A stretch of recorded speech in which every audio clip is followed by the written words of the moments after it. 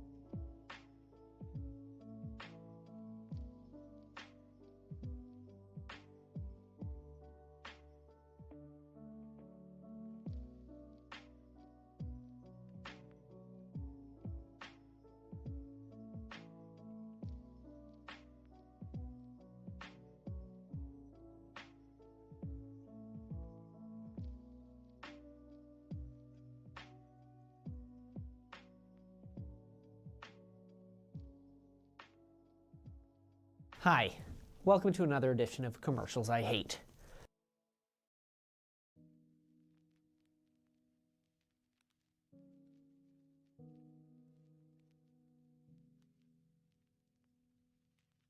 Hello, nurse.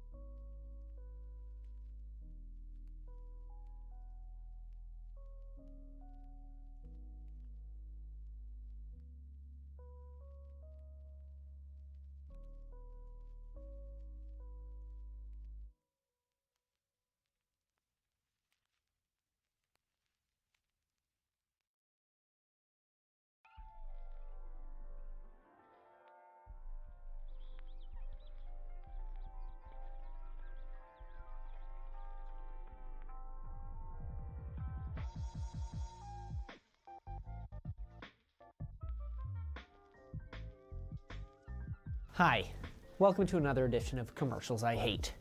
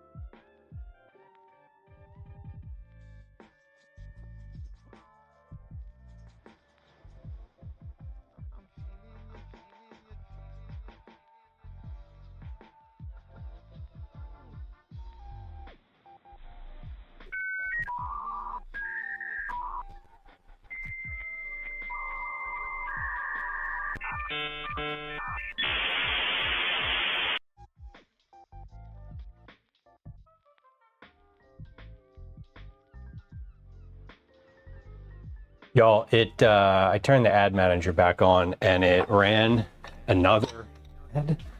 So I'm gonna wait for just a moment while I finish putting away the dishes from the dishwasher until that finishes, and then we'll be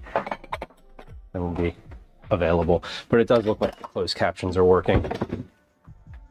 And it looks like the sound is also working, which is good. We're testing that now. So when the ad finishes, then turn the camera on. I'll be right there. I forgot because I have the ad. Hey, I have the ad manager off for IRL streams, and we went live, and then I was like, oh, a couple minutes went by, and I was like, you know, the ad that usually runs 1 minute after the stream starts isn't running. That's weird. That's suspicious. Anyway, that's the reason. It's got about 40 seconds until that wraps up. Anyway, I'm still putting the dishwasher dishes away, so like I would be doing that anyway. Before turning the camera on anyway. So kind of normal procedure here. Also, I'm like, 30 minutes behind when I was planning on starting stream today. Anyway, we're here. And things will be happening momentarily. All right. Well, it looks like the ad just wrapped up. Yeah, it looks like the ad just wrapped up. Alrighty. One moment here. We'll finish this last thing. Wait, are the closed captions working? Damn it. They don't appear to be working. They were working like a second ago. What the fuck? Oh well. Not oh well. Like, anyway.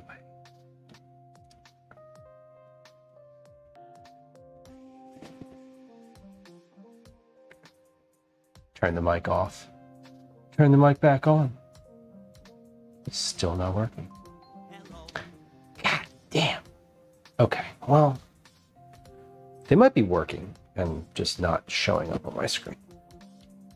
I don't know. I can't tell. I'm not watching the stream. I'm doing the streaming. I'm not watching the stream.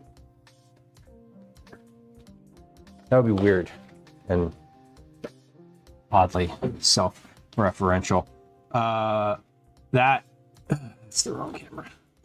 Damn it. We can do this. We can do it. We can do it. Welcome in. Hello. We're here. The mic is on. The mic is working. I don't see the option to turn on captions. Well, what the okay, hold on. Let's just turn them off for a second. Then we'll turn them back on. Oh, there it is. Look at that.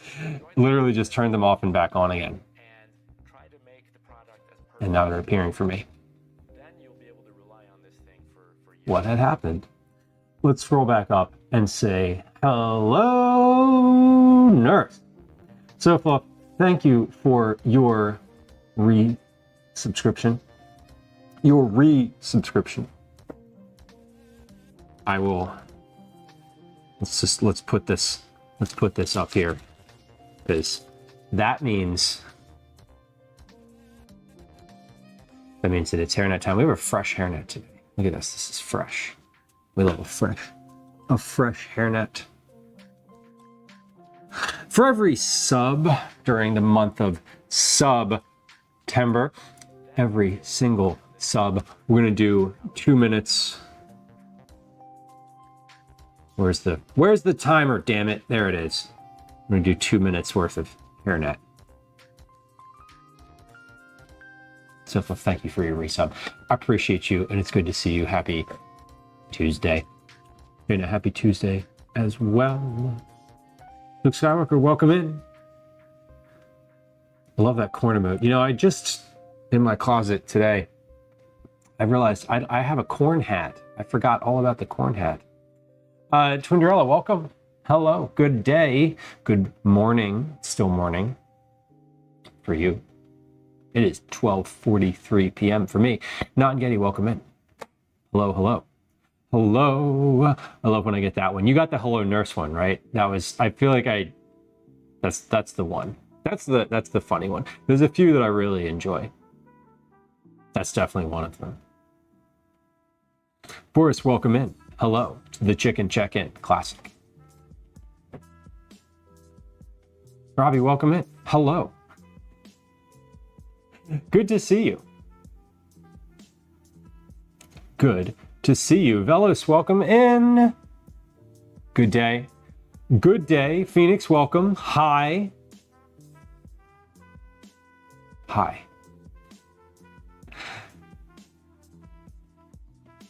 What is the difference between a nugget ice maker and a bullet ice maker? Is the bullet one the one with the little holes in the center?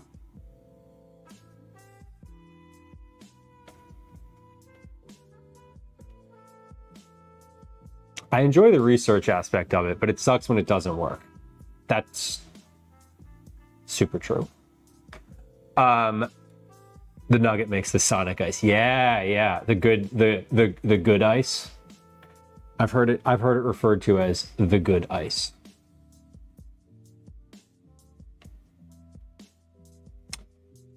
The timer is complete.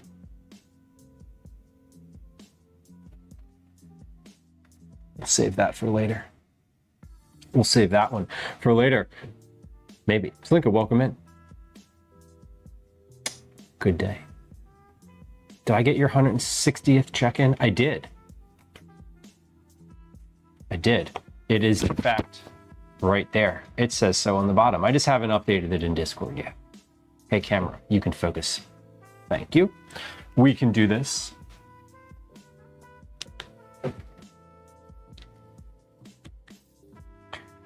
Well, I died without ice.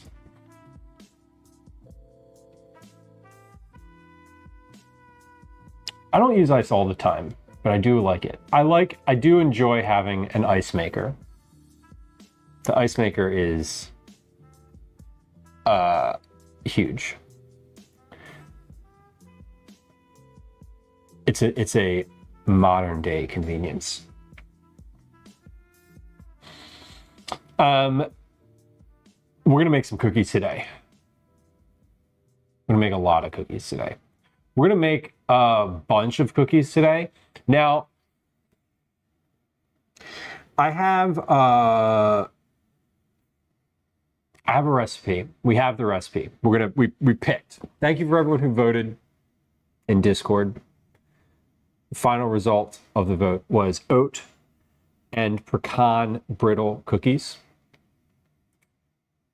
Interestingly enough, these were the cookies that were the inspiration for Cookie Club, a two-part Cookie Club, because these cookies require a long rest in the refrigerator.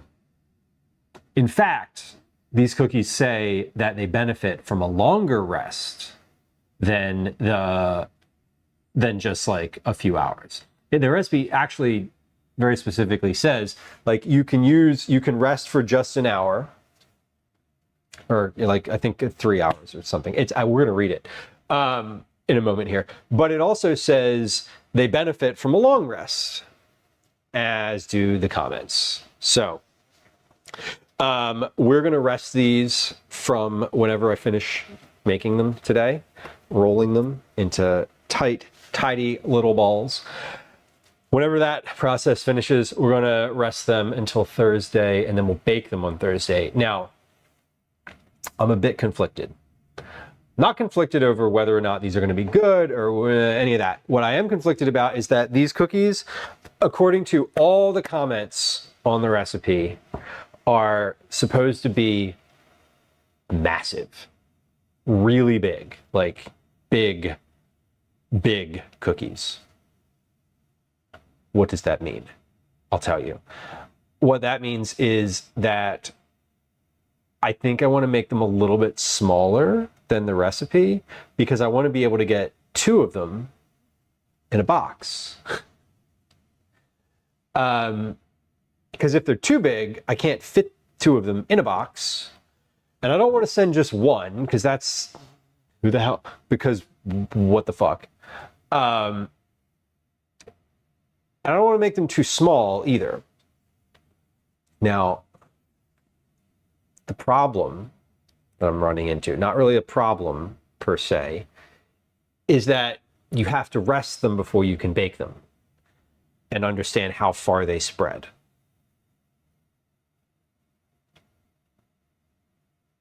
And you have to roll all of them at once.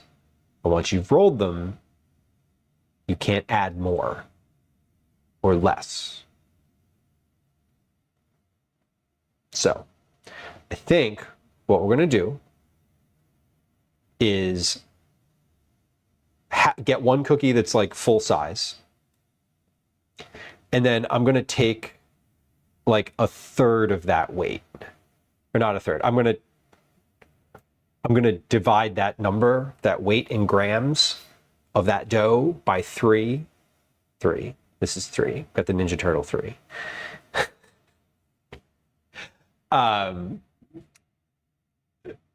And we're going to do like a cookie that's like 2/3 the size of what the recipe says. And a lot of people in the comments said that too. So there was a lot of comments about this recipe. So I read through all the comments for like, how do you do it? What do you do? What makes a good recipe? Blah, blah, blah.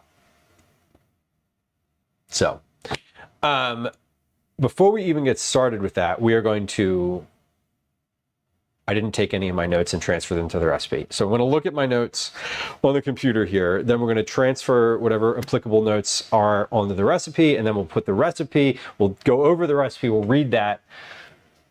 Then we'll make the pecan brittle. Then we'll make the brown butter. Then we'll make the cookies, which should take like 3 hours, like the next 3 hours or so. And then we'll rest them. And hopefully they're the right size because I can't make them bigger and I can't make them smaller. Cool. Great. Phoenix, you can order a cup of ice from Sonic for 39 cents.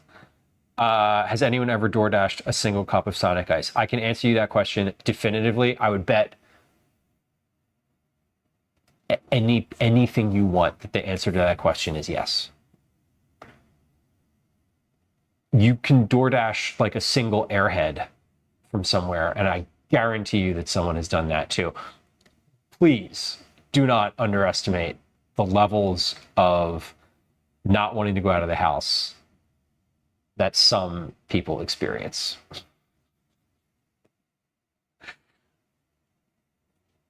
A cup of ice, a cup of Sonic ice. I feel like Sonic ice is just like a known thing, right? I'm gonna admit something to you all that I've never been to a Sonic. I'm sorry. I hope that's okay. So I hope your closet cleaning has gone well.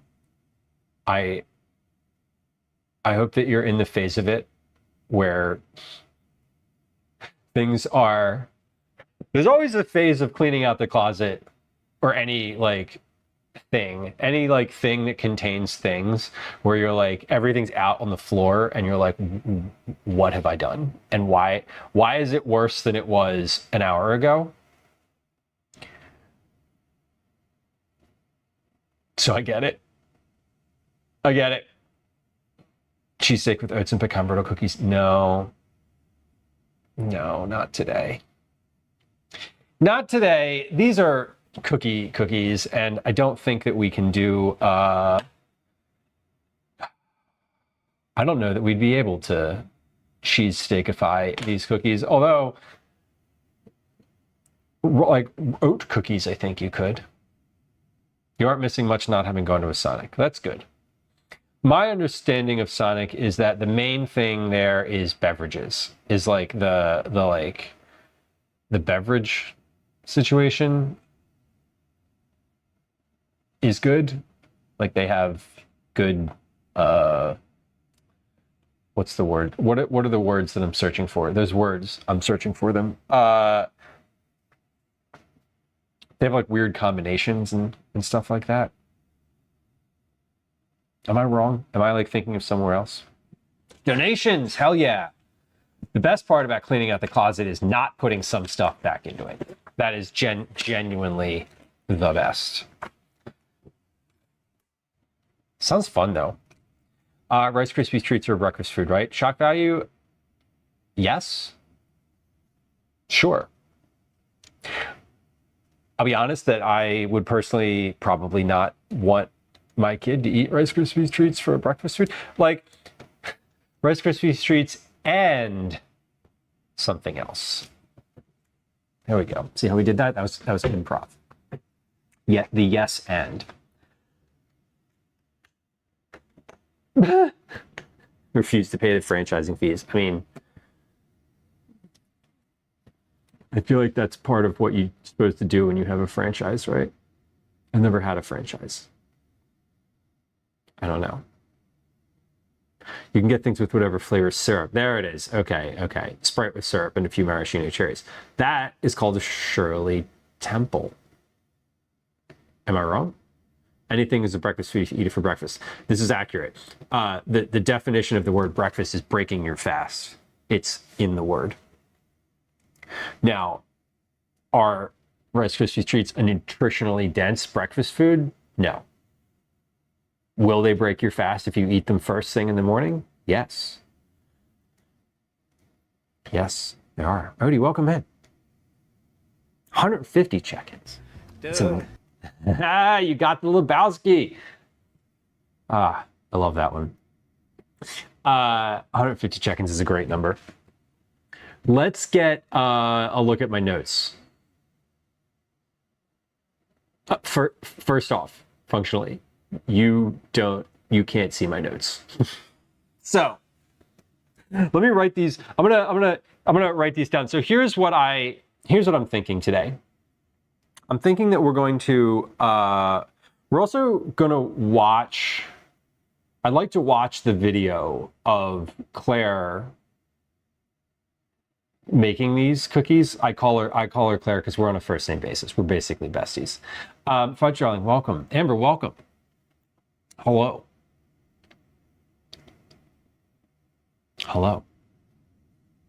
I'm waiting for something that's going to happen on stream in chat. At some point, it'll happen. I'm waiting for it. You'll know when it happens because we'll all get excited about it. Okay, so what are my notes here? Notes that I have for this are the pecan brittle needs to be, and according to one commenter, shiny, glossy.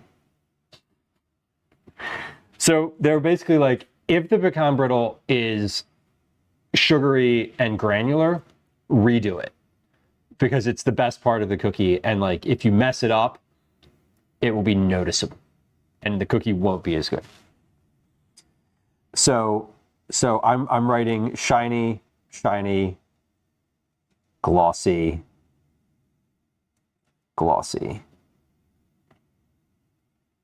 Just gonna Just going to write that down. Hey, Fudge Darling. It worked. It worked. It works. We're back. We're back.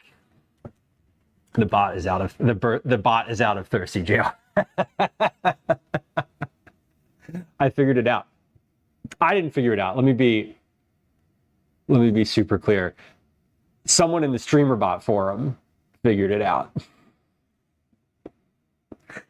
Because I sent them the code that I'm using for it and was like, help me fix this. And they were like, there's your problem. And I was like, of course it is. User error. It was definitely user error. Dude Mesa, welcome in. Okay, so the other note is parchment. Don't worry, I know what I'm doing. I have no freaking idea what I'm doing. No, I do not. My God. Step 6. Step 6 of this recipe is where you put the cookies on a sheet pan. No, sorry. Step 7 is when you actually bake these cookies. And it's specific, in the recipe, it specifically says parchment paper. And several commenters were like, it must be parchment paper. You have to use parchment paper. It's important. So we're going to use parchment paper. Someone else said ping pong ball sized cookies work better than smaller sizes. I don't want to use, that's huge. They also said 6 cookies per your standard sheet pan. I don't know if that commenter means a standard sheet pan in most people's houses is a half sheet pan. Glad I could help. Glad someone got to it quickly.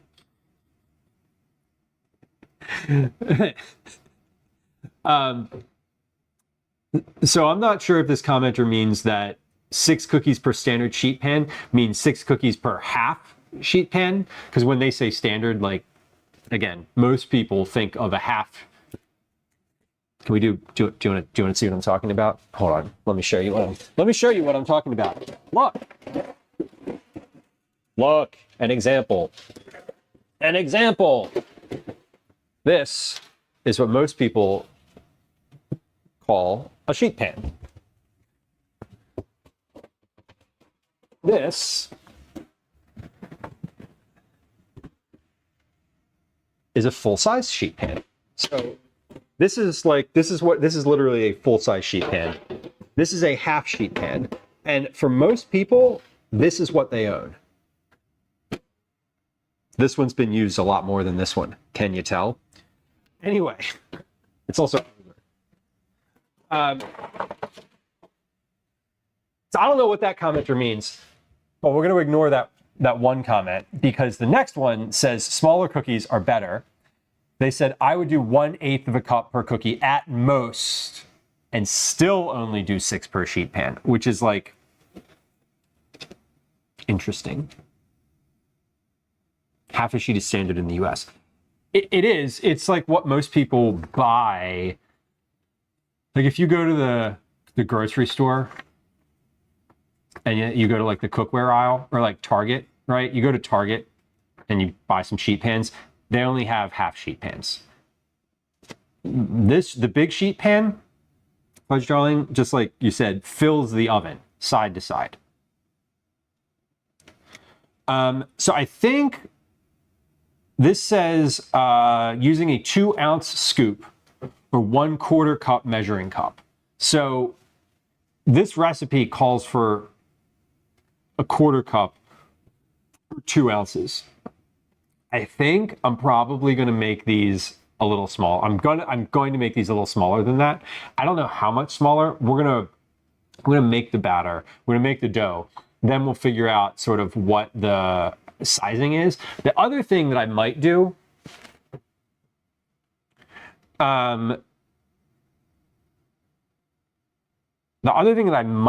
with this, no, I'm not going to do that because I'm going to roll all these cookies at once. No, we're just going to send it. Like we're going for it. Once we figure out a size, once I like get set on a size, we're just going to go with that size. But I think we'll do small. We're going to do smaller than a quarter cup. A quarter cup, according to the commenters, makes a cookie that's like this big, which is like larger than the box that I have. The other favorite comment, and this is not a comment about the video itself, but someone said that this cookie is, hold on, I just minimized my shit. There it is. Someone said that this cookie is designed to keep the homemaker busy and out of the clutches of the milkman. Which helps me. I thought was pretty funny. Seemed like a funny comment to make. Anyway, let's go through and we're gonna make we're gonna make these cookies eventually. We're gonna make these cookies eventually, but we're going to watch my good friend and yours, Claire Safitz, make these cookies on her YouTube channel. We're gonna watch her make these on the YouTube before we get into this. So let me see, how do I do this? How do I watch? Hold on, let's bear with me. There's a bear with me where? Just ignore me for a moment, please. I want to figure out, how do I do this thing? Do I have, oh, hold on. Do I have a scene set up for this? I do! It works. It works. You can't DM me. You can DM me on Discord. Discord is definitely the place where I receive DMs. What am I looking for here? Hold on. Sources. Window capture. Hold on. We're going to get there. We're going to get there. Yes. Hell yeah. Look at this. Look at this. I'm a fucking professional streamer. I'm a professional streamer. Let's hold on. Don't worry. I know what I'm doing. I have no freaking idea what I'm doing. That's distorted. We don't want that. Hold on. How do I? Shit. Which one of these does the thing? There it is. All right. I don't want you to see what else I'm looking at in my browser bar. I'm just kidding. This is its own window. There's nothing salacious.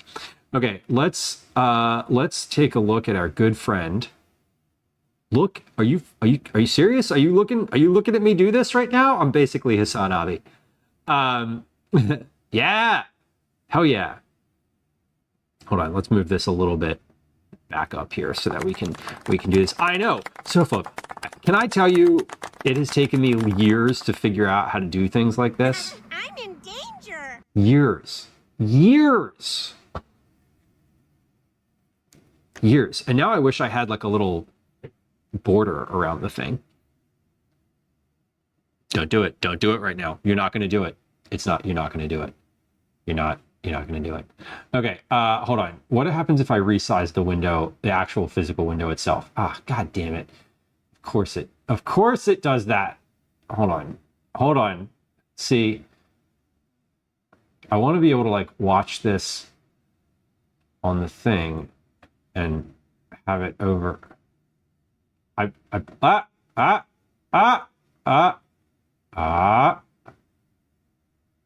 there it is. Hold on. There's like a sweet spot of sizing. Okay. Beautiful. Okay, this video is long, so I don't know if we're gonna end up like watching the whole thing, but let's get into it for just a second and bear with me on like volumes and sound levels, because I'm gonna have to mute myself while the video is playing, because otherwise you hear it twice. Or, not at all. Hold on. Is that even playing? No. Why is that not playing? Oh, the tab's muted. This is ridiculous. Whatever. I really like it. What do I say about it? They're all Hey everyone, I'm Claire Saffitz. Welcome to my home kitchen. Today I'm going to show you one of my favorite recipes from the book. It is one of my favorites in the book, one of my favorite layer cakes in the book, and it is one of my favorites in the book. This is ridiculous. Whatever, I really like it. What do I say about it? They're all good. What can I say? I wouldn't have put it in the recipe if it wasn't good. Hey everyone, I'm Claire Saffitz. Welcome to my home kitchen. Today I'm going to show you the most delicious cookie recipe that is also extremely fussy. Full disclosure. Yeah, that's A lot of huge. equipment and dishes. That's a but big I ass promise cookie. you it's Did you worth see it. that cookie Would that not she buy just myself had? If it wasn't worth it, and to me it is like the end all be all of cookies. Okay, It so is like, my oat I and think, pecan yeah, brittle. that's massive.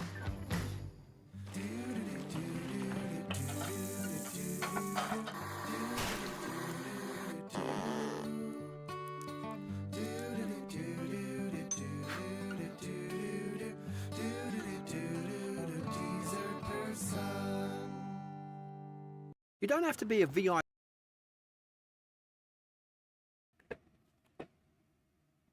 How do I? Am I unmuted? Okay, good. Hold on. to get more than just savings with Geico. Every customer Which gets one of these mute 24/7 buttons does fast. that? There we go. Okay. I don't pay for the. God damn it! Of course now it's coming through my mic. How come I can't skip through this ad? I want to skip through this. Oh, there it is. Okay, great. I'm not going to tell you to do something in your home kitchen that I would not do in mine. So generally that means not That was a asking lie. you to get a bunch of pieces of equipment out, not having to do a lot of dishes, because like I don't want to do that at home either. But every once in a while I make an exception because the recipe demands it and it is worth it. So for these oat and pecan brittle cookies, you do need a food processor and a stand mixer. And also you have to brown butter and you make a pecan brittle and then you have to chill the dough overnight. Okay, that was This is good not to see what that supposed pecan brittle looked to be- like. You can do it. It's So, chunkier than I was expecting. food processor, stand mixer, small saucepan, obviously baking sheets. The ingredients are actually very, very straightforward, and we're going to do a lot of important transformation of those ingredients. We have pecans. I've already chopped them. Eggs, butter, cut into pieces. You actually want your eggs to be cold from the refrigerator. That's counter to what you see in a Good lot to of know. recipes where you want everything room temp, but I will explain why. Okay, hold on. Old-fashioned rolled oats, don't use the quick cooking kind. You want old-fashioned. Then flour, dark brown, and white granulated sugars. We also use baking soda, a lot of kosher salt. These are pretty salty cookies. Vanilla extract, and most ingredients we use in a couple different places. So, Sorry, Claire, my ingredients extract probably is not most of us homemade. have at home. It's the method that really makes these cookies. The first thing you want This is where everybody said they got hung up on and it was like I've already difficult. chopped these pecans, and like when you chop nuts, you often get some of these like little dusty things. That's fine. I actually like having all different sizes. So just get those on a small rim baking sheet. I burn nuts all the time. So I always put them in the oven thinking like, oh, I'll remember, I'll know when they're done. Let's turn my oven on. Hold on. I'm gonna do that now. So just set a timer. Brittle is like a type of candy. So it is a toffee or a caramel that is aerated with baking soda. Toffee or caramel is acidic. When you add baking soda, it reacts, produces gas, and you have this kind of bubbly like mixture. And then you want to spread it out before it cools into a slab, and you have this delicious, crunchy candy. So I have baking soda right here.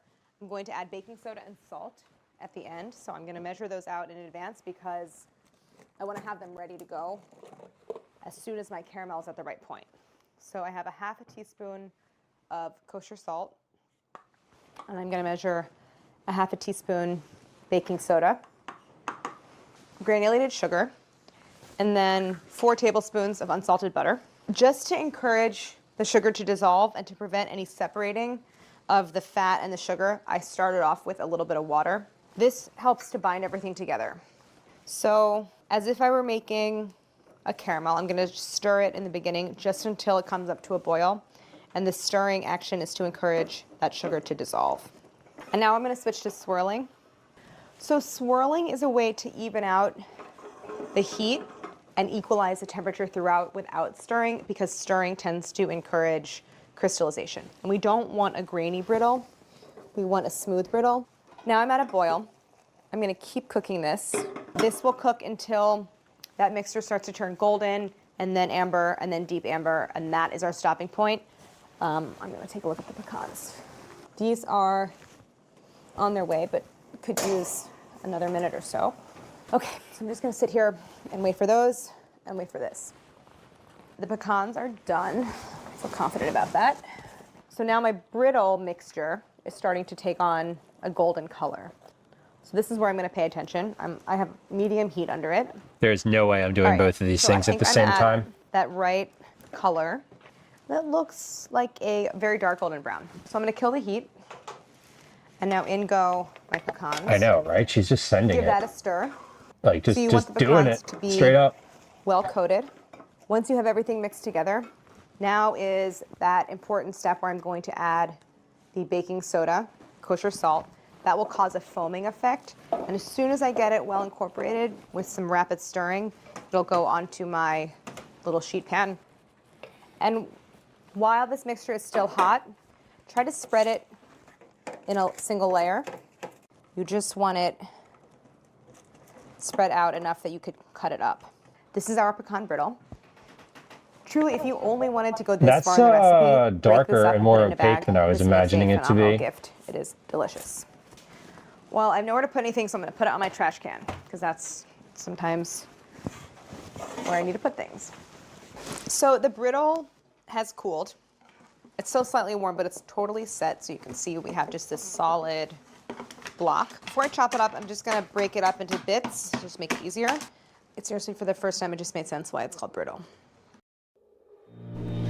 As you enter the doors of the Happy Mixer gluten-free bakery,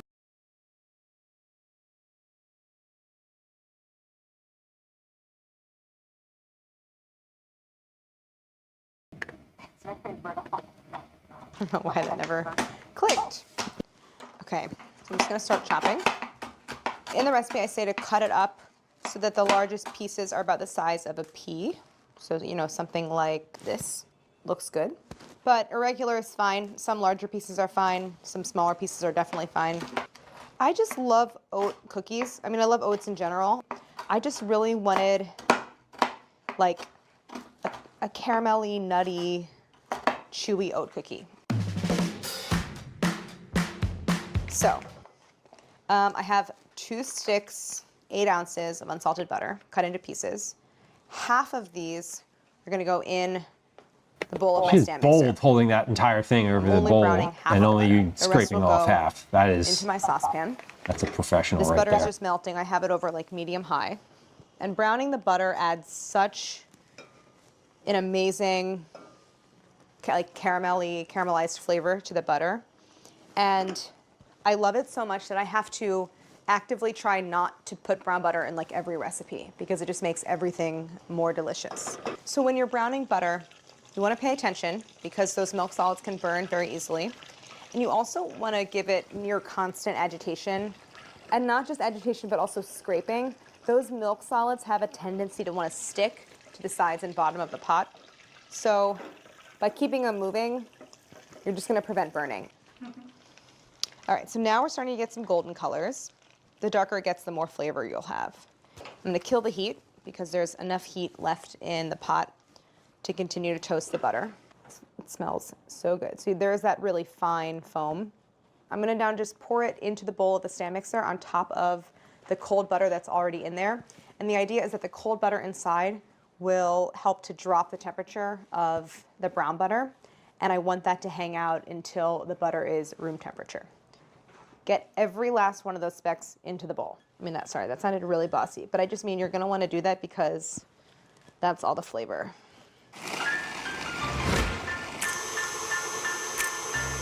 I have a love-hate relationship with my food processor. Okay, this is like I hour love what 3. quick work it makes out of like doing basically anything, but I hate cleaning it. But in this case, I absolutely need it because I need to grind my flour mixture. So I have all-purpose flour right here. This recipe has a relatively low proportion of flour, and that's because I'm using oats, which absorb a lot of moisture, so I don't need as much flour. 2 teaspoons of kosher salt and 1 teaspoon of baking soda. To this, I'm adding half of my oats. I have 2 cups of old-fashioned rolled oats. So 1 cup into the food processor. And basically, I'm like making oat flour. I'm grinding these oats into the flour. And finally, half of my pecan brittle. The remaining half and the remaining oats, these get mixed into the dough at the end. So I just want to go until it's very fine, everything's broken down. Everything is pretty fine. No big pieces. I bet that tastes If amazing. you had a blender, I think you could do this in your blender, by Just the way. that flour So you don't itself. have to have a food processor. Although I didn't try it, so let me know how it turns out if you do go that route. Here is the butter. You don't even need it to be this solid, just as long as it's not hot. I actually want the eggs to help set the butter so that the cookie dough is firmer. So I have 2 cold eggs. I'm gonna start by adding my sugars. I have granulated, and this is dark brown. With cookies, it's always great to have a mix of granulated and brown sugars because the granulated sugar will give you that crispy edge and the brown sugar will keep that center chewy. Again, I'm not creaming it really. I don't want light and fluffy. I just want it to be well mixed and smooth and kind of satiny. Not creaming it. Okay, that's good to know. All right, so now I'm gonna add my eggs one at a time. And I want these to emulsify in, and also they will chill that butter and thicken it a bit. Oh, I forgot, I almost forgot. All right, I almost forgot about the vanilla. The presence of vanilla extract is so important. It is that mixture of vanilla, butter, and brown sugar that gives that butterscotchy flavor that I really want and crave in cookies. So I use a full tablespoon of vanilla extract. Okay, now it's time to add the dry ingredients. You don't have to sift this, it'll be a little lumpy, but that's fine. It's gonna kind of pulse this in. If I were to turn it on, it would just blow everywhere. All right, so I gave that a thorough mix. And now I'm going to mix in the very last ingredients, which is the remaining 1 cup of oats and the remaining chopped up pecan brittle. Factor clearly gets active lifestyles. They're developing.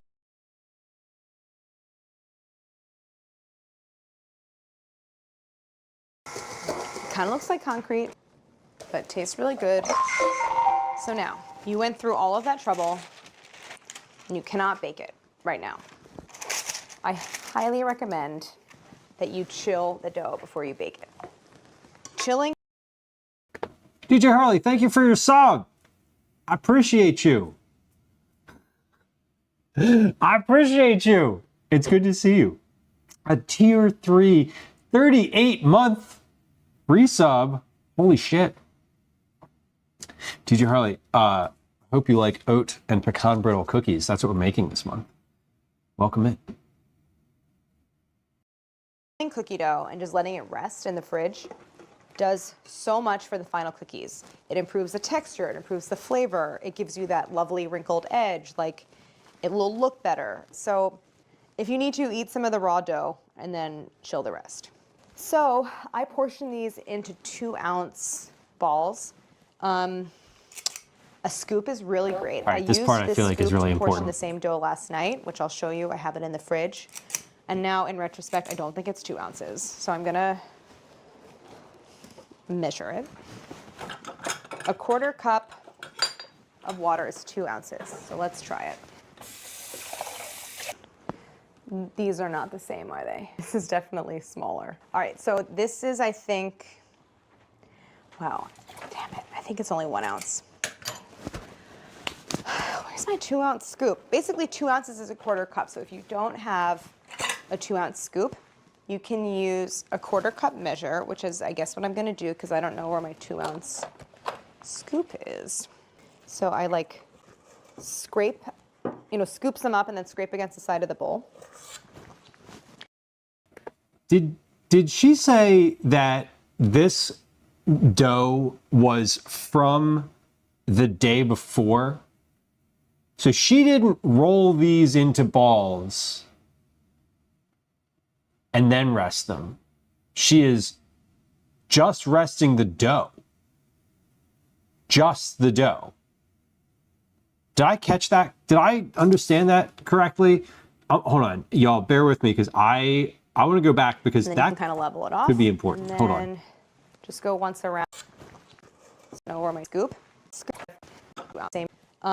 So I portion these into 2-ounce chilling cookie dough and just letting it rest in the fridge does so much for the final cookies. It improves the texture, it improves the flavor, it gives you that lovely wrinkled edge, like it will look better. So if you need to, eat some of the raw dough and then chill the rest. So I portion these into 2-ounce balls. A scoop is Damn it, really I missed great. it. Hold on, use I gotta the go back a little scooped farther. balls, chill the cookie roll, and you cannot bake it right now. I highly recommend that you chill the dough before you bake it. Chilling cookie dough and just letting it rest in the fridge does so much for the final cookies. It improves the texture, it improves the flavor, it gives you that lovely wrinkled edge, like it will look better. So if you need to, eat some of the raw dough and then chill the rest. Wait, do I keep missing portion this? These into 2-ounce balls. Yeah, Scoop hold is on. really great. I used this scoop to portion this the rest. Cookie roll, chop in the brittle. Kind of looks like concrete, but tastes really good. So now, you went through all of that trouble, and you cannot bake it right now. I highly recommend that you chill the dough before you bake it. Chilling cookie dough and just letting it rest in the fridge does so much for the final cookies. It improves the texture, it improves the flavor, it gives you that lovely wrinkled edge, like it will look better. So if you need to, eat some of the raw dough and then chill the rest. So I portion these into 2-ounce balls. A scoop is really great. I used this scoop to portion the same dough last night, which I'll show you. I have it in the fridge. And now in retrospect, I don't think it's 2 ounces. So I'm gonna. Okay, no. She said, I used this same scoop to portion this dough last night. So she portioned it and then chilled it. I thought, and this is why I kept rewinding, I thought what she had done was just put the bowl into the fridge and was portioning it after having let it rest, which maybe you could do, but I don't think so. Like the recipe is super explicit about not doing that. So I thought, okay, we're gonna carry on. We're gonna carry on here, but I needed to understand if that was what was happening. Yeah, because she didn't move that bowl. I think what she's talking about now is like she's basically saying like, I'm portioning this now, but when we get to the next step, I'm gonna pull some dough out of the fridge. She's managing your expectations of what you're seeing. She's managing your expectations. My expectations, our collective expectations. Okay, cool. I'm glad that I went back because I instantly was like, oh, I could just make these and then, because I'm thinking about the time and the time and the sizing and all of that. Do you know what I mean? Like, oh, if I could just pop this dough in the fridge, portion it tomorrow, bake 1 or 2 and see what size they are, because I'm having concerns about the sizing of these cookies. Anyway, let's keep watching Claire do her thing. Measure it. A 1/4 cup of water is 2 ounces. And we can fast forward so just a let's second try here. it. Smaller. It's a 1/4 cup measure. So I scrape, scoops them up and then scrape against the side of the bowl. And then you can kind of level it off. Again, we're going to make ours a little smaller than this, just go probably once 1/8 of a cup. And make a Like little half mound. the size of these. So this recipe makes about 18 large cookies. These blobs are not the most visually appealing, but they're going to bake into a beautiful, delicious cookie. These are going to go into the fridge. I'll cover it. It says even 2 hours is fine, but 8 to 24 hours I think is best. And in here I have a tray that I did last night. It's Now, on internet this one, movie I used magic. the 1 ounce scoop. So I'm actually going to mush 2 of them together into 1 cookie. Anything No, that you don't need in the moment bake one to like bake, that. I want to see what they're like at 1 ounce. Come on, Claire. Help me out here. and into your freezer. I cannot emphasize enough how awesome it is to have cookie dough ready to go in your freezer. The idea of like a personal warm cookie at night is, oop, so just go in the fridge for now. I'll put that in there later. Fucking All right. love a bag of cookies in I the love freezer, nothing seriously. more than my own warm cookie from the oven for dessert. You know what? I don't trust necessarily that these are, I just want to double check the size. During weekends, we do like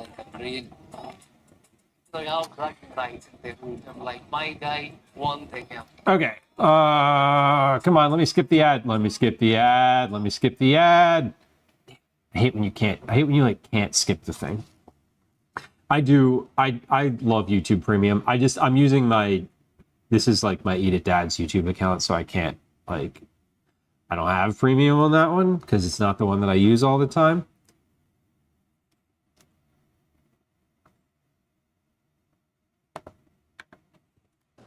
One and a half ounces? It's so annoying. What a pain.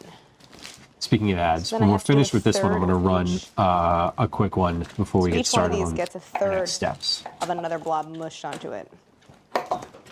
Sometimes you have to improvise. I'm smushing a third of a blob onto my existing blobs. Let's see. 2 on the nose. So these are obviously quite large cookies. I like to give them plenty of room on the baking sheet. So I think you can safely fit 8 of these. So here I have my 8 2-ounce portion. Susan, I think what she said that there are 2-ounce cookies that you measure. The recipe calls for a 2-ounce scoop, and she said I used a 1-ounce scoop for these yesterday. These are like cookies that she made the day before for the sake of like the demonstration video. And I think what she just did there was check that it was 2 ounces. So I don't know if it was an oopsie or if it was like intentional. My takeaway from that is you can make 1 ounce. You can make 1-ounce cookies. That was what I understood from her doing that. But she said earlier, a bit ago, like, oh, I'm going to mash 2 of them together and we'll just do that, which is interesting. I guess you could do that. Maybe that's what we'll do. Because I was thinking of doing 1/8 of a cup cookies. The recipe calls for 1/4 cup. I was thinking of doing 1/8 of a cup cookies because we'll see how big these are when they're finished here. Portions of dough. That's 9. Okay, here I have 8. These are going to go in. And because they are large cookies, they take a little while to bake, 16 to 20 minutes. Oops, in the recipe I say to do 6 pieces on each tray. It'll be fine. Okay, here are my cookies. I would defer to myself in the actual recipe, which is it's better to put 6 instead of 8. But actually they look really good. I just love how wrinkly these cookies get and like seeing I love how you can see the camera person in the window. that really dark golden brown edge and then the paler center. I just know they're going to be crispy, chewy, and then soft in the center. I'm very excited, but these have to cool. Because they are so thin and soft, let them cool for a while on the baking sheet before you try to transfer them to a rack. So when you take them out, you might see that the center looks a little bit shiny still. And that's fine. Like I do like to. Those are very pliable. They look really soft. Underbake cookies in the center slightly, and then they set as they cool. Here are my still warm, but ready to eat. Oh, and pecan brittle cookies. I'm gonna taste this one. I'm really glad that I toasted those pecans really well because it's such a nice balance to all of.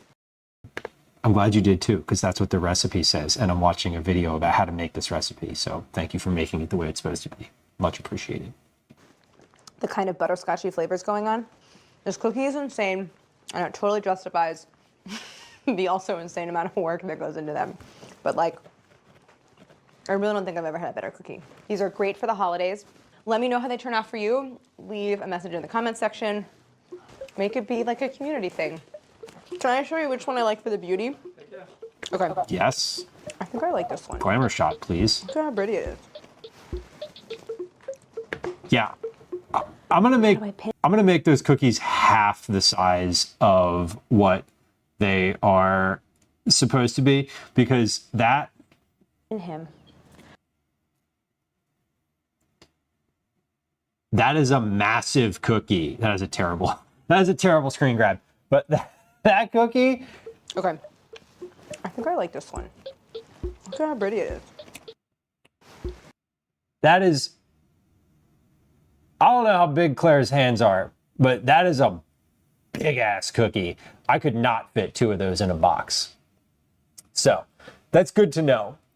That is a very good bit of information to know, to see the final like size of that. That is a 2-ounce cookie. That is huge. Okay, so I do think, what I will say though, I think not half the size, but 1/3 the size. And we're gonna do these by weight, obviously. So, see, does this mean we get 3? No, what I was thinking is that, well, and let's come back over here. We'll do that. We'll do that. We'll do this over here. Also, hold on. Can I turn the cookie thing on? Where does the cookie graphic go? Yay, there it is. Did you see it? It turned on. It's right here. Silly. Anyway, actually, I don't really like where that is on the screen. It's fine. Is it gonna bother me?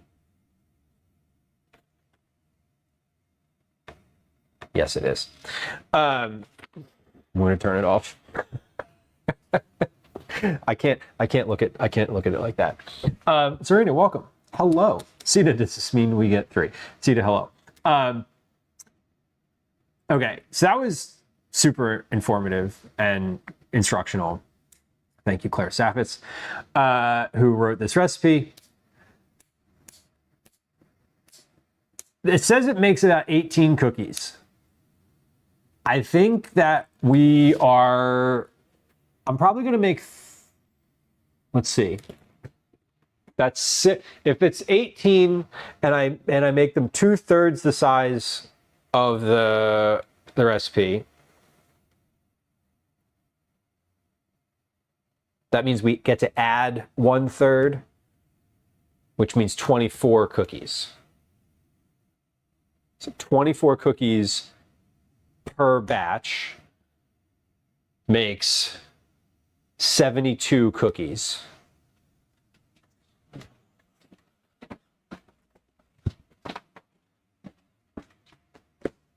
Oh, guys, hello. 72 cookies. And then if we do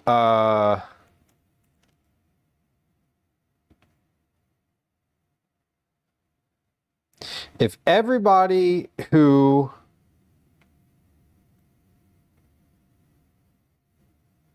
is eligible for cookies, most folks who I reached out to have not responded, or have responded, sorry. Most folks who I reached out to already responded. So if we do, I may need up to 64 cookies. If you make 2/3 the size, and I think you get 27. Well, if it's supposed to be 18, 1/3 of 18 is 6. So I'm doing, my math is basically like 18 plus 6, because I'm taking 1/3 away from each one.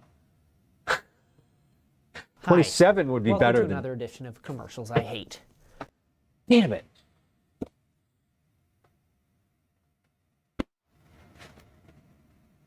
Missed it.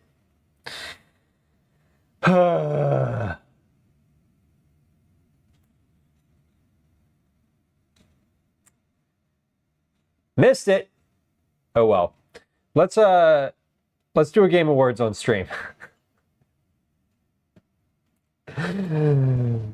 Oh my God. There's an ad running.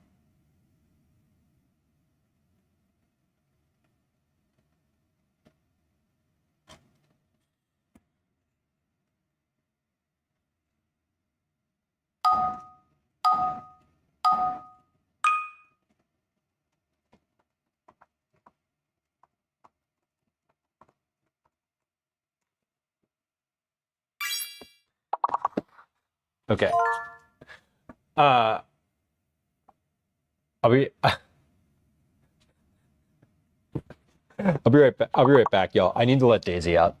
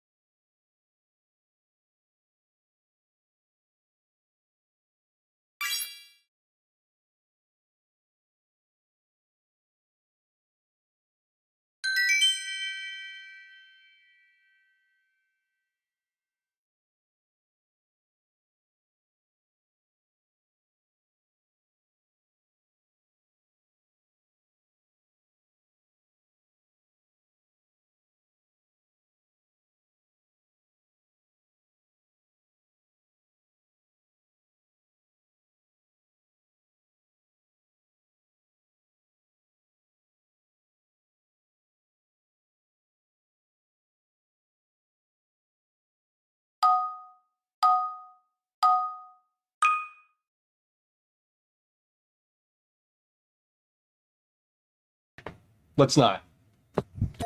Let's not. Oh my God. Sorry. Okay. The ad is over. Sorry. We're back. I got it now. Y'all didn't hear any of that because I realized I did, Tundrella, and I hope you don't. I have no freaking idea what I'm doing. I hope you don't feel defeated.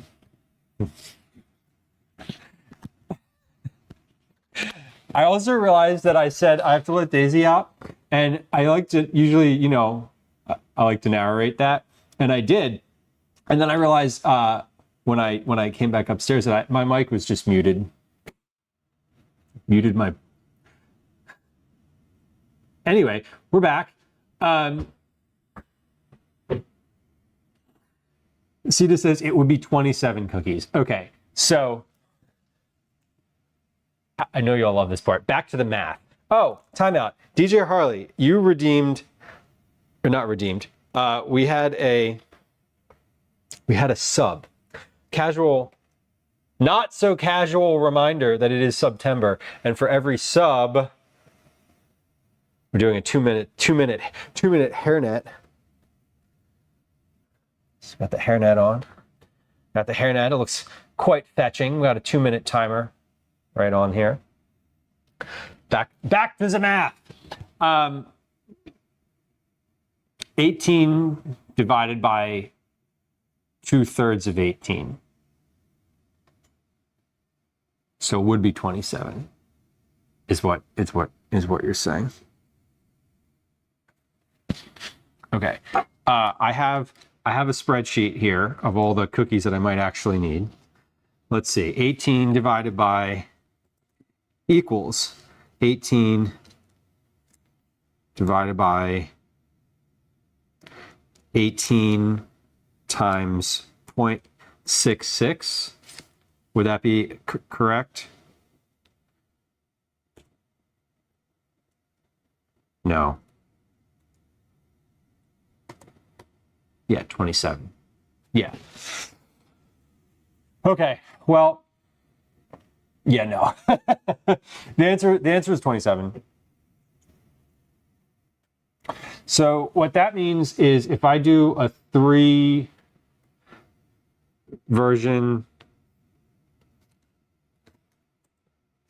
if I do 2/3 of the size per cookie, and I do 3 batches, that's 81 cookies. It is, if everybody who responds, if everybody who is eligible for Cookie Club responds, most people have, I'll need 64 cookies. So, here's what we're going to do. I think I'd like to try, timer is complete.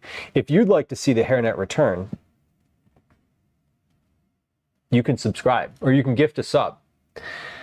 I think for batch timeout, because I'm going to say this number like, I'm going to say this number like a million times. 27 at 2/3, 81 in 3 batches, 64 needed. Okay. That answers, this answers all my questions. It does not. It does. Focus. Not you, the camera. Okay. Cito, you're confused. What could possibly be confusing about any of that? No, what I'm doing, so I determined, we collective have determined that the cookies that this recipe calls for, the size cookies that this recipe calls for, are too big. They're huge. They're like big cookies. And I can't fit, I would not be able to fit them, 2 of them, because I always send out 2. I usually send 2. Sometimes we send 3. I've sent 4. We've had 1 cookie club that has had 4 cookies. That was the thumbprint cookies, which were very small. Not relevant to this conversation. Kind of relevant because we're talking about cookie size. Anyway, they're too big to fit 2 in a box. So I'm going to take the size down a little bit. I think that doing them half size is probably too small. So we're going to do 2/3. We're going to do them by weight. Because I'm going to do them by weight, because the idea of just scooping a scoop in and just like plopping it onto the sheet pan gives me I can't do it. I won't be allowed. My brain won't let me do that. That's how it is. So we're trying to do math to figure out how many batches of cookies to make. That was the mathematics that we were doing. I think 3 batches is good. Should be enough. I suppose I'm going to need to like measure out all these ingredients too. So let's see. I think based on, I have a cookie on my forehead. That's funny. Based on the video too, I feel like I could make these. I don't know if I'm going to have to make these in a single batch at a time. But what I did take away from that is that I probably need to make the pecan brittle in a single batch. So 3 batches of pecan brittle, 3 batches of yeah, probably 3 batches of cookies, individual separate batches. I'm going to make just one recipe. And then I will see how much that fills my mixing bowl. Fair. And then if that is too big, if it's like too much, we'll do 1. If I can fit all of it in a mixing bowl, if I think I can fit 2 batches worth in the mixing bowl, then I will just do 2 batches of mixing at once. But I think the pecan brittle probably needs to be done in a single batch, because otherwise the timing might be weird, might be different. And I don't want to mess up the pecan brittle. So we're going to do that first. First, we're going to toast all the pecans that we need for, let's do 4 batches worth of pecan brittle pecans.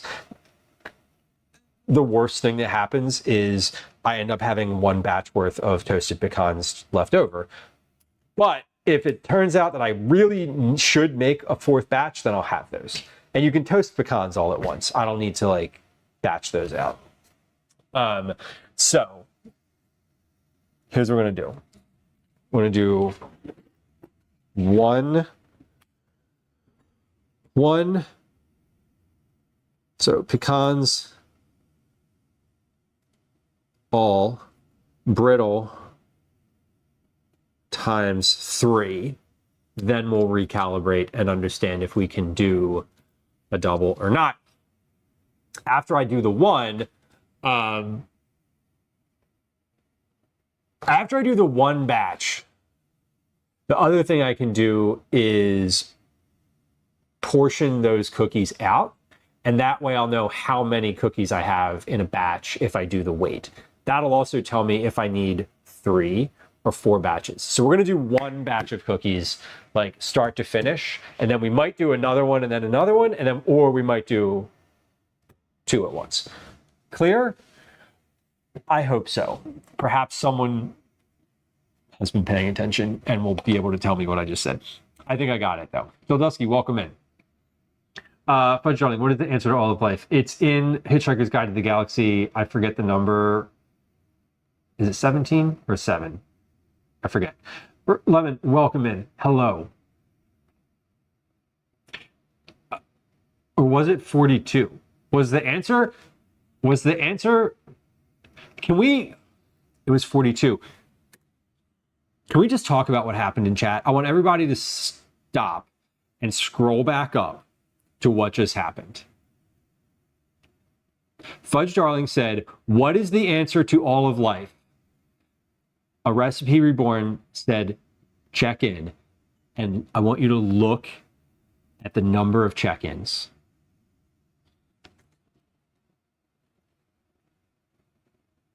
We're going to take a screenshot of that, because that is incredible.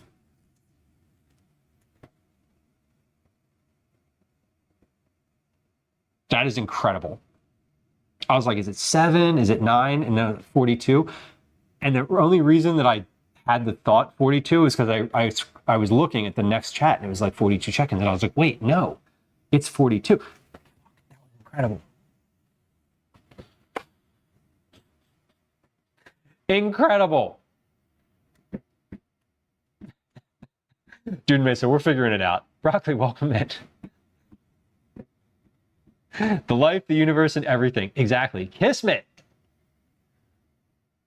Kismet. Mike, hello. Mrs. H, welcome in. Gwen is fortunate. I am not a possession to be had.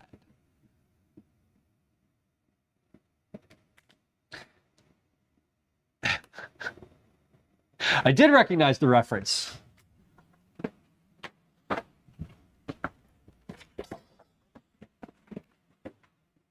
Comes from that book. It's on the counter. I'm currently reading it. I'm still reading it. I go through phases. Okay, noted. Yeah, I mean, you know.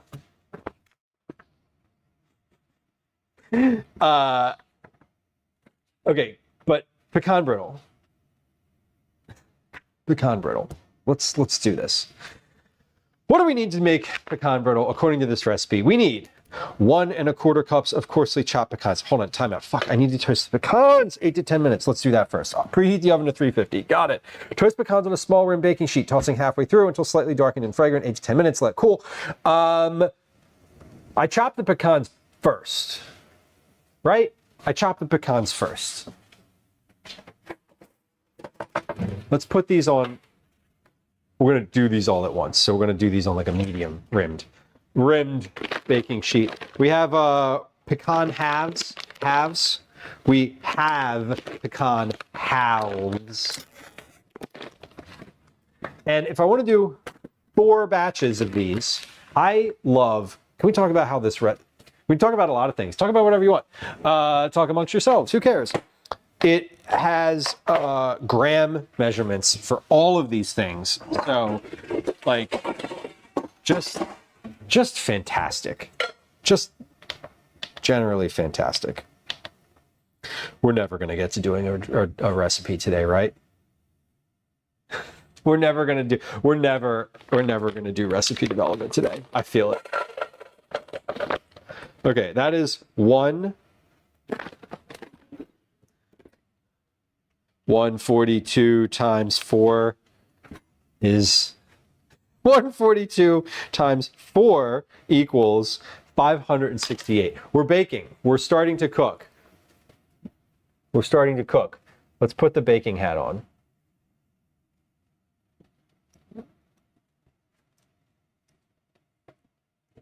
Chucky, welcome in.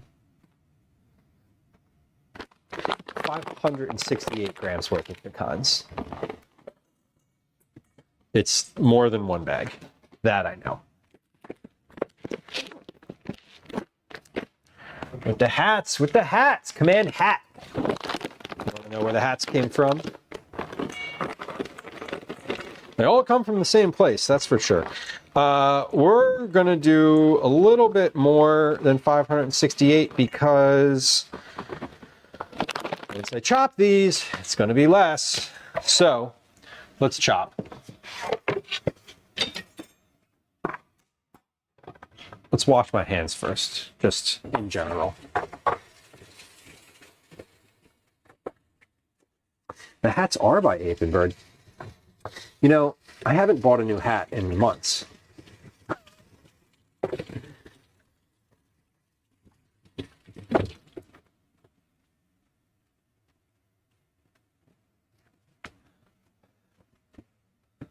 And maybe I can put an apron on today too.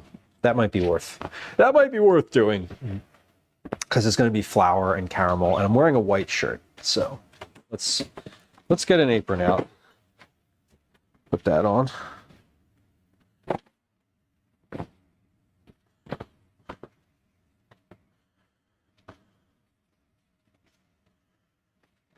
Hey, there's no music. Where did it go? Oh, it's not playing.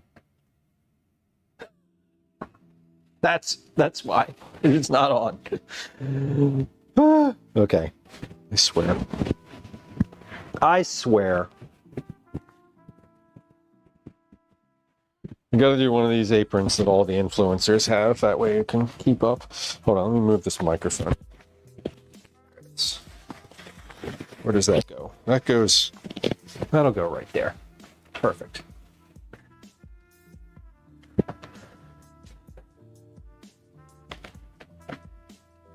Okay, 568 grams worth of chopped pecan. I'm just going to dump those on a tray and get to the chopping.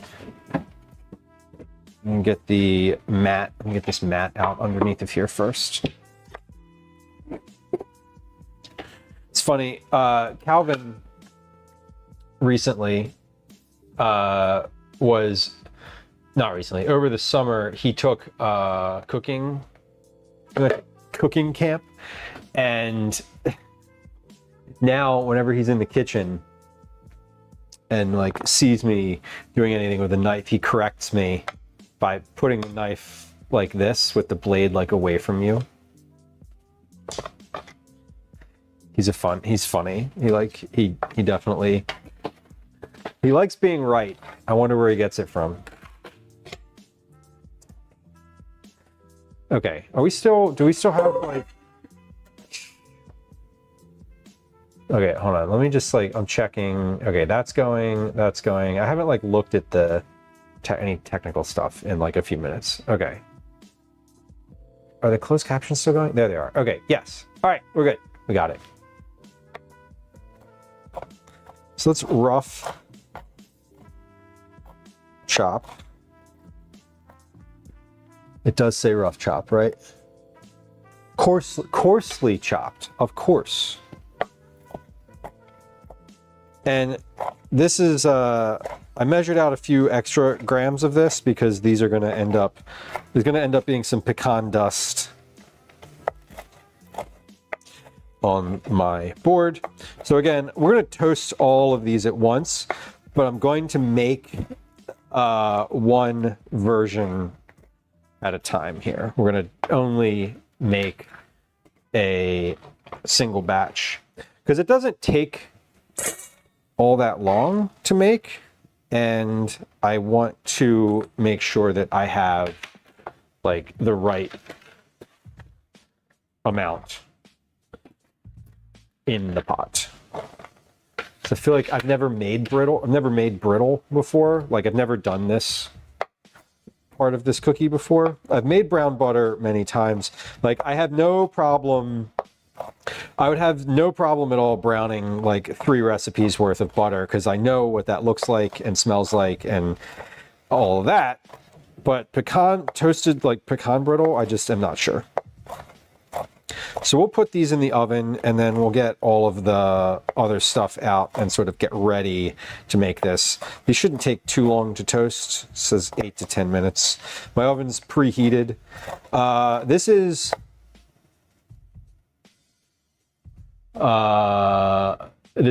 the only thing I'm doing with the oven today, correct? Yes, I'm not baking cookies today. Sorry to disappoint if you were expecting cookies today. This is a 2-part Cookie Club series wherein we make and shape the cookies today. And on Thursday, we're going to be baking the cookies. This is a 2-part Cookie Club because we were doing 2 months worth of winners because we did not do Cookie Club in August. We did not bake or pull any winners or any, we did no cookie clubbing in August. So we're making up. We're making up for it by doing a double batch or a double portion of winners across 2 different days. Everything's been doubled, including the time that it takes to do this, and thereby also the amount of words that I will say on stream during Cookie Club. Fun how that works, right? Sorry. Right. Your son is shared. It's Gwen's kid. Oh, it is both of our kids. Calvin is physically related genetically to both of us, and we live together and share the responsibility for the child. That is correct. That is accurate. All other assumptions are just that. I'm not sure how to read that question, I guess. It's anyway, yes. This is a lot of pecans. I'm like, okay, I guess I'm chopping pecans today. This is now a pecan chopping stream. A pecan processing stream, if you will. Total non sequitur. Y'all ever been to the Renaissance Festival? Like the Renaissance Festival? The one with the turkey leg on a stick, knights, jousting, fair maidens, and etc. Was planning on it this year. It slipped by. Oh no! Is it over where you are? It's still going on. It's very much still going on. I'm planning on doing an IRL from the Renaissance Festival. It's on the calendar already. I forget the exact date. If you do Command Calendar, it should take you to a Google Calendar that you can see like all the stuff that I'm scheduling, like all the streams that are scheduled, like not just this week, but like weeks and weeks and weeks from now. You can actually subscribe to that Google Calendar. I don't know if you knew that. It might be Command Calendar. It might not be. I don't know. It's in the links in the panels down below. Anyway, not that that's whatever. I'm too in the weeds on that. I'm gonna go to the Renaissance Festival, and I've been thinking about it because there we go. Hey. Professional. Look at that. It's the actual command that I thought it was. And when you use that command, it's the information that I was expecting. Shit. Can you even imagine? Anyway, I'm gonna go to the Renaissance Festival. I had an email exchange with the folks from the Pennsylvania Renaissance Festival, which is going on until sometime in October, I believe. And I was like, hey, do I need any special permission to like film there or like exist in there? And they were like, no, just come in. And I was like, okay, how about like a press pass or like a photo pass? And they were like, nope, we don't have that. Just literally just come in. So I've been thinking about it recently. I guess the reason that I'm having this thought now is I was thinking about taking Calvin. There's a question about Calvin, and then I was like, oh, something about, I don't know, that triggered me to think about like, what are he and I doing coming up? I want to take him first and like kind of scope it out. I also want to take the streaming gear and like test it a little bit while I'm there just to see if it works, because it might not work. And that would be a not fun stream if it doesn't work. Anyway, the Renaissance Festival is super fun. Not so much food oriented, although, you know, giant turkey legs, I guess, are food oriented. I don't go much because of my autoimmune disease, because the Renaissance Fair screwed over a lot of the vendors during the pandemic.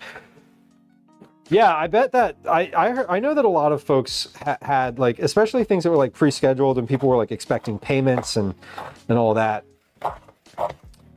Any type of like big festival that was supposed to go on like right around that time or in the year or two following is lucky to still be around at all. That is for sure. 2 weeks is the closest one, Mike. Okay. The Pennsylvania one I think is kind of unique because it has a dedicated space. It has like physical structures, and it's not like a pop-up, right? It's a like formal thing. They have like they have like themes, like weekly themes that go on all summer. It's like summer into the fall. It's like a legit thing. It's not a pop-up. It's not like, you know, it's for real. They have installed buildings, and it's a fairground that is specifically meant for the Renaissance Festival. So I don't know if that is all y'all's experience, but it's pretty unique in that regard. At least that's my sort of take on it.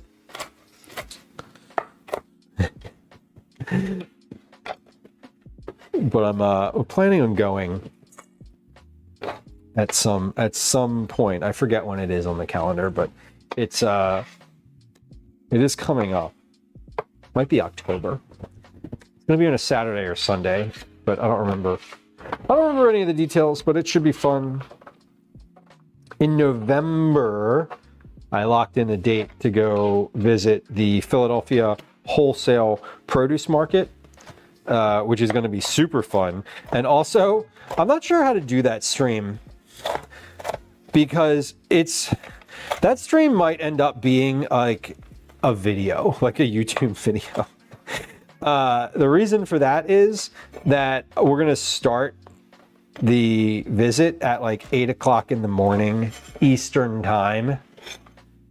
So like for anyone who's on the West Coast, it's like, 5 a.m., which is who the hell is watching Twitch at 5 a.m.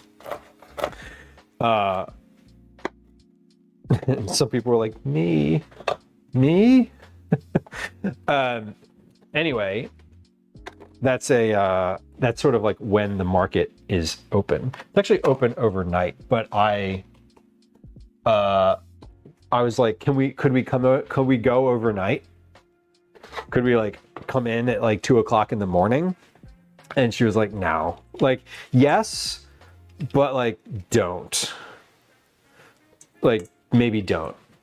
Because it's sort of early in the morning, like 8 a.m. is like the end of their day. And they're the vendors anyway. And she's like, it would be a Tuesday at 8 a.m. And I was like, that is not a time that I stream. Like, just not a time that I am.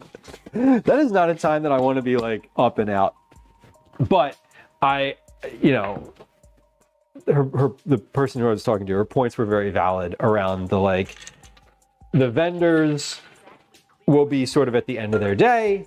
They'll be much more open to talking. Tuesday is our, she was like, it's called Tombstone Tuesday. Because there's like basically nobody there on Tuesday. Which y'all probably could have surmised from the name. Anyway, she was like, this is really a great time to come in. So I was like, okay, we'll do that. I don't anticipate that most people who hang out on this stream with any regularity will be able to like join in at that time. So when I say it might be a better video, what I really mean is I will probably end up wanting to turn that stream into a video just so that people can watch it or that it's like available.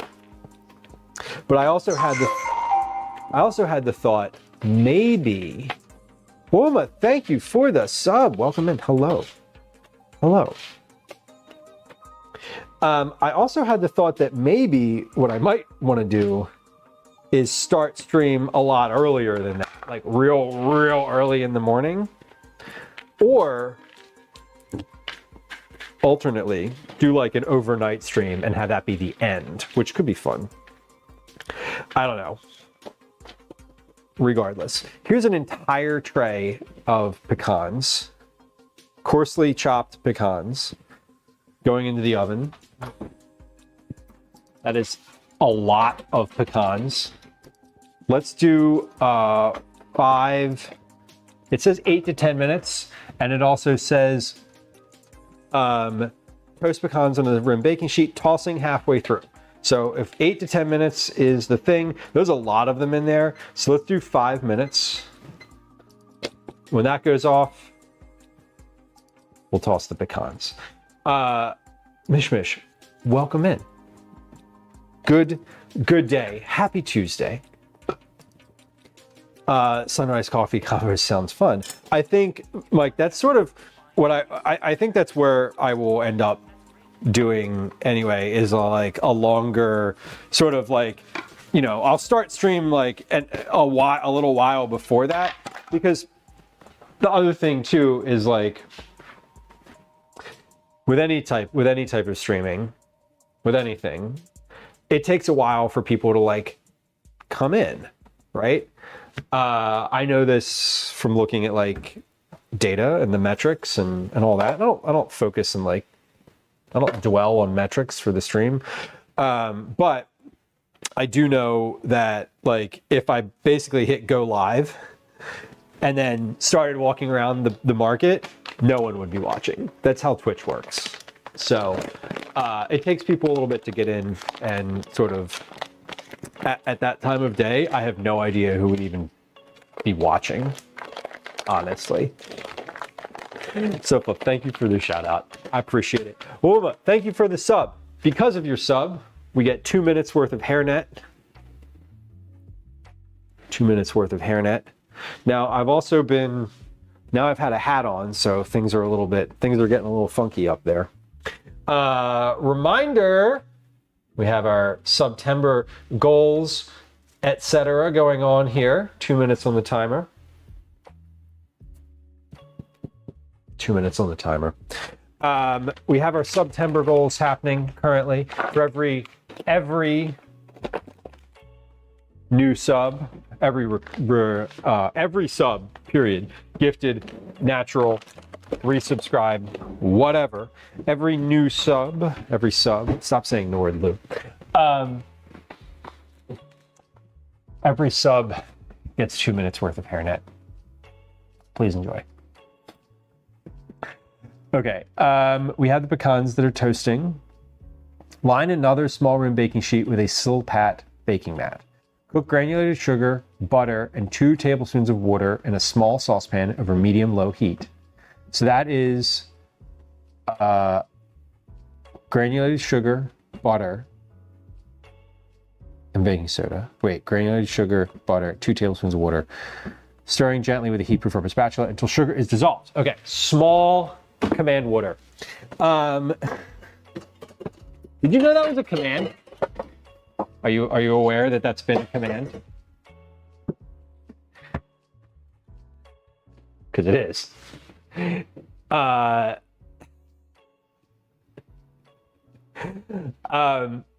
number is far below the actual number of times that it's been used. I forgot that that was a command until I was in StreamerBot the other day, and I was like, oh shit, I set that up a while ago. Anyway, feel free to abuse that now.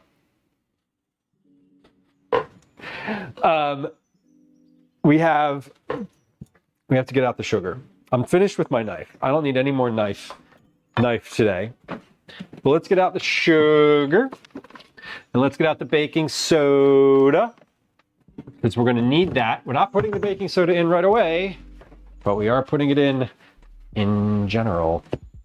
The timer is finished. Amazing. If you'd like the hairnet to return, you know what to do. We're at 25 subs for September. There's only the second stream of September, so that's pretty good. 20 at 40, we're gonna go to Reading Terminal and eat a chocolate onion, which is probably going to be as disgusting as it sounds. I'm positive that it's as disgusting as it sounds. The person who works at the place that sells the chocolate onions was like, I was like, who buys these? And he was like, people who buy. He's like, people mainly buy them as gag gifts. And I was like, well, I mean, obviously, but like, who? Like, no one's buying this thing seriously. Of course, it's a gag gift. What are you talking about? Anyway, it was a nice moment of levity. Okay, we're gonna move this.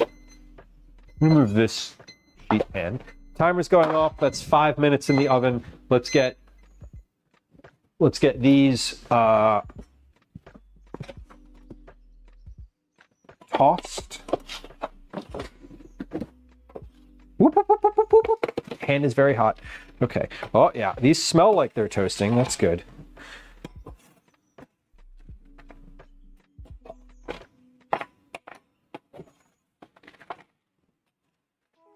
Okay, spread out.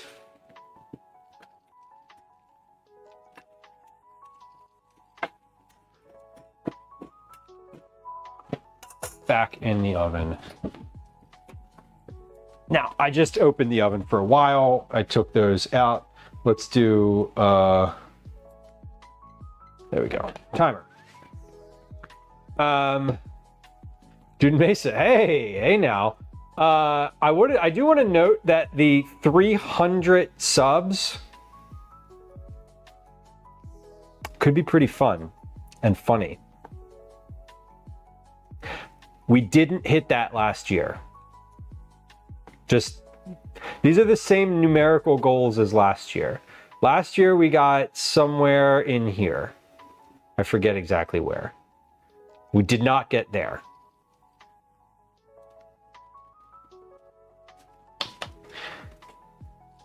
However, If we do, we might get banned. Sugar. 150 grams of granulated sugar. I have very strong feelings about the chocolate onion, Phoenix says, and none of them good. Yes, same, honestly. I've never eaten one. I don't really want to eat one. If I'm being like dead honest, I'm not really that interested in eating one. But I think in my heart of hearts, am I willing to eat one? Yes. So there it is. Note for individual subs too, there are rewards for individually gifted subs. Because you can't subscribe yourself 40 times, so it'd have to be a gifted sub. Catalina, welcome in. Hello. Onions filled with peanut butter. Now that is a hard no for me because I'm allergic to peanut butter, and that would make me die. Is the onion very salty? Catalina, the onion is raw. Raw. It's not seasoned in any capacity. It just is raw. That's why it's a gag gift. Sugar, a half a stick of butter. Oh, hold on. And this is very specific, y'all. I bought unsalted butter because the recipe called for it. Nola says, do you know specifically what kind of onion it is? I believe that it's a Vidalia onion. I think. Now my little scale here says 150 something. So I'm going to weigh this again.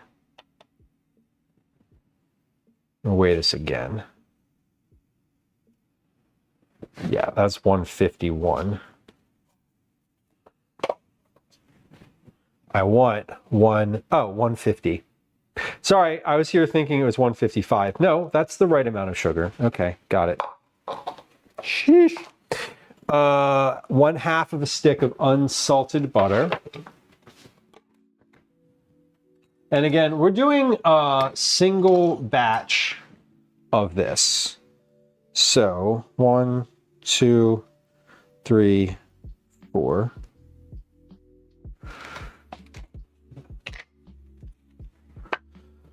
And then 1/2 teaspoon of baking soda. So we have our onion and our butter. Put this other butter back in the fridge. It said nothing at all about the butter being soft. It did say that the butter was being cut up. It did say that you put half the butter into a pot and brown it, and then you pour the brown butter, the hot brown butter, into the other half of the butter. So I think it just like melts it as it goes. That's my assumption. That's what the video said. 1/2 of a teaspoon of baking soda. Now, again, I reiterate to y'all that we are doing 3 batches of this. I am making one batch right now because I want to see if this all works. Timer is going. Great. Confirmed. 1/2 a teaspoon of baking soda. That is 1/2 of a teaspoon. Okay.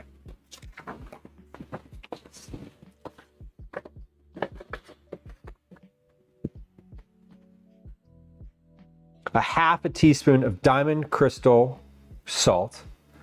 Where am I adding that in? Cook without stir. So you add the sugar, butter, water in a small saucepan over medium-low heat, small saucepan, stirring gently with a heat-proof rubber spatula. Heat-proof rubber spatula. Until sugar is dissolved. Increase the heat to medium and bring the syrup to a rapid simmer. Cook without stirring swirling pan often until syrup turns a deep amber color, 8 to 10 minutes. Immediately remove the saucepan from the heat and stir in the pecans in the pan. Once the pecans are well coated, add the baking soda and salt. Where's my salt? So we have baking soda and salt. Timer's going off. Let's measure out a half a teaspoon of salt as well, because I have diamond crystal, so we want half a teaspoon of diamond crystal. It calls for a quarter teaspoon of Morton's. So I happen to know, because I bought it, that it is diamond crystal that I have, and I'm using. So I have all of my ingredients here. One, sugar, butter, baking soda, salt, pan, spatula. All of that is here and ready to go. So pleasant. Okay, let me get this. Let me get these pecans out of the oven because my timer just went off, and I don't want to burn them. Nope, they do smell toasty, which is great. They smell good, and they look browned. These are like perfectly toasted pecans. It is abbreviated. You know, I think it actually works for both, but it only lets you play it once every like minute or something like that. Most of the sounds have a time command on them, or a time limitation for that reason. Phoenix says even if it's Vidalia and not super potent, the flavors so match. I mean, it's an onion with chocolate. Caramelized onions, already, yes, I would absolutely eat caramelized onions with anything or just without anything. They're delicious. It might work well with salt. Do we think that if and when we hit this, that I'm allowed to sprinkle salt on it? Am I allowed to sprinkle some salt on it? That's a great question. Velo says if it's a sweet Vidalia, I'd give it a go. I think it might be. I'm pretty sure it's a Vidalia. I don't know if it's like a sweet. I agree that red onion would be terrible. Shallot wouldn't be so bad. A white onion would probably be pretty awful. Dark chocolate might be good, Mike. I don't know what kind of chocolate it is. Salty chocolate onion balls. Wasn't that that was a South Park thing, right? Cyber, welcome in. Hello. Is today a hat day? Today is a hat day as I am starting to cook. Have to try it at first. Of course, yeah. Second bite adds salt. Yes, okay, that's fair. I definitely will eat it as it is before anything. Okay, but pause. We need to portion out these pecans because I 1, 2, 3, 4. Okay, so I had four batches of pecans worth.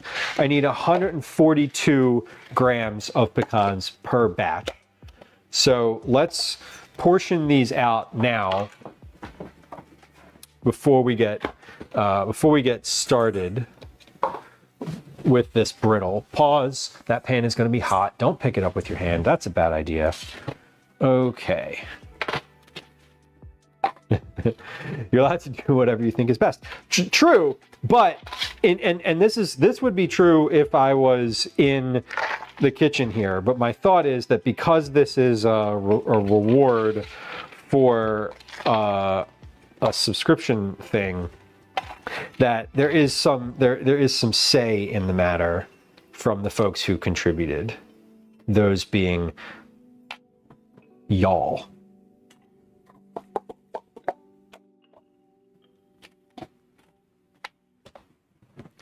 Okay, now here's not the real question. This isn't a fake question, but after these have been in the oven, have they given up moisture such that there is not 142 grams worth of pecans here? 40. Yeah, there is. Okay, 2, 3, 4.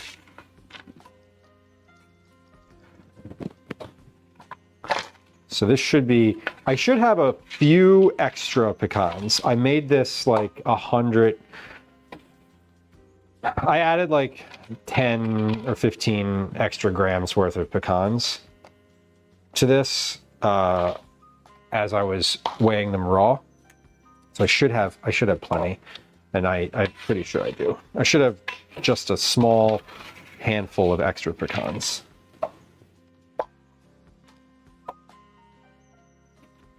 Okay, we have I have Twitch in my DMs telling me that we need to take a little ad break here in a moment. So I think what I'd like to do is do that now before we get started with the pecan process, because once I start doing this, I am not going to stop for any reason other than an emergency. So we're going to do that. This is going to be pretty close. Now I don't need a reminder that I don't think I need this last batch here. I think I should be good.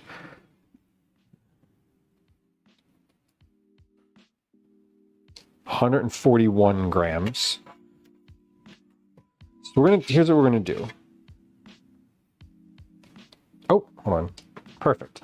141. I needed 142. Pretty good. Pretty good.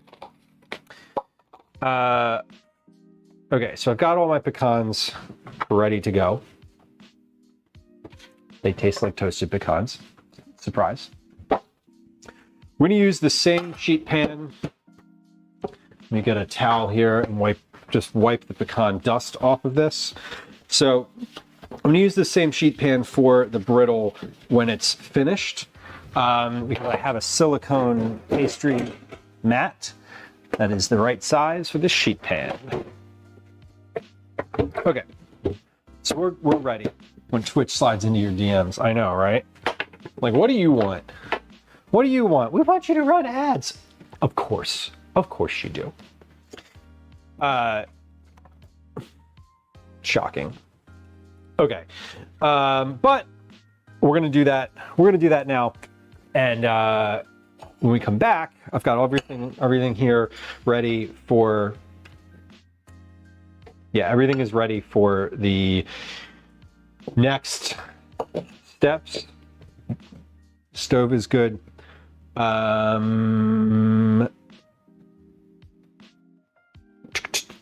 Small baking sheet with a silicone mat. Cook the sugar, butter. Oh, 2 tablespoons of water. We're gonna measure. That's not a tablespoon. That's not a tablespoon. This is a tablespoon. Sorry to any Australian friends who might be listening. My apologies. Let's get a. That's dirty. Let's get just a thing of water, and we'll measure out 2 tablespoons. Now, 2 tablespoons should be 1 ounce.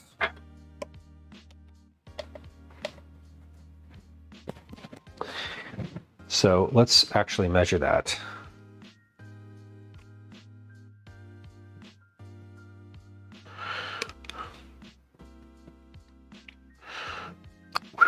One on the nose is exactly 1 ounce worth of water. Perfect. Spatula, increase the heat. Cook without stirring, swirling the pan until syrup turns a deep amber color. Immediately remove the saucepan from heat and stir in the pecans. Once pecans are well coated, add the baking soda. So we do the sugar, butter, and water. Then we do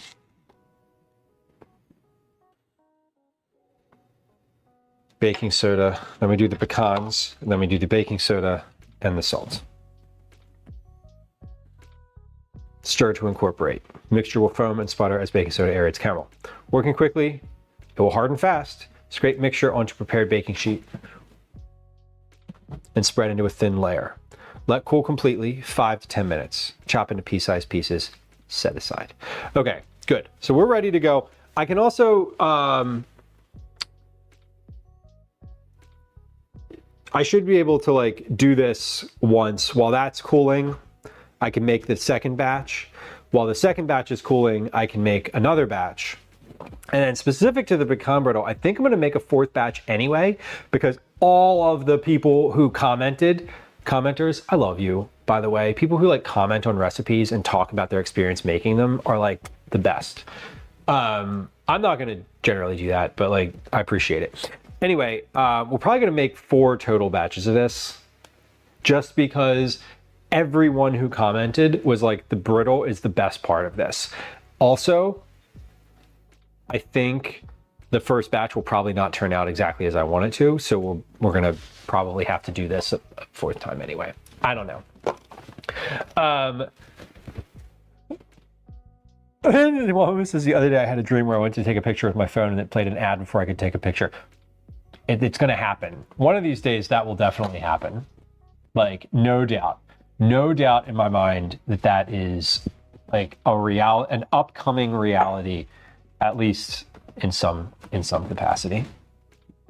Sad to say, but probably true. Sad if true.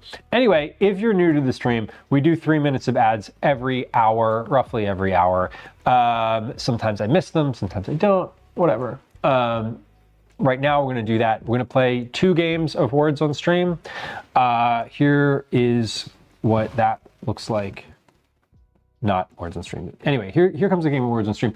I'm gonna do a couple of the dishes in the sink because I have a bunch of dishes in the sink, and like I'm about to make a bunch more. So let's get the ones that are in the sink from this morning onto the drying rack. When we come back, we'll make this pecan brittle start to finish. All right, here comes a game of Words on Stream. Here comes a 3-minute ad, and we'll be right back. Hi. Welcome to another edition of Commercials I Hate. Okay. I'm also going to move the camera over the stove so that we can watch the brittle. All right. And the best part is I already have hot water in my dishpan. I knew this was going to happen. I prepared for it. So like I should be able to finish all the dishes. I say stupidly because I don't know how many dishes are actually in this dishpan. I didn't really look. I just filled it with hot water. Okay.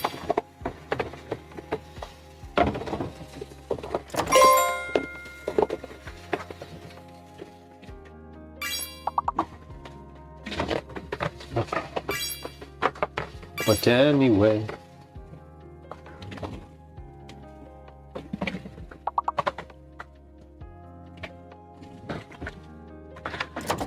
You know, I don't know if I'm even going to get to doing any type of recipe development today. I feel like it's already. I feel like I might not. But what I'm supposed to be doing today is super simple, so I might. Let's see. I could get there, but it's. I don't know. Once I get moving with these cookies. Once I finish batch number 1, I'm hoping that I can do a double batch in batch number 2. And if I spread out all the work for the brittle, not spread it out, but if I do all the brittle at once and I do 1 batch and it works out well and I can do a double, I feel like it'll go much quicker. But I don't know. We'll see. We'll see.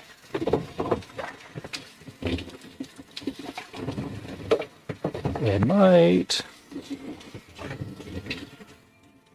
Diddly-dee. Nice. One more. Got time for one more.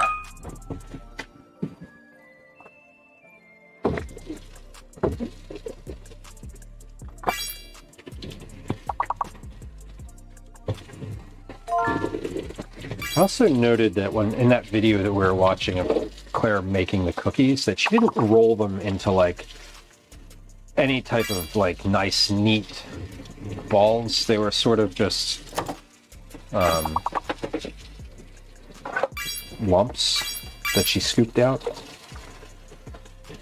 which seemed convenient. I don't know if it's like if that's better like that, let's see.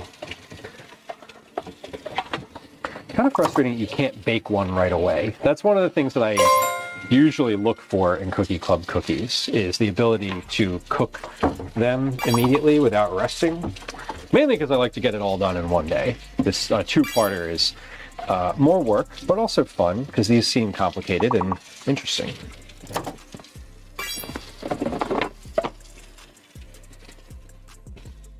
Alrighty, if you're on Twitch, thank you for your patience. I appreciate you. Welcome back from the ad break. I understand that ads are not everyone's favorite thing, and nor are they mine. You have options. You can pay for Twitch Turbo, which eliminates ads across the platform and makes all of your favorite streamers a little bit of money.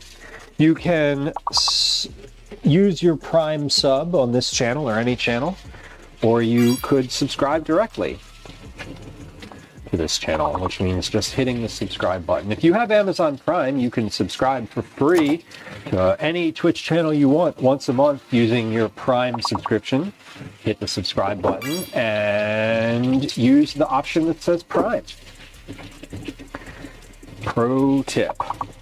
Anyway, we do ads once an hour because otherwise you get ads when you come in. And I hate that. I'd rather just have the ads when I know they're running and not just have the anxiety. There are people staying in stream or people not coming in because they have to watch ads. Anyway, enough about me. So close, I know. Dan, welcome. Hello. Hello. Hello. Well, you are a fortune teller, yes. So I'm glad your closet mess is tidied. I hope you feel amazing about it. Now, of course, the next step, as we know, is all the things that need to be donated, not staying in the house for like the next 6 months. That's the important one. Okay, let's line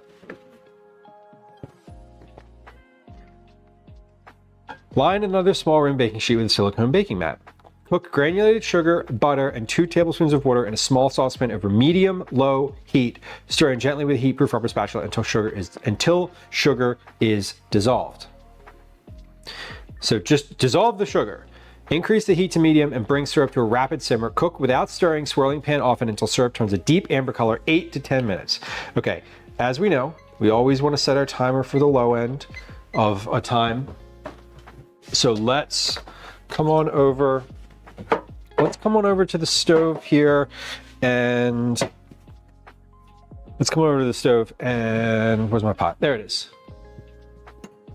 Turn this camera on.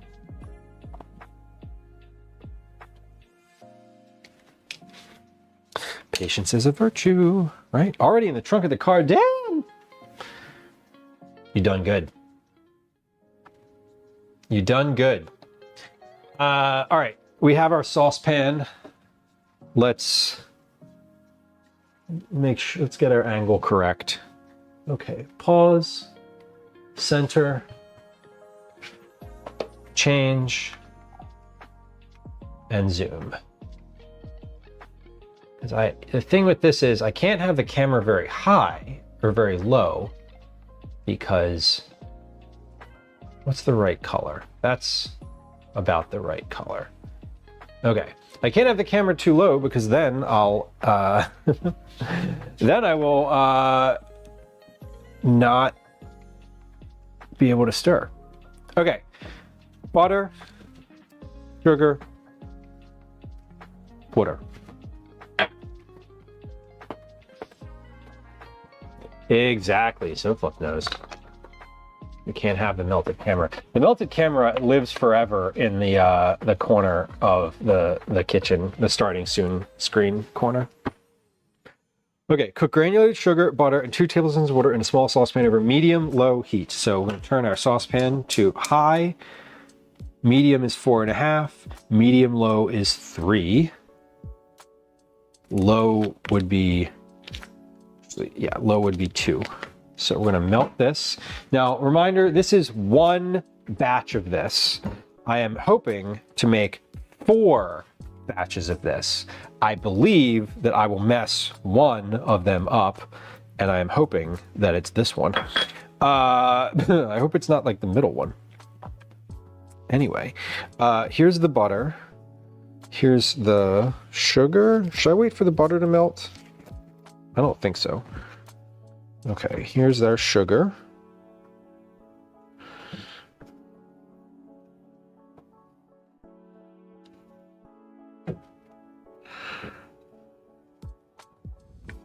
So everything's ready. I have all my mise en place ready to go here. Everything is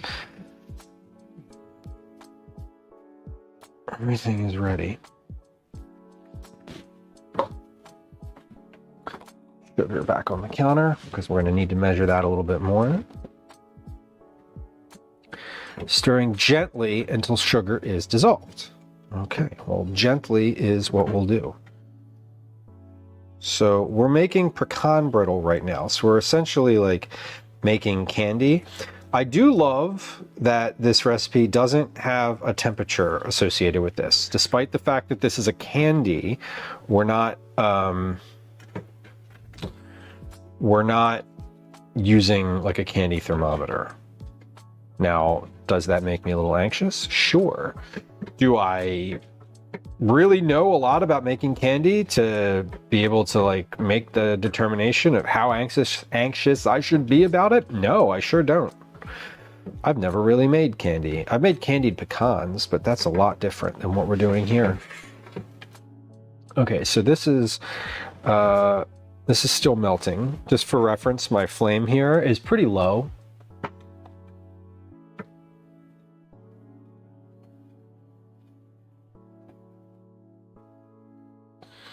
And I'm stirring this pretty gently. I'm just pushing down, I'm pushing the butter down to the bottom of the pan so that it melts. What is a kobo?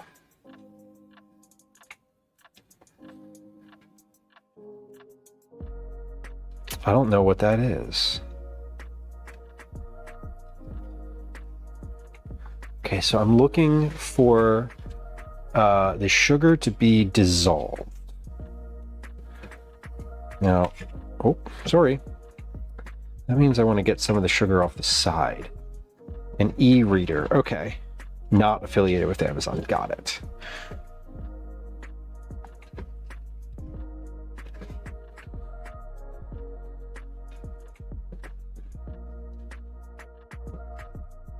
Finding old electronics is really fun.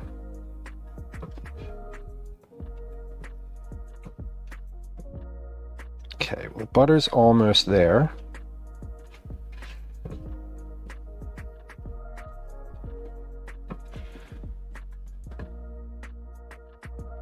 You don't have to get to 340. No, there's no direction on temperature here. And I do have a candy thermometer. I mainly use it for deep frying. I've never actually used it for candy. I imagine if I put it in this thing, it would taste like deep fried something or other. It's a Canadian company. Yeah, I've definitely never heard of it, but I mean, I've only ever heard of like a Kindle. Because that's, yeah, because that's the only e-reader. Oh, no, that's not true. I heard it. What's the other one? The Fire? No. Barnes & Noble had one, and then like they went out of business. Okay, so this looks to be mostly dissolved. Let me give this another moment or two here. When I scrape through here, I can still see some like granulated sugar on the bottom. The Nook, and thank you. Thank you. Also, hello.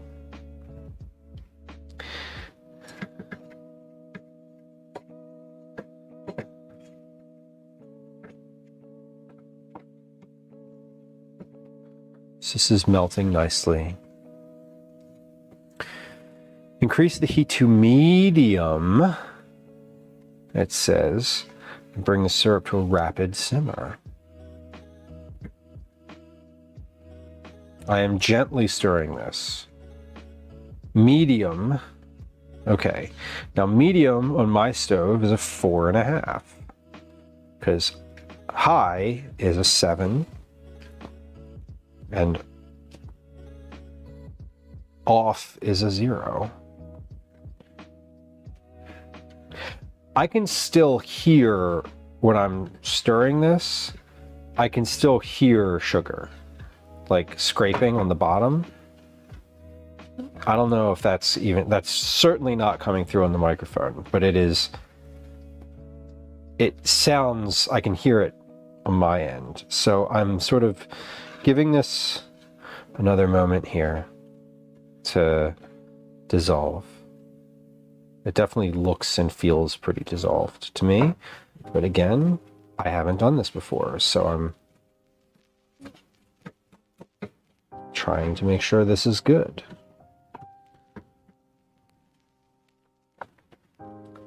How dissolved does it have to be, I guess is the question. Fully dissolved? That is a little piece, what is that? Oh, that's a little piece of the paper, the parchment paper from the butter. Get out of there.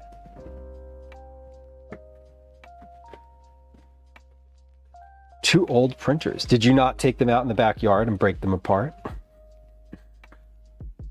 Why did I save them in the first place? Good question. Did they work when you put them away, or are they just hard to dispose of?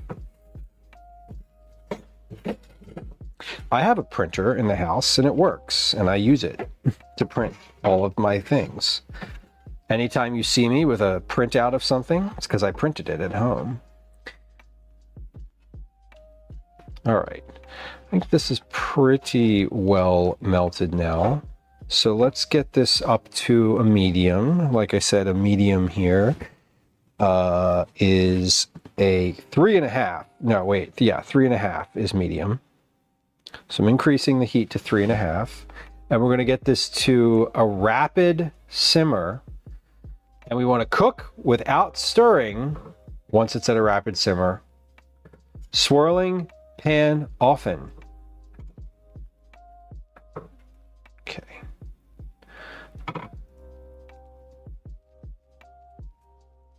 A truck office.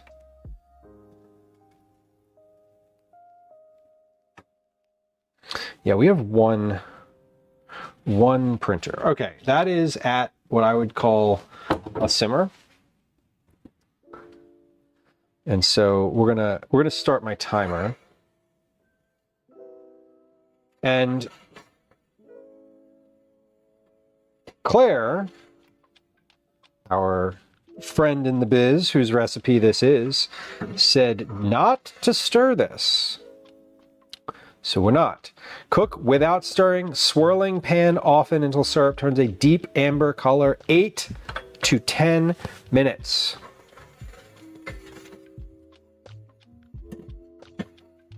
Okay, I will swirl though. So we're candying. We're making candy here.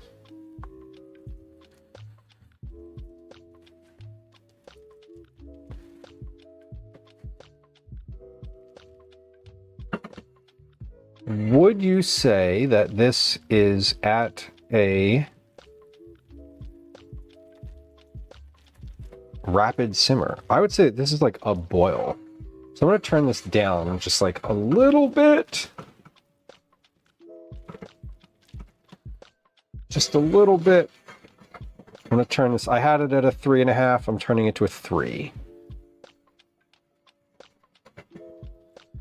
I'm going to turn it down just a little touch more. Yeah, and this is all like about the stove. So there we go. Yeah, a boil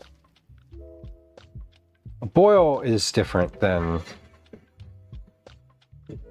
a rapid simmer.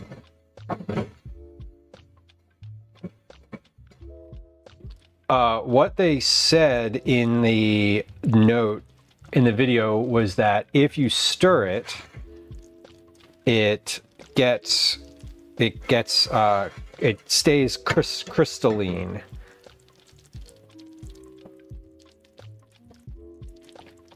Mike, great question. What got you into doing recipe development as a job and career? Well, it is, oh, hold on. Y'all aren't centered. There we go. Well, I was there's a recent development for me in terms of money making. I did not used to do that at all. I don't have a culinary education of any kind. I have experience in the culinary world insofar as having worked at a couple bakeries when I was younger, having worked in a kitchen sort of on and off at a summer camp, which is not quite the same. That's more like high volume, not at all fine dining. That's like make 700 grilled cheese sandwiches kind of thing. But more recently, in the past year or two, my friend Megan has been a food writer for a long time. We've been friends. She and I have been friends for almost a decade now. We started as internet friends, and we've had real life interactions at this point. And she introduced me to some folks that she knows in that world, and I have been sort of making my way in since. I've been doing work and pitching things, getting assignments, rinse, repeat, getting experience, and doing a little bit of this, a little bit of that. It's for about a year now. What made me want to do that? Why, I definitely enjoy cooking. The cooking aspect, I just enjoy it in general. And also, if I'm being sort of reflective, I really enjoy the precision of writing a recipe. The sort of like, hey, this is exactly how you do this thing. This is exactly what you should be doing here. And I always appreciate that about recipes when I'm reading them. For example, like, you know, this recipe is super precise in a whole bunch of different places and ways. And I kind of enjoy like recreating that for myself. And I've spent years on stream, but also years prior to that, like cooking a lot for myself and making things up, literally like making up meals and recipes and like recreating things without doing it formally. So the actual writing aspect was just a way to sort of formalize that. I hope that answers your question. And if you know anybody who's in the recipe publishing business and you want to introduce me, there's a finder's fee. I would be happy to take any additional work on that anybody had. Catalina, I'm currently inventing a recipe based on a timpano. Timpano is the recipe in Big Night, right? Big Night being the Stanley Tucci film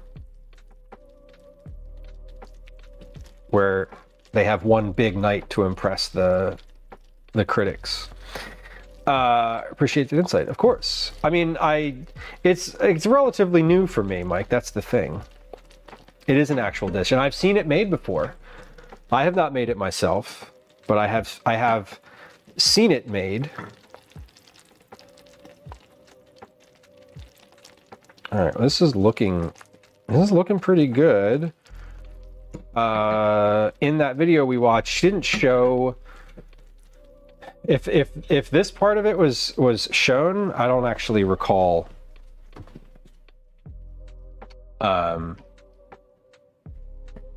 Maybe it was brief, but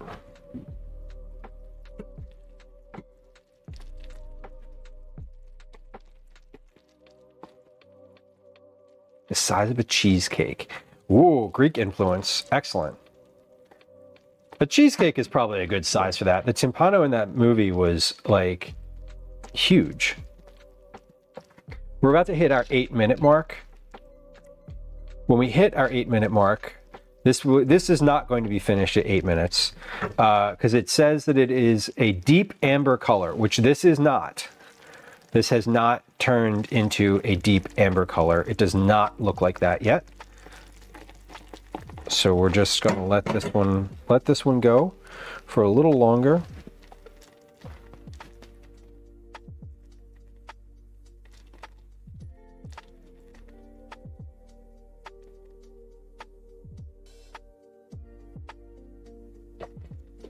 Hearing a somewhat similar path for leaving. Yeah, and I think that I knew Phoenix, thank you. Yeah, I've been sort of cooking forever, right? Like I've been cooking for a long time. And I think for me, I'm also very detail oriented. And so like I used to work in a job that had a very technical component. Like I'm not a developer or an engineer, but I have worked in spaces where like technical requirements were really important. And I think that sort of that combined with having a background in writing, like my university degree is in writing, like those three things combined are like, oh, okay, this is fun. Like I enjoy taking a thing that I'm making and formalizing the very hyper-specific language around what it takes to make that again.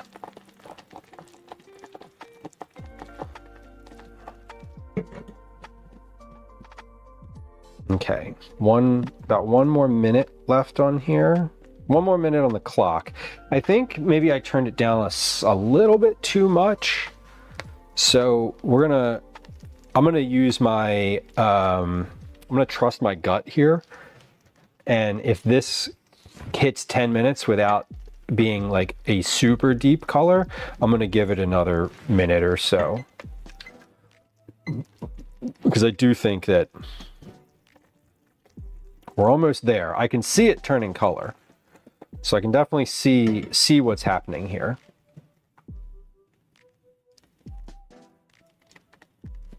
I would love to do more in the recipe testing side of things where like I get a recipe and have to make it precisely the way it's written. But I think if I'm being really honest with myself, that's probably not like a real good thing for me because I like to sort of zhuzh and move things around and sort of make things a little different or whatever. And so I think the development side of things more suits my is more befitting my nature. Yeah, this is good. We're getting there. 1 extra minute here is like just about perfect. I think I just turned this down a little too much.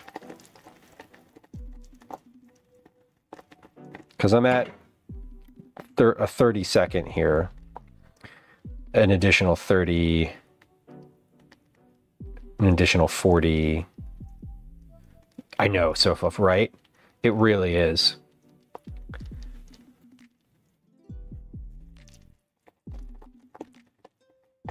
Yeah, we're just about there. I'm just thinking of the color of the thing in her video. That's 1 minute, additional minute, so we're at 11 minutes. Now the next one, I'm not going to turn down as much. I think I turned it down too much and left it down. So this is just about there. I would say we're just about there. Give that another like 40 seconds or so. Immediately remove the saucepan from heat and stir in the pecans. Once pecans are well coated, add the baking soda and salt and stir to incorporate. Okay, so we're gonna take that right back over to my counter here. Once we're finished, we're gonna come over to the counter. We're gonna do an overhead view on the counter.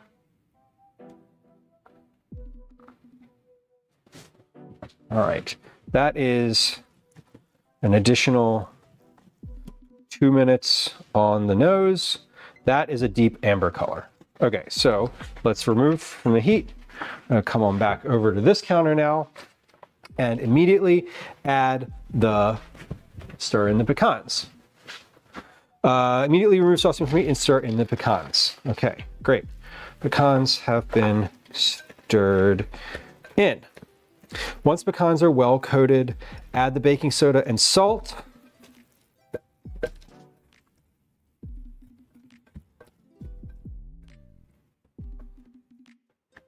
Baking soda and salt. So baking soda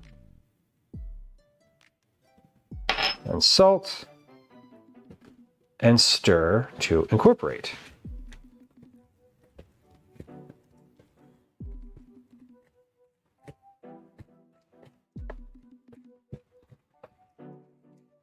Mixture will foam and sputter as baking soda caramelizes. Well, I don't see any foaming happening,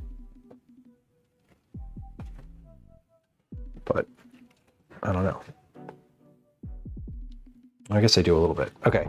Working quickly, scrape mixture onto prepared baking sheet and spread into a thin layer. Okay.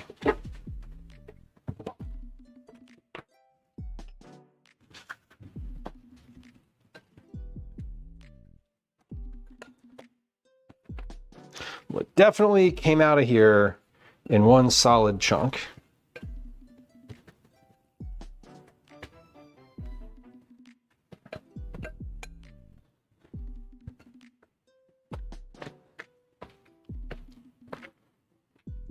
And it kind of looks like the one in the video. So I feel pretty hopeful. It's definitely like hardening immediately. So that's a good sign. And the color looks good.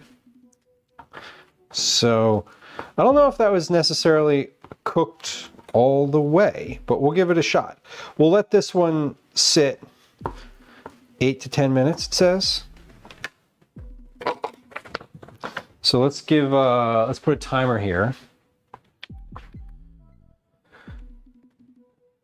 Oh, let cool completely, it says 5 to 10 minutes. Looks nice. Well, this is it. Oop, there we go. It's looking decent.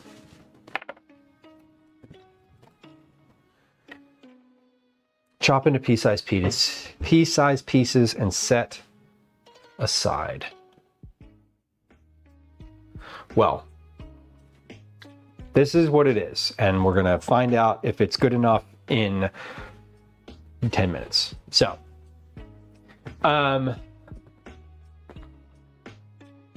yeah, like the process is fascinating. I think in the next batch, like this is not as dark as the one in the video. It's not. Just like I'm looking at it, it's not as dark. So I think I was a little bit skeptical of how much it was bubbling. It says rapid simmer. 8 to 10 minutes. Deep amber color. Deep amber color to me, in my head, is sort of like the color of this pastry mat. Which I don't, ooh, fuck, that's really hot underneath.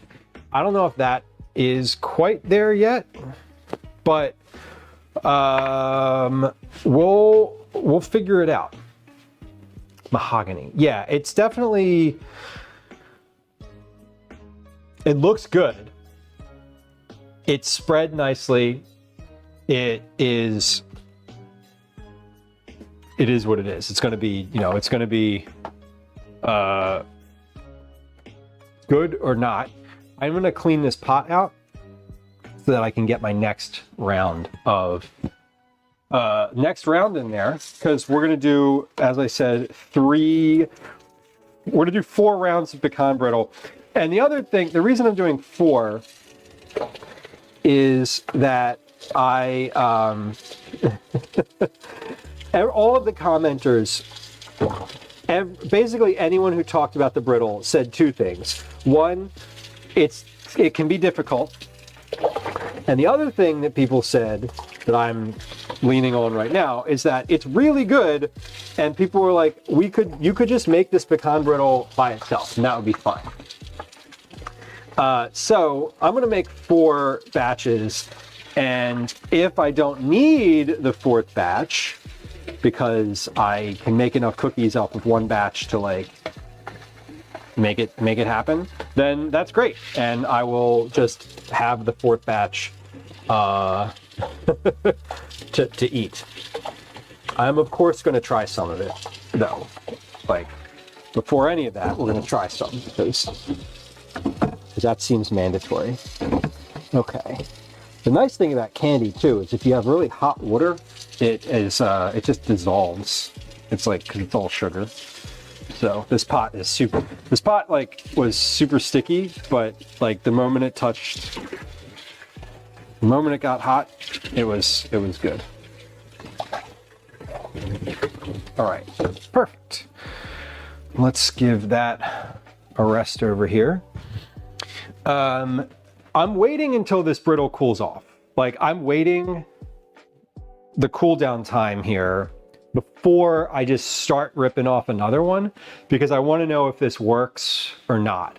Now this needs to be hard, solid. Like I need to be able, the goal is after 10 minutes that I can pick this thing up and it is one solid chunk of candy.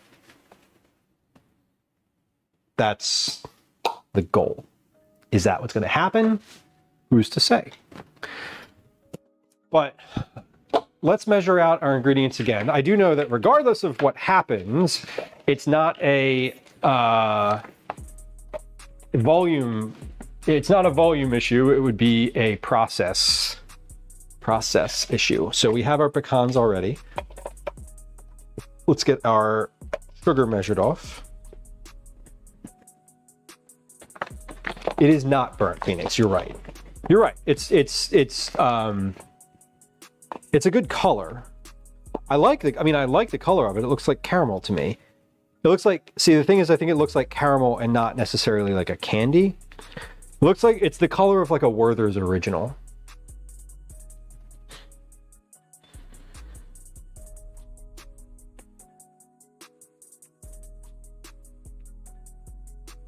Okay. 150. So while I'm waiting for that, let's measure out 2 more batches of this, because I know that I'm gonna make those. So why not just measure it all at once?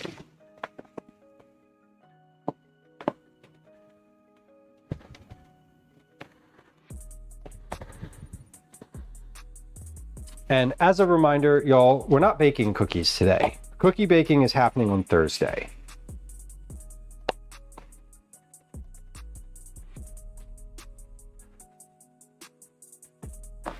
Wait, that's 100. That's too much. Cookie baking, these are getting formed today, and we'll be baking them on Thursday. Okay.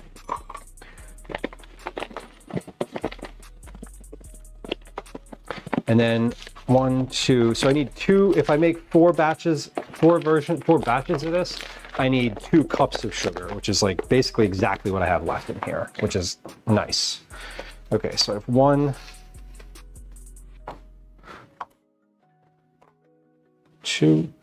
I have my.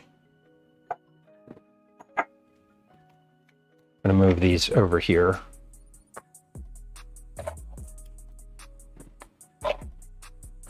Off to the side. Okay, here's my water for measuring out.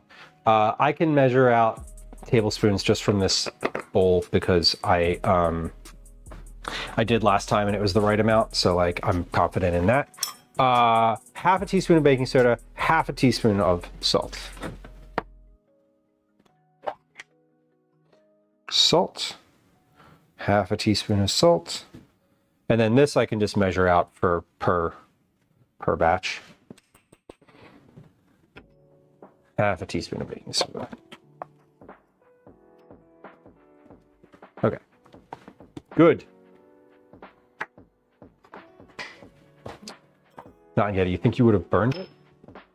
I mean, I think that's part of what I was doing was that it was very I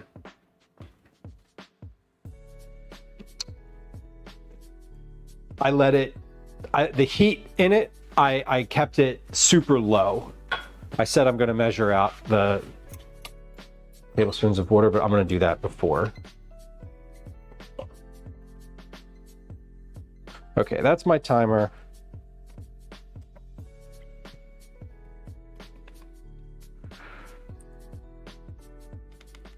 So 1 ounce of water.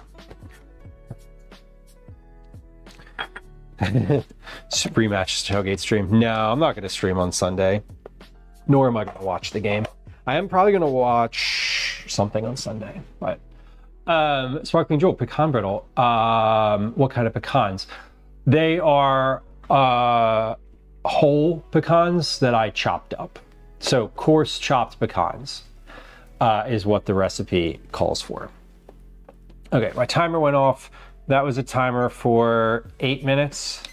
I'm gonna give that another 2 minutes just to like really get to the 10 and see if this is cool enough. See if this is like good. It's because if this is good, I can move this to a wire rack and then we can just like kind of produce the next 3 batches in the next like couple minutes here. Should be pretty straightforward. Let's get a wire rack together though, or not together. What did this have in it? Pecans. This had pecans. Okay, we're using this still. Wire rack. What I'm gonna do with the brittle too is once this is finished, once I have 4 versions of this, I'm going to break it up the way that they tell you to, and then I'll put each of those in its own container. That way I've got basically batched it out. Are pecans the same as pecans? Yes, as are pecans. All roughly the same thing. Timer. Okay. About 30 seconds left on this. Let's see. Is this... Oh, this is... Okay, this is solid. This is good. This is good. Hold on, pause. Wash my hands again. I've been touching things. I haven't touched anything that isn't clean, but just best practice. That's okay. Well, that feels solid. I just went to like slip the spatula underneath of that, and it was not moving. It was not moving, so I feel good here. This is, oh yeah. Please be one solid piece. Fuck yeah. Look at that. That looks like the silicone mat underneath. Solid piece of pecan brittle. That is brittle. Where's my microphone?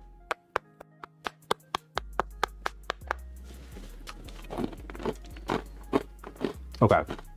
That was good. I do think I can let that cook a little bit longer. Apologize, I know. I was like, you know what's gonna happen? I'm gonna hold it up and it's gonna crack and the whole fucking thing's gonna fall. That's happened before. I've held a tray of cookies up like this and had had this mat just slide off the tray. Right onto the floor behind the computer. Okay, that was good. That worked. Let's do it again. Now, I think I'm gonna do that one more time as a single. And I bet you I could do a double batch of that in one pan, a slightly larger pan. Maybe. Because it takes a little time. So, you know. But I don't want to get too presumptuous here. Okay, over medium low. Cook granulated sugar, butter, and 2 tablespoons of water in a small saucepan over medium-low heat. Stir gently with a heat-proof rubber spatula until sugar is dissolved. Okay, butter. Oh, I need to get the butter out. I also need, before we, I'm gonna let that pan, hold on, let me turn the pan off for a second. Okay, before I even do that, let me cut my other stick of butter, and then that'll just be like done. 1, 2, 3, 4. Okay. So butter is prepped for all batches. Okay, now we're gonna turn this pan back on. Okay, medium low is a 3. Let's do butter, sugar, water. Yeah, it does need to be in pieces eventually, but I don't want those pieces to have come from the floor. That's not my goal. My goal is that they stay nicely clean and neat on top of the pan that they're sitting on. Okay. Use the same spatula. And let's get this, let's start to get this in and melted.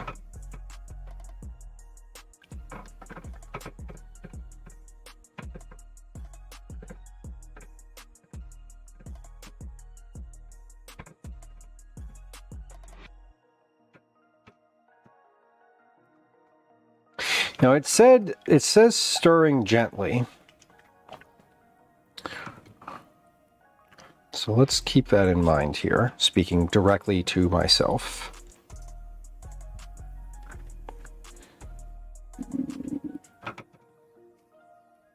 Okay.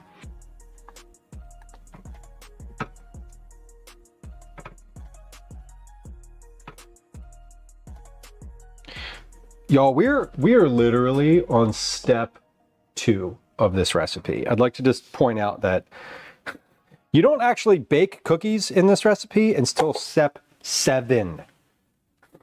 Step 7. We are getting through 6 steps today. We are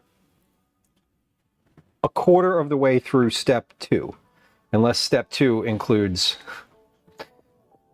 more than just making pecan brittle, which I actually think it does.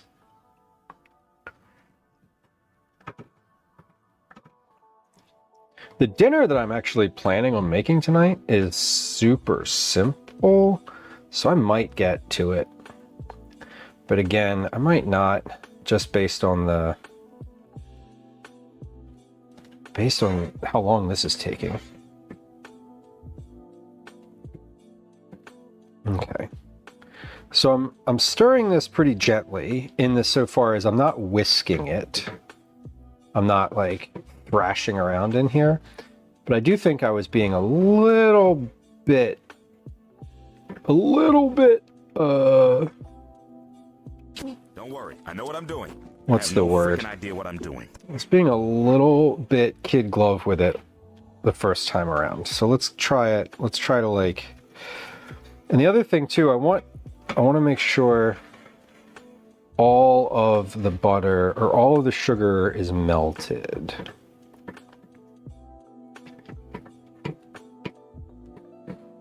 Try to know what I'm doing. That is definitely part of the goal. Excuse me, Daddy? Sorry. Part of the goal. Daddy? Sorry. Daddy? Sorry. Daddy? Sorry. Daddy? Sorry. Daddy? Daddy? Sorry. I'm sorry. Daddy, bye. We've got sugar. I'm gonna turn this down just a little bit. I don't want this to simmer just yet. It's right on the edge of simmering. I can still hear some of the sugar when I'm stirring this around. Like I can hear some of the grains. Sounds grainy. Okay, let's get my timer. And I want to give 8 minutes on the timer. Baker, welcome.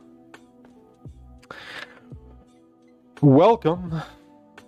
All right, 8 minutes on the timer. We're going to, is this all pretty? pretty much melted. All right, and I'm gonna bring this up to medium now and get this up to a rapid simmer, which is right about there. And I'm gonna start my timer. 8 minutes on the clock. All right, I'm gonna drop this temperature just a touch from what it is, but I'm not gonna drop it as much as last time. Last time I dropped it way down and then brought it back up. I think this time I'm just going to keep it right about here, which is where I was at the end of cooking it before. Sparkling Jewel says, do you have a favorite candy? My favorite candy is probably something with chocolate in it. I don't love like sugary type candies, right? Like, when I say sugary type candies, I mean like Jolly Ranchers, Airheads, those types of things. I like things with chocolate. Chocolate caramel is always good. I like a Crunch Bar. I like Rolos. Kit Kats. Kit Kats are probably right up there. And maybe, I don't know if y'all consider this a candy, but like the like thin sandwich cookies that are like layered, like wafer cookies, like not Nilla wafers, but like the layered wafer cookies.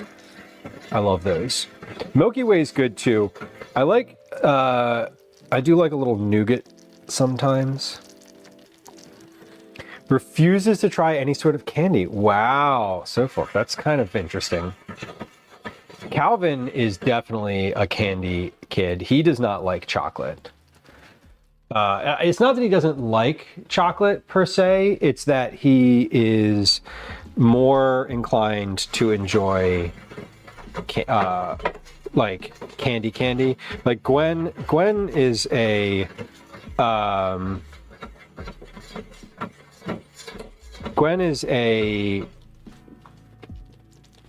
candy person, Jolly Ranchers specifically.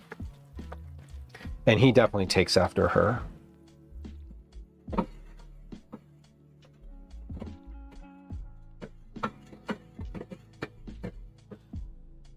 I'm more of the chocolate person.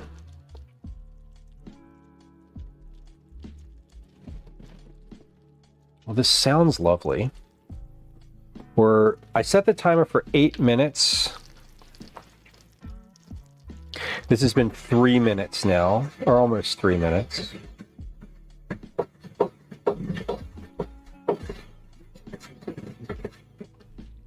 I'm just kind of swirling this. Again, I left this go just a little bit higher than I had the first time, but not by much. Because it does say to bring the heat to a medium, and medium for me on this burner that I'm using is about half a click higher than what it is right now. So it's just below medium in here. Do y'all have a favorite candy? What's the vibe? What's the candy vibe? And do y'all consider like chocolate stuff candy? Like, would you consider a Hershey bar candy, or just like a straight up chocolate bar candy? Because when I say candy, I think of sort of everything that is a confection, like a sweet, including chocolate bars. But some folks, when they say candy, really mean like just sugar candy, gummy bears. Okay. Or gummy candy. Yeah, Gwen will not eat gummy candy.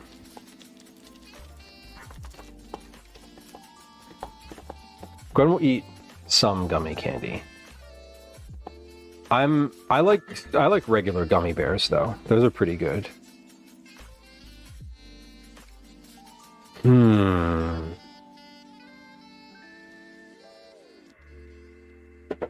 Okay, we're getting there. We're at 3.5 minutes left. So this has been in here for 4.5 minutes.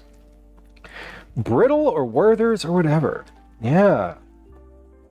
Jelly beans. There's a fascinating favorite.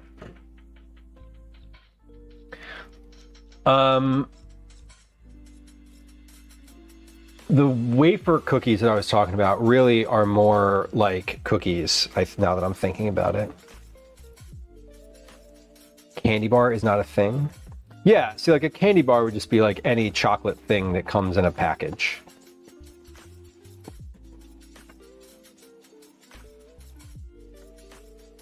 Milky Way, Kit Kats, Mounds, Almond Joy. All of those things. You don't like hard candies. I think same. I think I feel, I used to eat like Werther's when I was a kid from my grandparents' house, shockingly enough. But I don't know. What about Runts?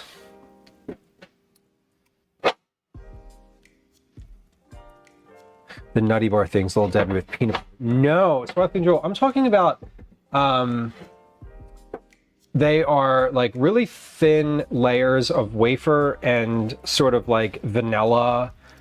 I hesitate to call it like, it's like vanilla sugar layers, and they're like sandwich cookies. They have like many like multiple layers of thin, like waffle style wafer. Sugar wafers, yeah. Yeah, and I think that's probably right. Yeah, nerds are like Gwen's favorite. And banana runts. You know, you can buy banana runts, just the banana ones. They're popular. Exactly, Jules. Yeah, that's exactly what I'm talking about. I like the vanilla ones. Okay, this has been on here for 7 minutes now, and it is already more brown than the previous batch. Much more of an amber color than the previous batch. So, this is looking good. I'm pretty solidly happy with this at the moment. Let me get my counter ready to receive this pot so we can stir the pecans in. I'm still going to give this some extra time. I'm still going to give this a little bit of extra time because it's not deep amber yet, but we're getting there. Phoenix, I love a Nerds gummy cluster.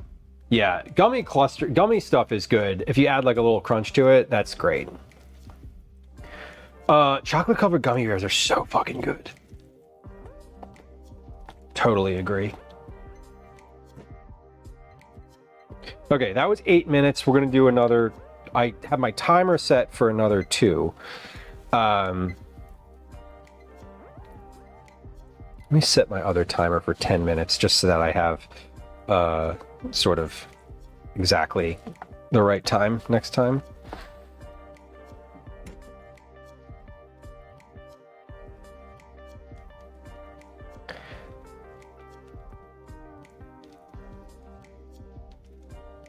A payday baker, hell yeah. Those are pretty popular. I can't eat those either. Anything with peanuts I can't eat, unfortunately. I very rarely eat candy, including chocolate. My go-to snack is like a pastry of some kind. And when I say pastry, I mean like a croissant, or like a chocolate croissant, or like a Danish of some sort. Okay, we're almost there.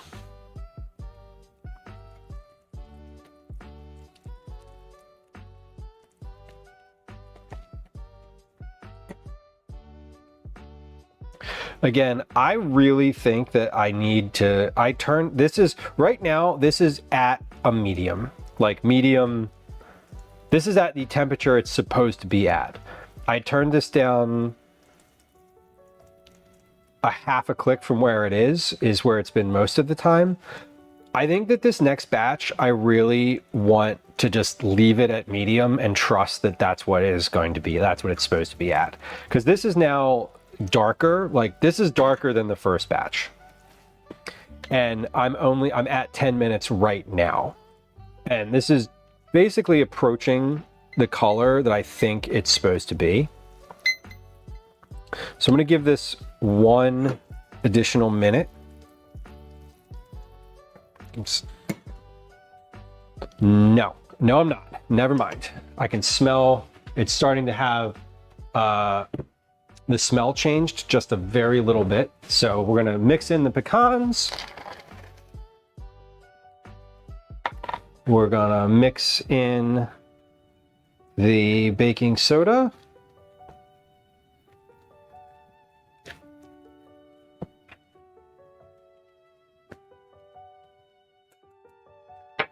And the salt.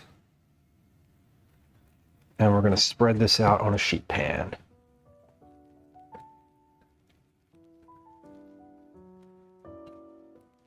Yep, that is perfect. Okay, so that was the right amount of time. That right there. My timer's over there going off like, hey, what about me? What about you? Shush.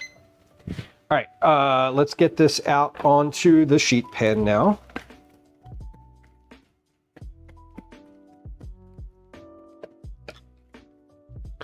And spread that out. And then here's what we're going to do. We're going to start our next round of this. I'm gonna wipe the pot out. We're gonna start our next round. While I'm doing the next round, we're gonna take a little break because it is 15:33 on my end. That is 3:33 p.m.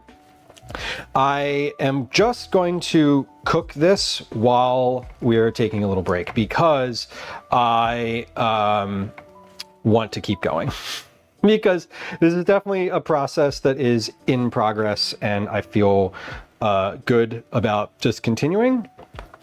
I will put a Game Awards on stream up though while we're doing that so that there's something else to do. But I think this is really like ready to cook here.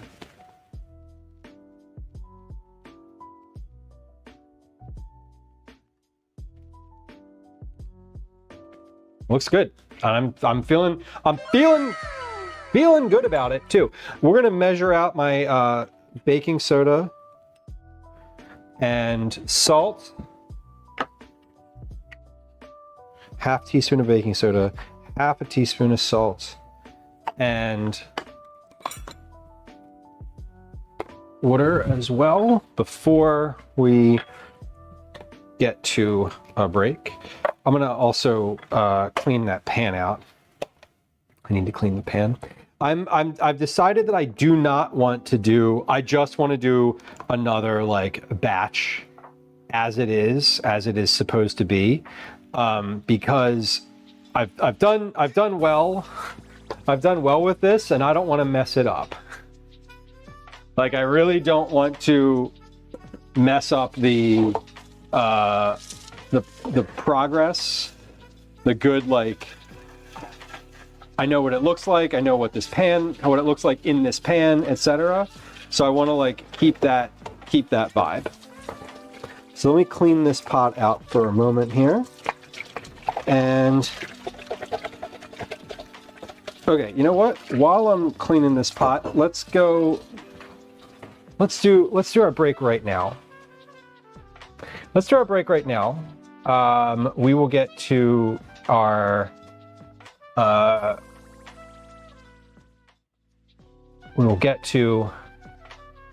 next step here in a moment. Here comes the Game Awards on stream. Here comes the 3-minute ad. We'll be right back. Hi.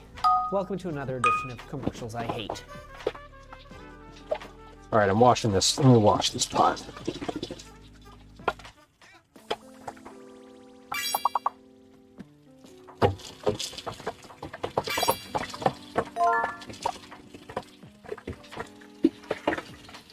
Yeah, I was thinking about it. I was like, oh, I could do a double and then that'll cut down the time. But like, no, this is working. And I know that I'm not baking today. I know that this is basically what the stream is going to be today. I don't think, I'm looking at the time right now. It's almost 4 p.m. We will be lucky if we finish getting these cookies together by 7 p.m. So I don't think that I want to do, I don't think I want to like get, I don't want to mess things up.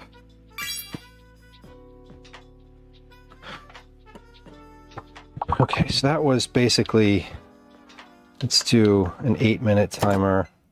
8:00. Okay.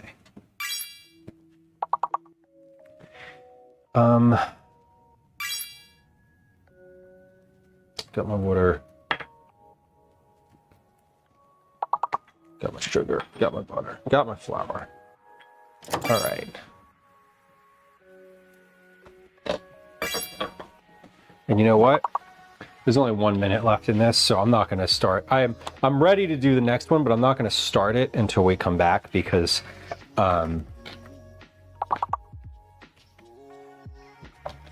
yeah, because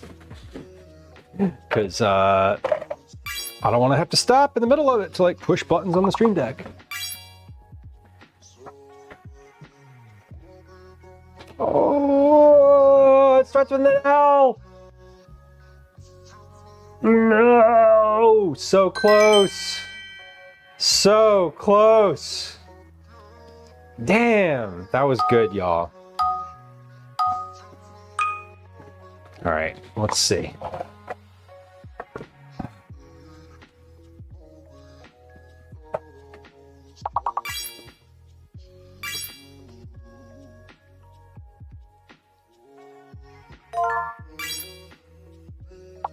Tactical, holy shit.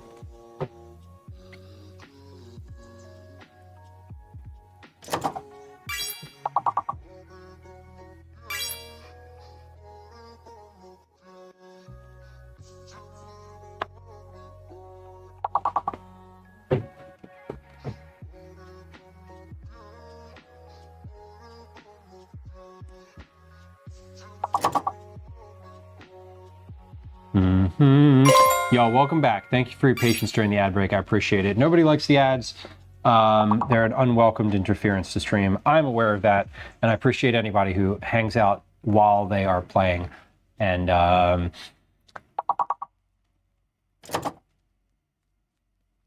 and so there's that. Hey, look, everybody typed cacti into chat. Nice.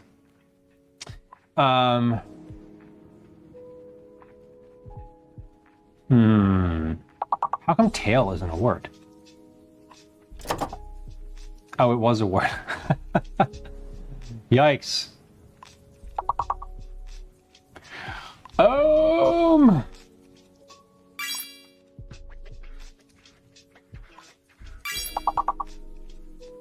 right, we got one more. This last one starts with a T. Hey! Da-da-da-da-da-da. Very nice, y'all. Excellent. Excellent. Okay, let's come back over to the stove because we're gonna get started on this next round right away here. I'm gonna put my pot on medium low. Put the butter, get the butter in here.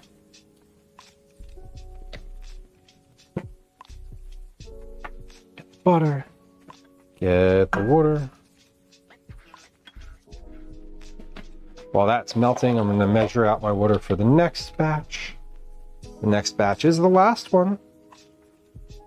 We're almost at the end. Just kidding, we're like definitely not close to the end. These are what we would call complicated cookies. Quite complicated cookies. Okay, and where's my spatula? There it is. Darla on the YouTube, welcome in. Good to see you. All right, let's get my sugar in here. 3-day cookies indeed. Yeah, these are they're going to rest in the refrigerator. So today, at the end of the cookie process today, we will have a tray, probably 2 trays, with cookies on them that are ready to bake, that are going to go in the refrigerator and get covered, and that will mean on Thursday that we basically just bake cookies on Thursday. So I'm also thinking, like I was saying about doing like recipe development today, I don't think I'm going to get to that, but I do think that Thursday I will have time to do that, because we will bake the cookies, package the cookies, and then end up, I'll probably have some additional time. I probably will also make the packaging for the cookies off stream this time. I usually do that on stream, but I'm probably going to do that tomorrow when I get like the boxes and all the other stuff together. I also, for this month, have, hopefully they get delivered tomorrow, some new stickers, a new sticker. So if you've gotten Cookie Club cookies before, you will be getting a brand new, never before seen sticker in the pack this time around.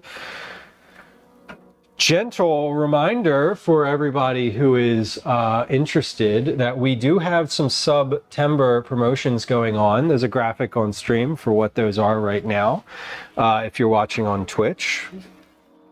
For every individual sub, get to wear a hairnet for 2 minutes, which is kind of funny and also feels interesting on my hair and head.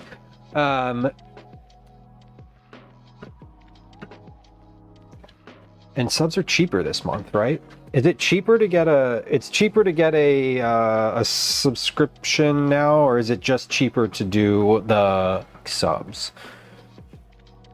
Gentle reminder to anybody who is interested and has the means that tier 3 subs get cookies every single month. You don't have to enter Cookie Club, you just get the cookies. They get sent to you automatically. And tier 2 subs get your entries doubled. So almost every month, almost every month, we have one of our tier 2 subs wins something. And I will say that this month, like every single month we've done Cookie Club, I'm really happy that we have a first time, at least one first time cookie winner. We have never had a month, at least not yet, where everyone who won cookies has been a previous winner. I think that's pretty cool. Like when I think about sort of how long we've been doing this and the fact that this is not a huge channel, right? Like there's not like hundreds and hundreds of people watching. Don't tell me if there are. There aren't, but if there were, there would probably be more messages in chat. But I know it's very cool to me that is a truth of Cookie Club, that we have never had a month where everybody was a repeat winner. Which, I don't know, I think that seems notable to me somehow.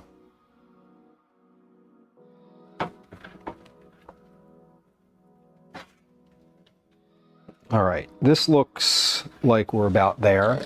Let's give, we're gonna do a 9-minute timer. I'm gonna bring this up to medium.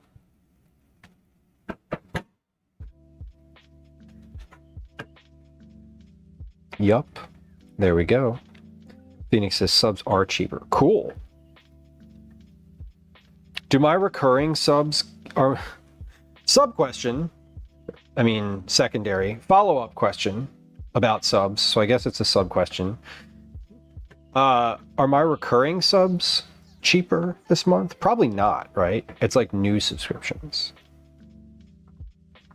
2 years, 25 days, 20 hours. That's a great number. If I stream for 5 more hours, that would be fun today. All right. That's a long time, Odie. Thank you for being a subscriber. Thank you for hanging out here. I know that things get busy and lots of people get busy and lots of people come and go. And for me, I try to maintain my cadence of streaming. This is fun for me and I really enjoy it.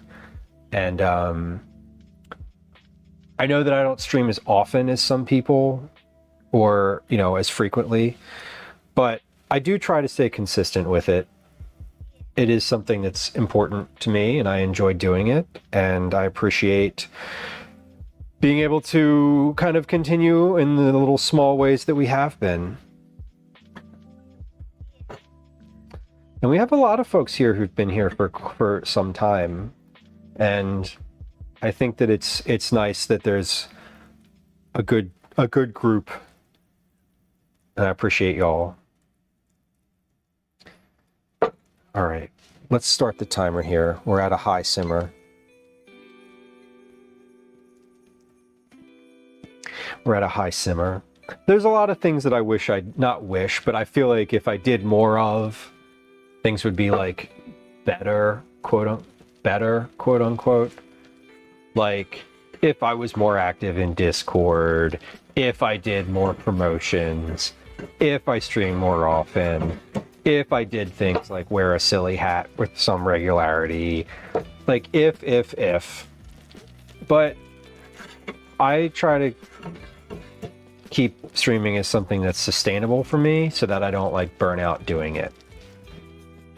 Like that's the more important thing is that I show up when I can and not that I show up all the time.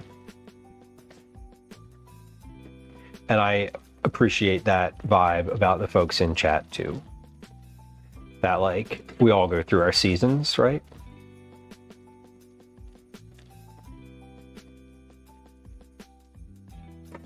Okay. So I'm leaving this at this temperature. We're leaving this sort of like this right now. It's looking good. I'm gonna continue to just give it a little swirl here and there. And try to get this to a good like spot. No need to change a thing. Yeah, I feel like part of, you know, I've had, for folks who've been around here for a long time, there's definitely been like rewards and things that have come and gone. I had a reward that I put on for quite literally one day, and someone redeemed it and was like, it made me uncomfortable to do it, and so I was like, I'm never going to do that again. So I do all the things on stream that I'm sort of like willing to do, and nothing more.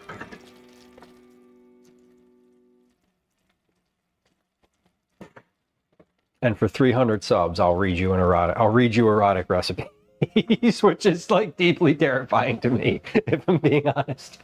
The thing that scares me the most on that whole list is karaoke, because I don't do karaoke.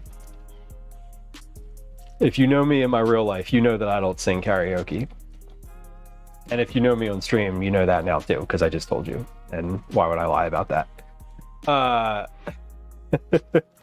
Scares is a big word. Intimidates. But I love it when other people do it. Zach does it. Zachary Michael. They do it frequently, and it's very funny. Okay, let's see. We are at 5, 6, 8. This has been on here for 3 minutes. 3 minutes is where we are.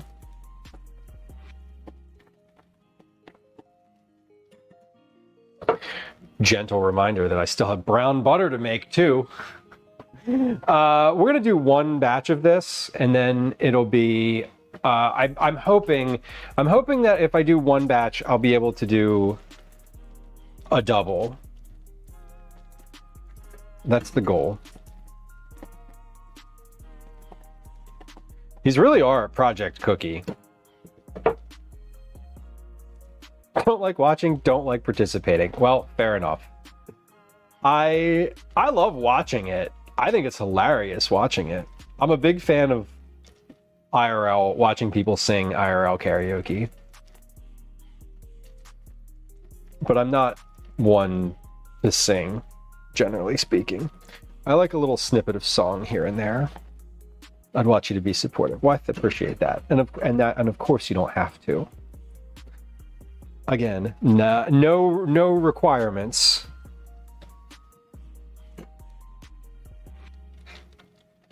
All right. Well, it's looking good. What does that look like on screen? Oh, that's cool.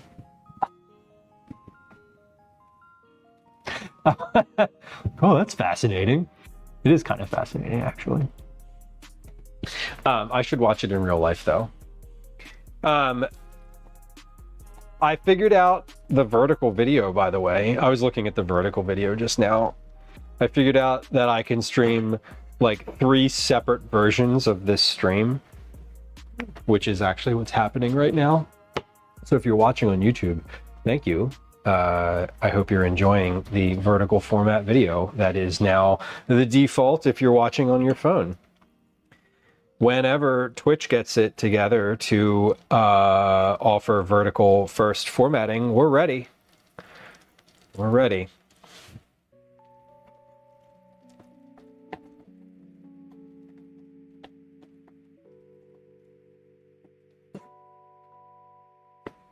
Yeah, so the last stream was the first one to use the vertical, and I realized that I was only broadcasting to YouTube in one. I was only doing one broadcast, so it was like only vertical. You couldn't see anything else, even if you were on a desktop, which is not at all what I want. But I figured out how to change that. I'm trying to get better at doing back-end work more regularly and in less volume. Like, fix 2 things, don't feel compelled to fix 20 things. Like, spend 30 minutes doing something as opposed to like 3 hours, as opposed to like 6 hours every 2 months. Right? Like if I spend 30 minutes a week doing stuff, I can build a lot more. And that's really not that much time. Although the vertical thing took me like a that took a long time to build, but I was compelled. Someone came into chat and was like, you should do this in vertical. And it was the first time someone had explicitly and specifically said that they wanted a vertical stream. And it was a first time chatter too. And I was like, okay. And then I just did. Sometimes that's what it takes. But you know, sorry it took 2 months to get your sound redeem built. Twinderella, if you're listening, I refunded your points for that sound redeem because they were just sitting in the queue. And I was like, I can't. If you don't remember what you actually wanted 2 months ago, then you can just have the points back. Dude, miss it. It is a beautiful color, and it's interesting because it's certainly starting to get less bubbly. And we have 20 seconds left here.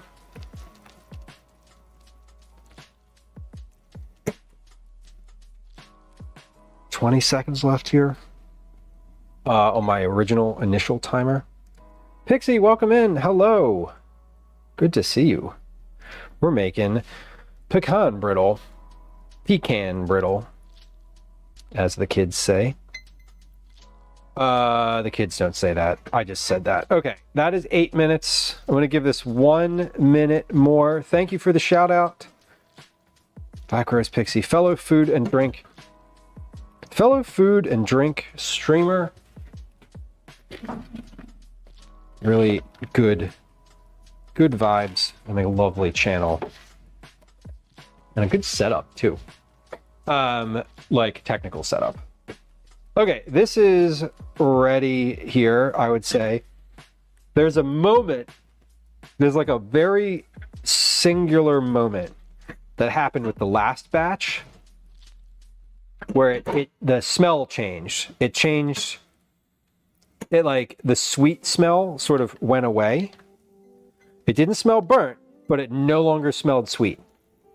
And that moment is this moment right now. Okay, not ready for this. Hold on, here we go, overhead camera. All right, so we are mixing with the spatula that I don't have. Here it is. Fuck. Okay, we are mixing in the pecans.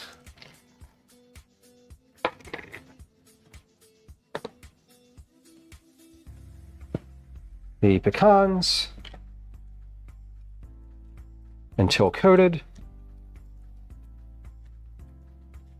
And this is just a very quick process here. This is, yeah, when they're like, it hardens quickly, like, yeah, clearly. Baking soda, salt, mix,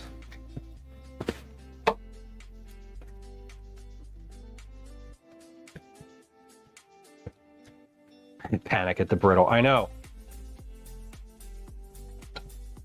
Yes, correct. That looks nicely mixed and incorporated. And now we get this onto the tray. Yeah, there.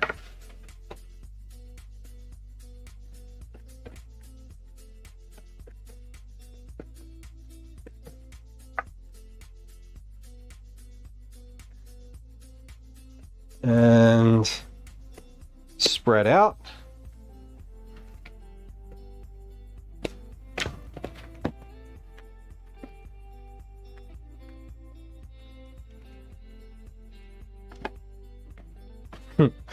And let that cool.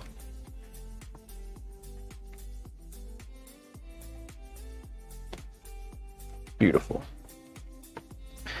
Thin layer, very thin layer of pecan brittle. Looks like caramel with nuts. It totally is a caramel with nuts. This is a pecan brittle. And when it is, whoa, that's got water in it. When it is cool, hold on, first, pause. I'm gonna put this pot, put the hot water on here and get my, and get that to soak for just a second.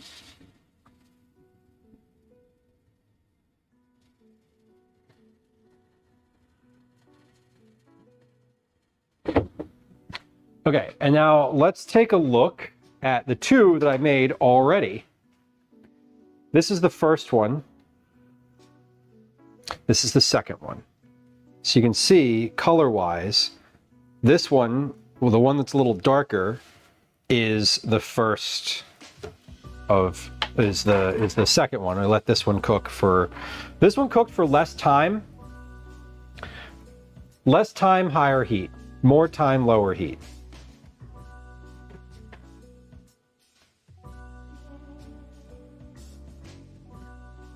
And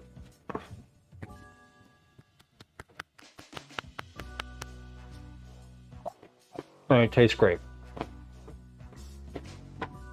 This one tastes very good. They both taste very good. Just for science, I need to take a piece of the first one though. This one tastes better. The darker one tastes better. And the darker one looks more like the one I just pulled out. So I'm encouraged by that fact. I think that's great. I'm like pretty happy with sort of knowing that. I'm also happy with my decision. I'm cleaning this pot now, by the way. I'm also very happy with my decision to have made multiples of this, or one extra one, because I think if it ends up being that 3 batches of cookies is plenty, I'm going to use the second, third, and hopefully, because it's not finished yet, fourth one as my brittle for the cookies, and then I can have that first one that I made as a sort of just like treat for the house. Calvin has arrived home safely, soundly, hopefully safely and soundly. I hear his voice. There he is. Hello. Welcome in. Welcome in real life. What'd you find on the way here? Oh, you took a picture. Oh, okay. I took a video. You took a video? You're excited to show me a video? Is there... It wasn't very good because Okay. I didn't know if they wanted me like taking the video or not. Oh, okay. So I was trying to like be secretive, but Oh, you're really destroying that house, huh? wait, hold on. Let me just restart it Okay. because I did get some good shots. Okay.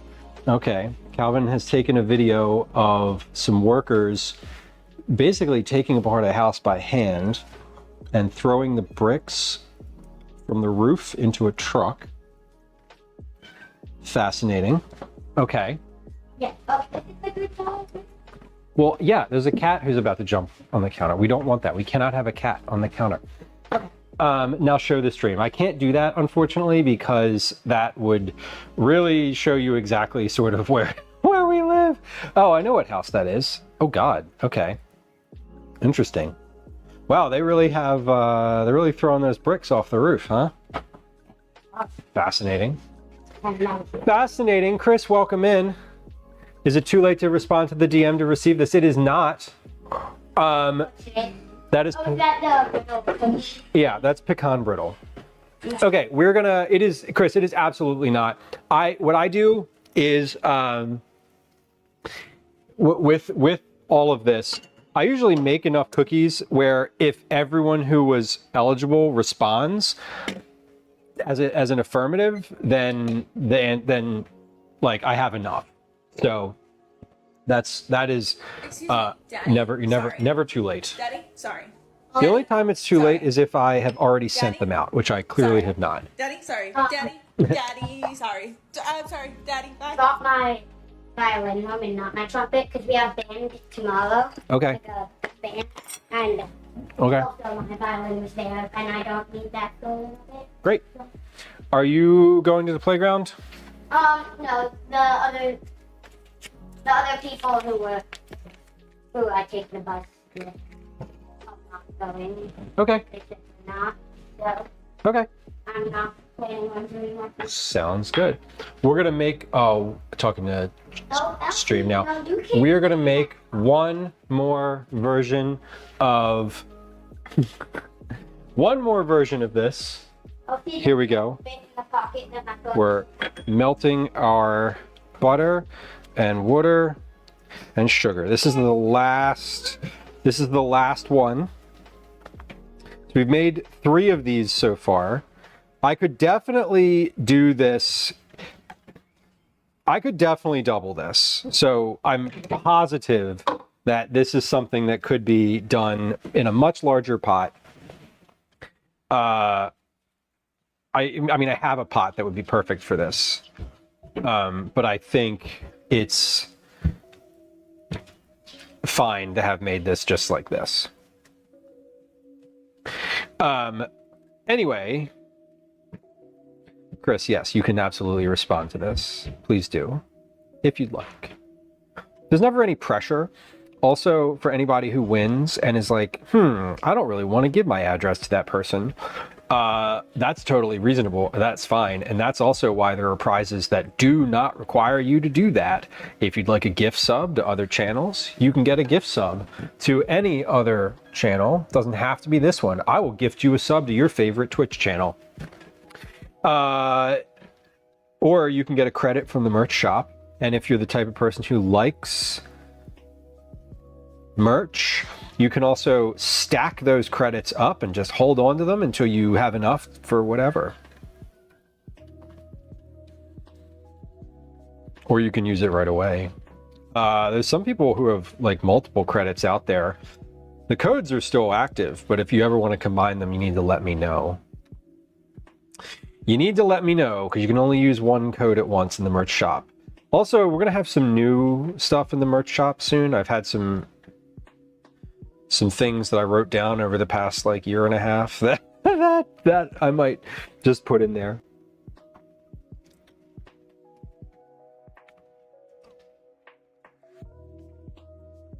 So that is so cool. I would be excited if someone came out and gave me concrete truck stickers. Also, like that's the type of thing that I would certainly sit and watch myself, not as a child, as a whole ass adult.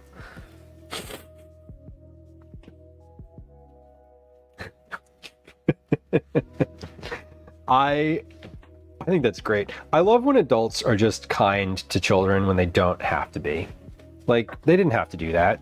They could have just continued to do their work and ignore, and it would have been fine. But they did, and like and now you're telling me about it. And it made that person's, made their day. And at the bus stop this morning, Calvin and his friends, the bus kept passing them because they were full, and he and his friends started like waving to cars as they went by and counting how many people waved back, and they got to 100 people waving back, which was fun.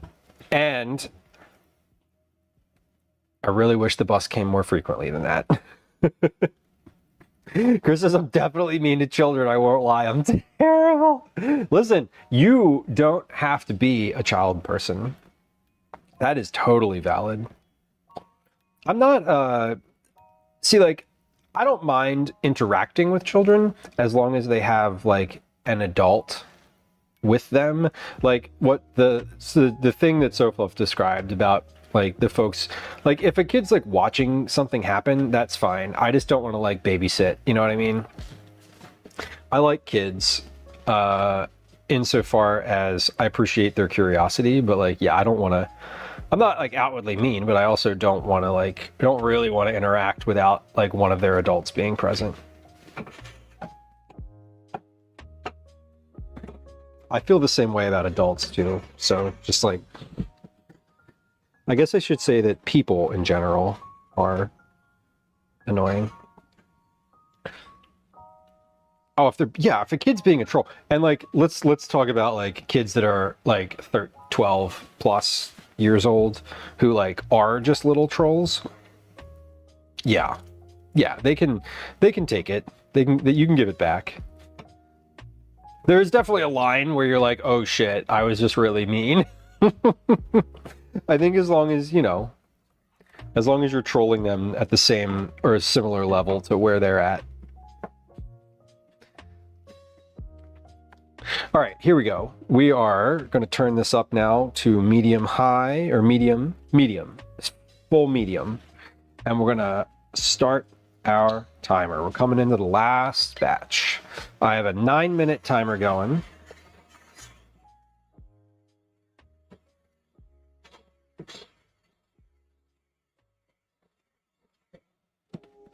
Nine-minute timer. Here we go. Bubbly, bubbly. Beautiful. I need a beverage. That's what I need. I need to like drink something. I am super parched right now.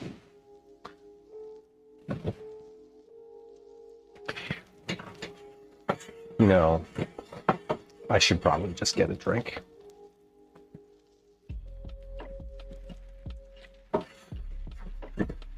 Callie, what you doing? Okay, bring that phone down here. Oh, okay. You're doing homework? Wow, fuck, I'm so impressed. Okay, that's exciting for me to hear. Thank you for telling me.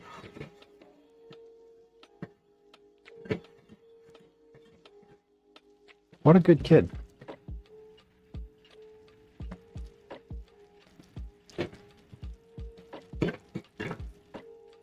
Yeah, so that is the type of thing that, like, as an adult, like, yeah, obviously that kid was being a dickhead, like, clearly, like, no question that is true. Oh shoot, I didn't set a timer. I like didn't hit start on my timer. Okay, 7 minutes, great. like as an adult, my reaction would probably be like, oh, that's cool. I might ask him a question about it. If we're at the playground, it's very different than if I'm like out in the world at a store.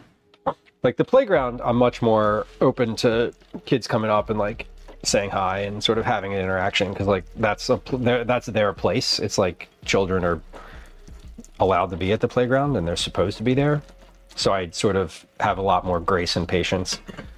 If I'm like, you know, in line at a store and some kid's like trying to talk to me, I'm a little more like short with my responses. Usually if I'm at a store and I'm alone, I'm trying to not be around children. That's the other thing.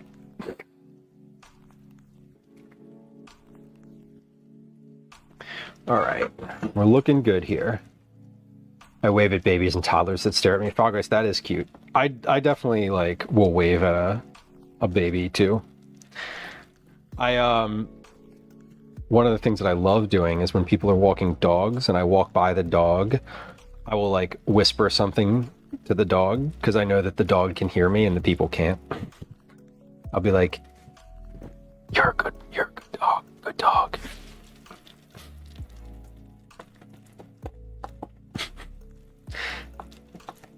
And then the person's like, what? I'm like, what? What? What do you mean? What? What do you mean?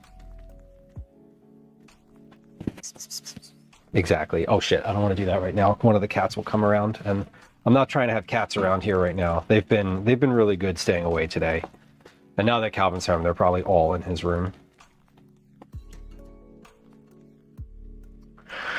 Yeah, Chris, the cats. I don't like explicitly do not want the cats around right now. Because I'm like, this is one of the days where I don't want a cat nearby because I'm trying to like make food for other people to consume, and like that's not ideal. What are we gonna have for dinner tonight? If I don't make that, we are gonna have. Okay. What are we gonna have for dinner? I don't know. I literally don't know. You know, I knew this recipe took a long time. I don't think I actually thought it would take this long. We're into hour number. This is the 4th hour of the stream. Almost 3 hours and 45 minutes worth of stream so far. And we're almost through step 2 of the 6 steps that we're doing today. Chris, these cookies are a 2-part cookie. We're doing a, this month is like, I didn't do Cookie Club in July. So basically, like I didn't make cookies in August, but we still had people enter all throughout July. So, at the beginning of this month, we did the drawing for July and August entries. And so because it's a double month, we're doing a 2-part cookie stream. Because these cookies have been a one. These have been ones that have been kind of tossed around in the cookie chat in Discord, but I've always said no to them because they are complicated, and I don't generally make cookies that need to rest. I almost always make cookies that are like, you know, same day. Maybe they need to rest for like an hour, if that. But these are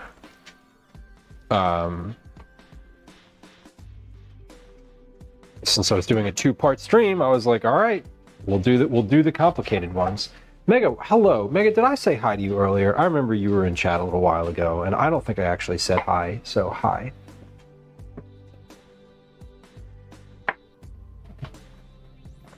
Sofa, thank you for the shout out.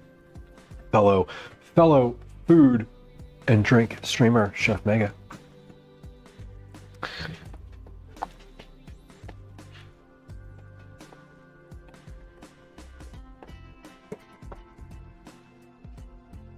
We're almost there with these, y'all. So once this is finished, all right, we've been a while with this. Let me take this other brittle off of the tray. So I'm just like, I've got these, we're over here stacking brittle. That's what's happening on this the wire rack over here now. We're almost there. Gonna let this go for just another moment. There's like a moment, like I said before, where it turns. There's basically like a few seconds, at least in my experience today, where it like still smells, it smells good, and then it like stops having a scent. And that moment when it stops having a scent is like the moment that you take it off. Because I feel like if I let it any longer than that, it would just be burnt. Yeah, I was stacking that brittle. All right.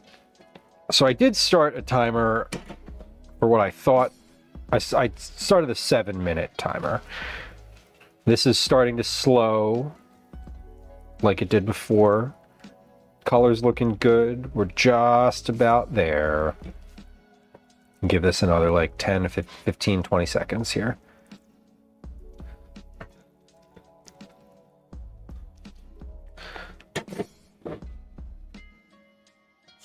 Maybe 30.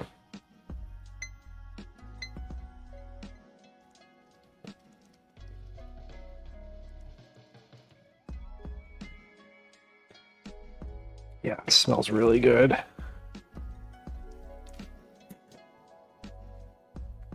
I'm just like wafting the scent towards me.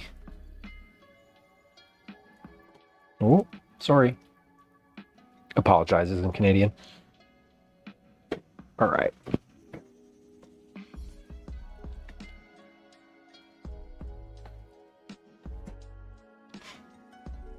Just about.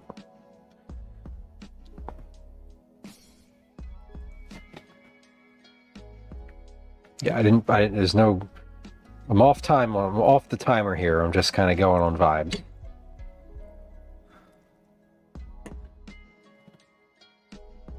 All right, that looks perfect. Let's come on back over here.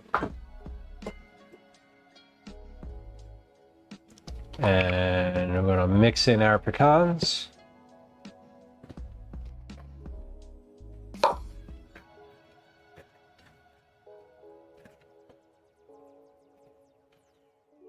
With a heat-proof rubber spatula. Pecans. Baking soda. Salt.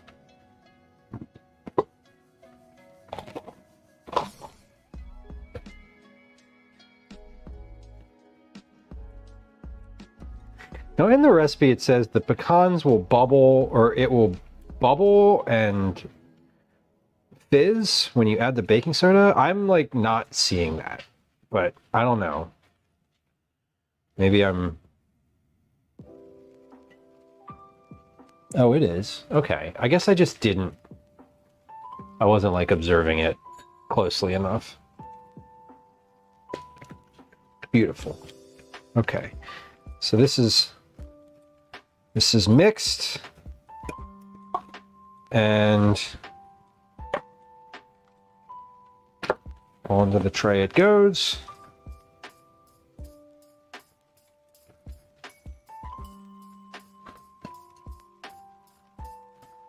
It smells good. It definitely, I think this was good. Nothing got burnt. Some people in the comments were frustrated that they kept burning their brittle. Several people were like, I had to try this multiple times in order to get this right. And I think I'm happy with having gone slowly here and like done the first one at a very low heat because I think that that helped my understanding of the color. Because as I'm looking at these, the second, third, and fourth ones are definitely a different color than the first. All right. Brittle.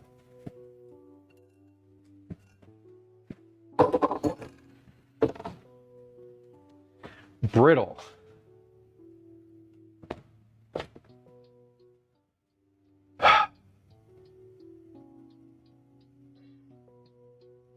Step 2 is almost done. Step 2 includes breaking these apart, chopping into pea-sized pieces, and then setting them aside. Here's what we're going to do.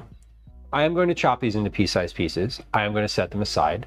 We're going to do the first 2, and then we'll get to this one because this one's going to cool first.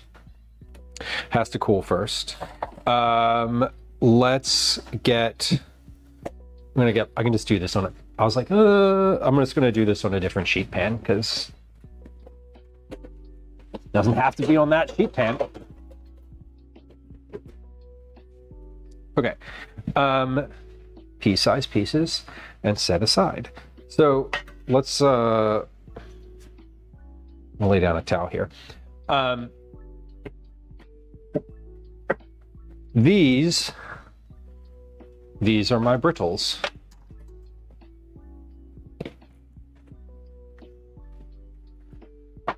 They are multiple brittles, but you can see, so these are the first 3, right? Take a look at the colors on these. Okay.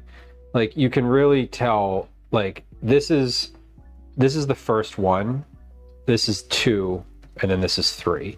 So like this one here, clearly a different color. Whoa, we're sliding. This one here is clearly a different color than this one. So let's go ahead and break these apart one at a time. I'm not really sure how to go about doing this. What did she use in the thing? I don't really recall. We're gonna use a meat cleaver or a mallet, and we're just gonna go for it, I guess. Oh, yeah, look at that. Just like, take a look at this. There, hold on. There we go. Now it's on camera. That's pretty cool looking.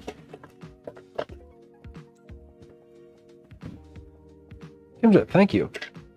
And thanks for the lurk. We love a lurk. Big lurker fan. Tatsu, this is actually, yes, this is brittle. Yes, we're doing everything from scratch.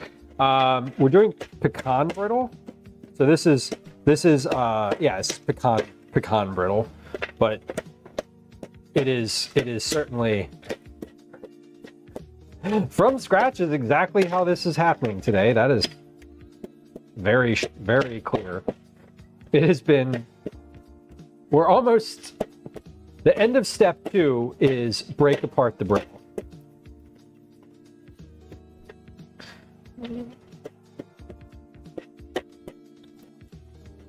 Now, this is kind of annoying because I have, there we go, that's better. I was sitting it on a towel and the towel was kind of keeping me from being able to like do this.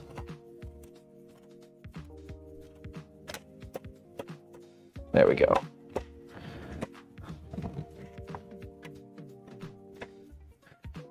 Y'all ever seen Breaking Bad? If you have, you know why I asked that question. And if you didn't,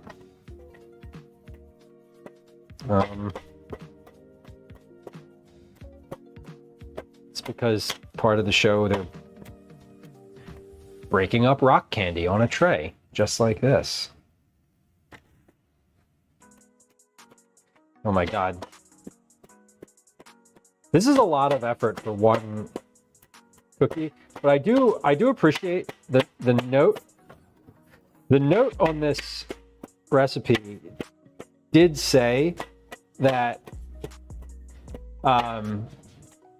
these freeze really well, and that you can just make them ahead of time and put them in the freezer and then just get them out and like bake off a couple of them at a time. And the other thing is, I'm making right now, I'm sort of doing a lot of work. I'm making 4 batches worth of these, and I'm just doing it in stages by like doing all the brittle first, right? Like if I was making these one batch of these, I definitely would have been finished by now. I say that with some measure of confidence. Not entirely confident in that, but okay. I would say that those are pea-sized pieces. And gotta try one. Yeah, those are good. Yeah, those are good. Okay, let's get these.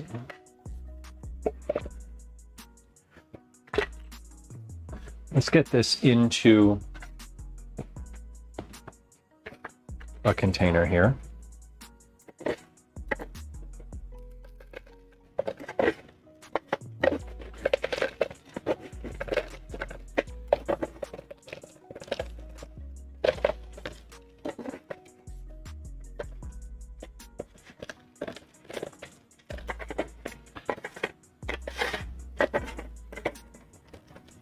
This is going to be the worst stream of all time, at least on this channel. You know why? Because at the end of this, I am literally not going to have anything to show you. I'm just going to have trays of cookie balls in the refrigerator. Thanks for coming. Please come back tomorrow.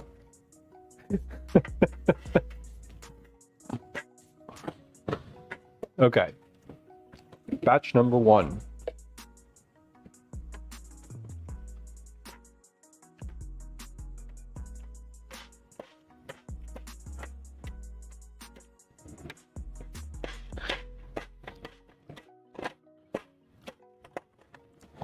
Trying this differently.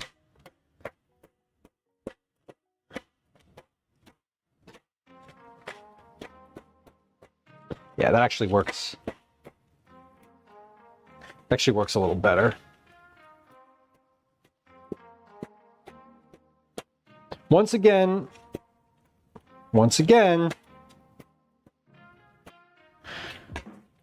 proving why it is my favorite kitchen tool.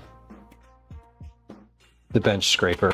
The bench scraper is unmatched for its utilitarian value in the kitchen. Like, just unbelievably versatile.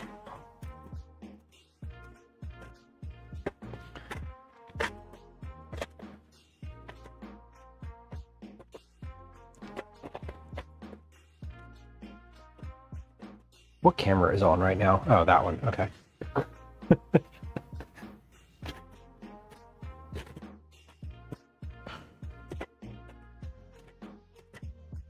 Make a collage video. Yeah, I mean,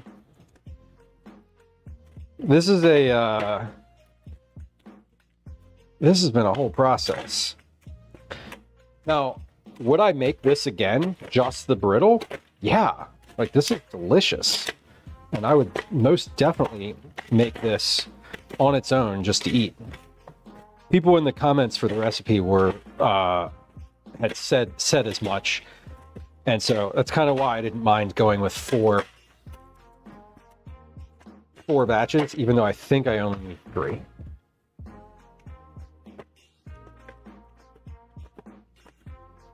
Have I had to replace the bench scraper? No, I actually haven't. This is I think the only I've replaced the bench scraper this one only once, and it wasn't because anything happened to it. It's because I lost the first one.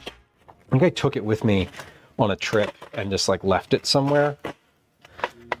But I've never had to like change it out for a reason of it breaking. This one is this one's a pretty good version. This one just has a wooden handle and like a full metal situation. They're not flimsy. I know that. Like this one is like, I've done all sorts of stuff with this one. Okay, I feel like that's probably good. Just seeing some bigger pieces in here, but not too big. And a gentle reminder that a full half of this is going in a food processor anyway to get pulverized, which is like kind of annoying because I'm making, like, you make it looks so good and then you like just turn it into dust. But like, I guess that's part of why people in the comments also don't like this recipe. Most of the comments were very funny because there was a few that were like, it's too complicated and not as good as, like, basically it's not good enough to be this complicated, I think was sort of one of the overarching sentiments. The other sentiment was very funny because there was quite a few people in the comments who were like, I didn't like this and it didn't turn out the way I wanted it to. And I really only changed like 2 things about the recipe, which is like, okay, but like go back and just evaluate what you just said. I'm like, they say up front that this is a very particular specific recipe that you like really need to follow and that works when you follow it. And you literally just admitted to changing multiple pieces of the recipe, and then you say it doesn't work or you didn't like it. I'm like, can you have any self-awareness at all? It's like the salt on the table. They leave a bad review after pouring like It's exactly like a that. lot of salt. Exactly like that. That's exactly like that. Calvin, why don't you change your shirt and then you can explain to chat exactly why fine dining restaurants don't put salt shakers on the table. Okay, hold on. Put this upstairs while I'm up. Y'all are gonna want to hear this. we're gonna have an explanation from my son, 10, who is gonna tell you why in a fine dining restaurant they do not put salt shakers on the table. Kinja, I agree. Candy is tedium. But it's good. It's very good. Son of a bench. It is the son of a bench. This is true. This is true. I don't have flour, so you salt it. Yeah, the people were like, oh, I didn't have the sugar that you called for, so like I used like coconut sugar and now it tastes weird. And I'm like, yeah, because you used fucking coconut sugar. Like, what is wrong with you? Like, it's fine to make substitutions and changes for a recipe, but like, just be aware that you are changing the recipe. That's your fault, not the fault of the recipe writer. Most recipes, especially in magazine, get tested several times by different people, both in a test kitchen and not, when, and it's like, if something happened, maybe it was your ingredients, maybe your baking soda was terrible, maybe your whatever. Yeah, I cut the butter by 1/3 and then they were dry. I'm like, Soft Jen, welcome. Don't they know about America's Test Kitchen? I know, they don't, apparently. All right, this is my son, Calvin. He is 10 years old. We've been talking recently about a specific topic, that being salt and pepper on the counter or on the table at different restaurants. So, Calvin, do we have salt and pepper on our table in the kitchen? No. No, we don't. Depends if we ask for salt or pepper. Right. We have salt and pepper. But it's not just like on the table. I would have to ask for it. Right. It's available. Right. Why is it, do you think, that fine dining, not that this is fine dining. Let me clarify that I am not making that relationship. that I'm not tying those two things together. Why did I say that restaurants, generally speaking, That's why I said. yeah. Yeah, so yes. This is what I said. Just, you don't need to hold it. You don't need to do anything. I'm just turning it on. This is what I said. I said that they might not put salt and pepper on the table because, like, they do everything to test it. Like, they put the perfect amount of salt and pepper on. And if they have it on the table, there might be some people that, like, just dump a bunch of salt on before they even try it, and then they leave a review saying this is way too salty. Yeah.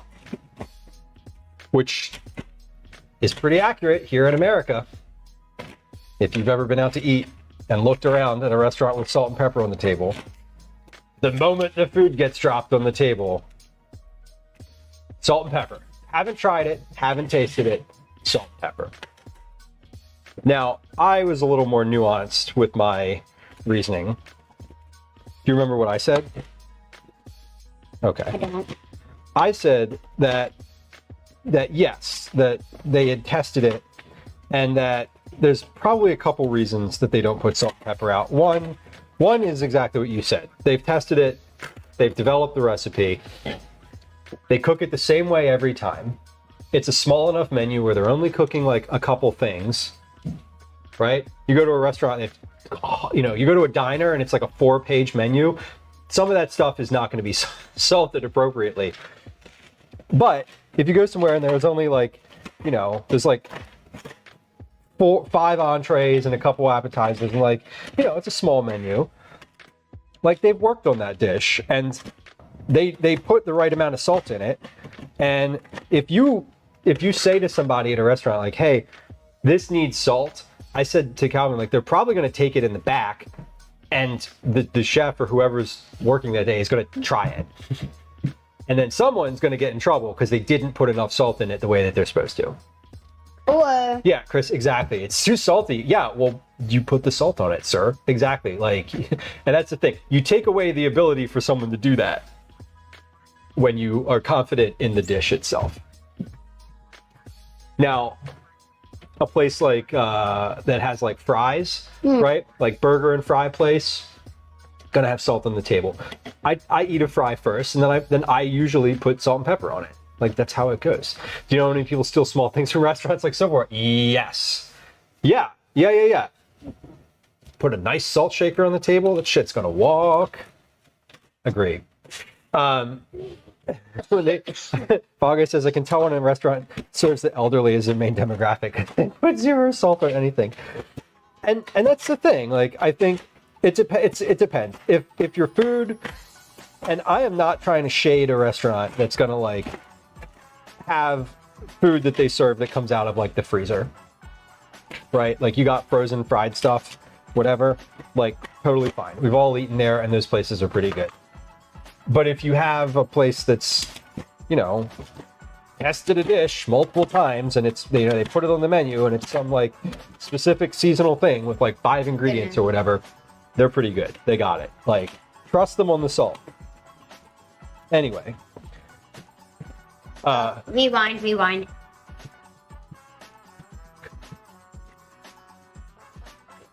So, where were we the other day? Oh, yes, there we go. So you're getting claps. Fall Guys, that is not just an Asian restaurant thing. That is if my salt wasn't in like a pinch pot, I would have rice in my salt shaker because it works. And I live in the mid-Atlantic where it is deeply, deeply humid. all the time.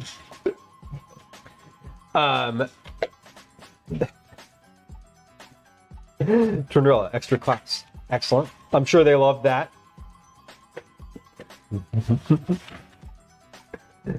See how an Asian Chris says it doesn't help. No, I think it's definitely not a demographic. Definitely not a demographic thing. But like, you know, Italian restaurants sometimes will have like, you know, olive oil on the table, and you're like, what is that there for? I'm Italian, so I have some Italian in there. So, all right, listen, we're almost there. We've almost finished step 2. This is literally the second step.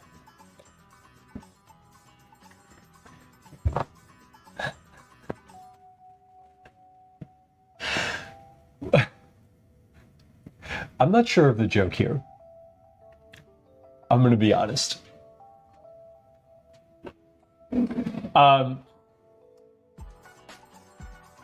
Okay, I've got one more of these to break up, and then we are going to take our break. Then we're going to take a quick break. I should turn this microphone off because this one's going to die here at some point.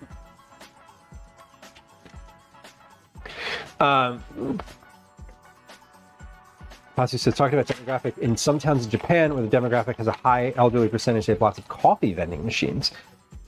That was one of the things that Gwen came back from when she went to Japan last year, was just like the prevalence of vending machines everywhere for all sorts of stuff, which I think is pretty cool. I've seen plenty of YouTube videos that are like, I went to Japan for a week and like only ate out of vending machines. Like, here's my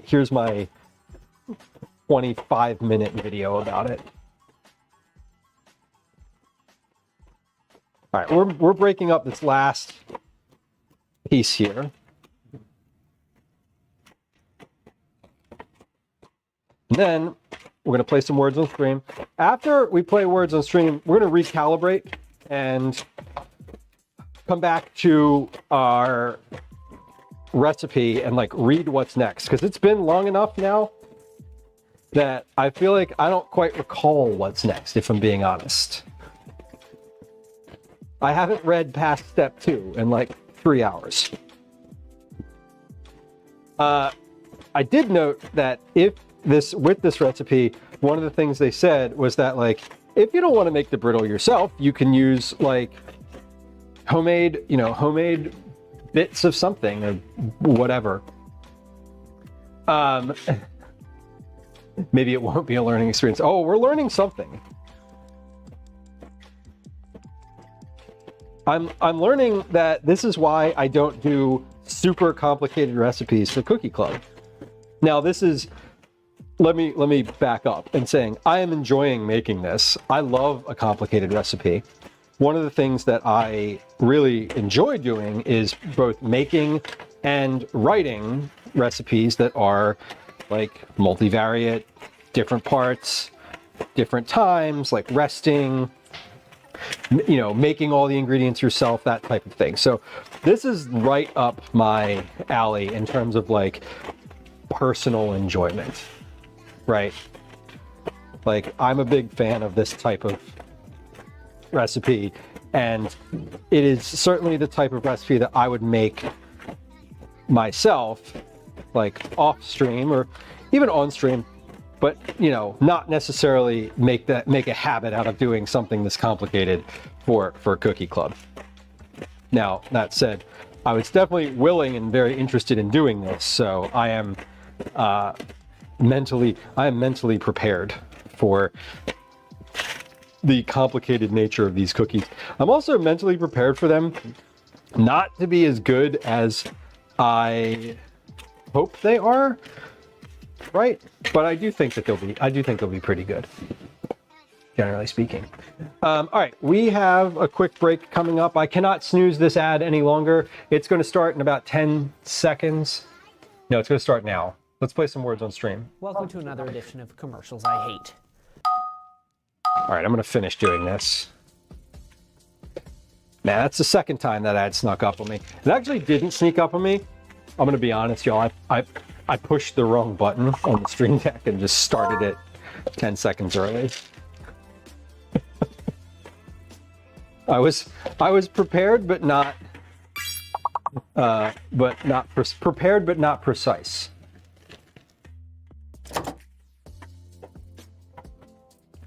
That's how I want to say that. All right. God, it's so much fucking pecan brittle. Oh my God. Okay. Let's clean up though.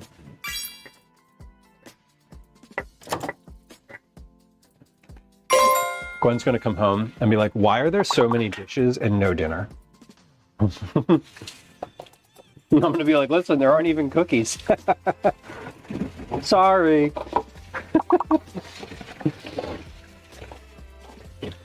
All right, I'm cleaning up a few. I'm gonna clean up the sink just a little bit here.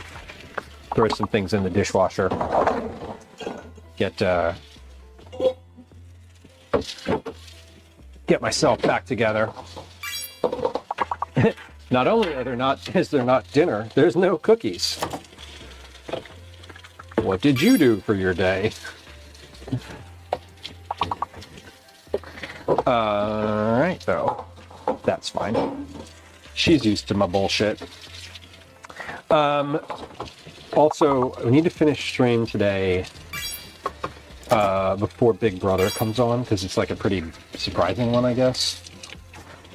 I don't know. I don't watch between episodes like she does, so I don't know all of the drama that's happened, but I do know that there has been drama, capital D.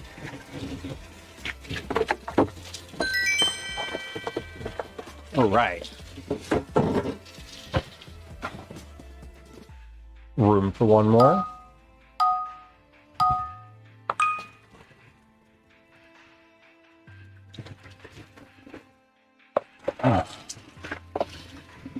I think these next steps should go relatively quickly, or quicker. I think these next steps will be quicker than doing that first section. That was a lot of work to make that pecan brittle, but it was also because I made 4 batches of it that take 15 minutes each, plus extra for streaming. I think we'll do dip dinner tonight. That's what we're gonna do tonight. That way I can empty some of the freezer out. And... oh no, we're gonna do hot dogs. Hell yeah. That will actually help a lot. Cool, well now I know what we're doing. Welcome back, y'all. Thank you for your patience. Those of you watching on Twitch, I appreciate you enduring through an advertising break. They are not my favorite, as I have said myriad times on this stream. However, they are mandatory, as I have also said. So we are through that now, and coming back over here to the counter. Ah, good job. Very good job. Okay. Step 1, preheat the oven. Step 2, make pecan brittle. Step 3. Let's read these next couple steps. Place half of the butter in the bowl of a stand mixer. Bring the remaining butter to a boil in a small saucepan over medium to low heat, stirring often with a heat-proof rubber spatula. Cook scraping the bottom and sides of the pan constantly until butter sputters, foams, and eventually you see browned bits floating on the surface. 5 to 7 minutes. Purple Sunflower Ellie, welcome in.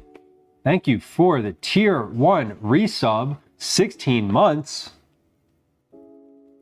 It's good to see you. Thank you for your subscription. That is 2 minutes worth of a hairnet. We are in the middle of September. You'll note that every sub gets 2 minutes worth of a hairnet. So without further ado, here we go. Timer. Thank you. There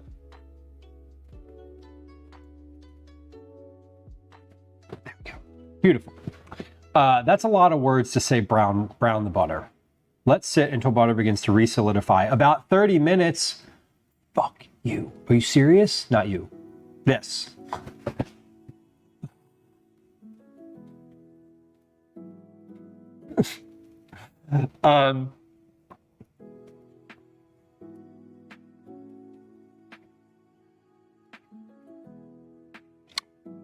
Okay, hold on. Let's just finish this. What is Bob for an apple? Bob for an apple is, I have apples in the fridge. I have a Tupperware container that's about yay deep. I will fill it with water. I'll put the apple in it. I will pull that apple out with my human mouth, and then I will eat that apple. That is what Bob for an apple means.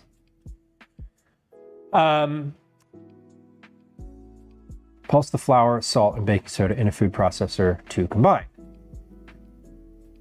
Add half of the reserved pecan brittle and 1 cup of oats. Process in long pulses until oats and brittle are finely ground.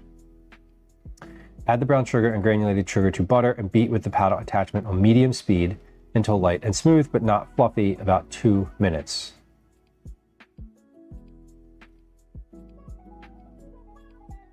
Hold on. Pour the brown butter over the butter in a stand mixer, making sure to scrape all the brown bits. Let's sit until the butter begins to re-solidify. Okay, so basically I get out the stand mixer, I brown some butter, I put half the butter in this, I put half the butter in the stand mixer, I put the other half in the pan, I brown the butter, I pour it in the stand mixer, I let that sit. Then I do the rest of this measuring.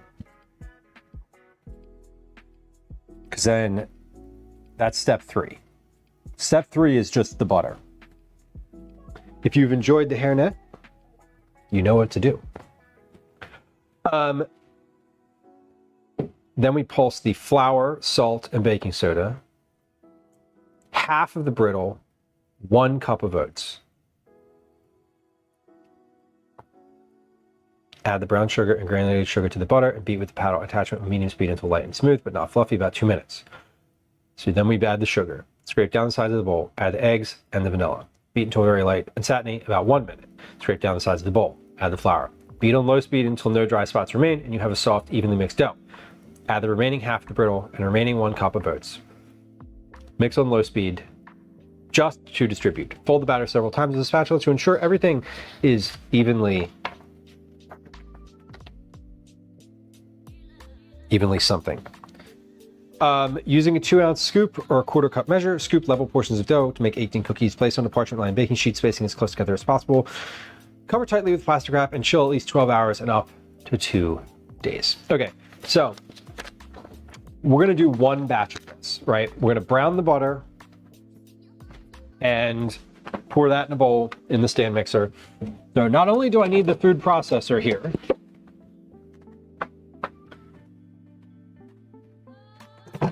we also need the stand mixer. This is where I really, like, genuinely wish that I had a larger stand mixer, because I may have to do this in 3 different batches. Angry Rook, welcome in. You know what I feel like I want to do here? I feel like I want to brown all the butter. Not brown all the butter, but I want to do the butter. The 1, 2, 3 things of butter at once. Because the butter, like, browning the butter is a similar process to browning the brittle. Sorry, I'm not frustrated, I'm thinking. If I brown, because you have to rest the butter, and the butter doesn't need to be cold or warm or anything. It just needs to be basically like room temperature, because you pour the warm butter over top of the unmelted butter, so it just ends up being soft. So I'm thinking if I did all of those at once, no, do one. I'm gonna do one batch of this at once, because I want to know if I can double it. That was the point. The point was understanding if I can double it. And this is again where I said I wish I had a larger mixer, because if I had a larger mixer, I know I could double it. But I don't know if it'll all fit in here, because it's 2 sticks of, so a double batch of this is 4 sticks of butter, 2 2/3 cups of flour, no, I can't double this. I'm going to tell you right now I can't double this, because that is a lot of solids. Okay, never mind. I didn't consider how much the ingredients are here. Have I been hydrating? I did. I had a can of water, and I filled this mug with it, and it's gone now. And I'm gonna have some more. Because that was really fucking good. Okay, but here's what we are gonna do. We are going to do. I'm gonna get my water out. So I need fitted with the paddle attachment. You got it. For the cookies, step 3. A half a cup of butter in the bowl of a stand mixer. So I need 1 stick of butter in the stand mixer, and then we brown the other stick of butter. So 1 stick of butter in here. We brown 1 stick of butter. I am going to use the stainless steel frying pan for this, because I like that one's easy to brown butter in. It makes because you can kind of swirl it around. You don't need to stir it a whole ton. Like, you do need to stir it, but swirling it is a lot easier in that pan. So we're going to use that pan. So 1 stick of butter in there, 1 stick of butter in the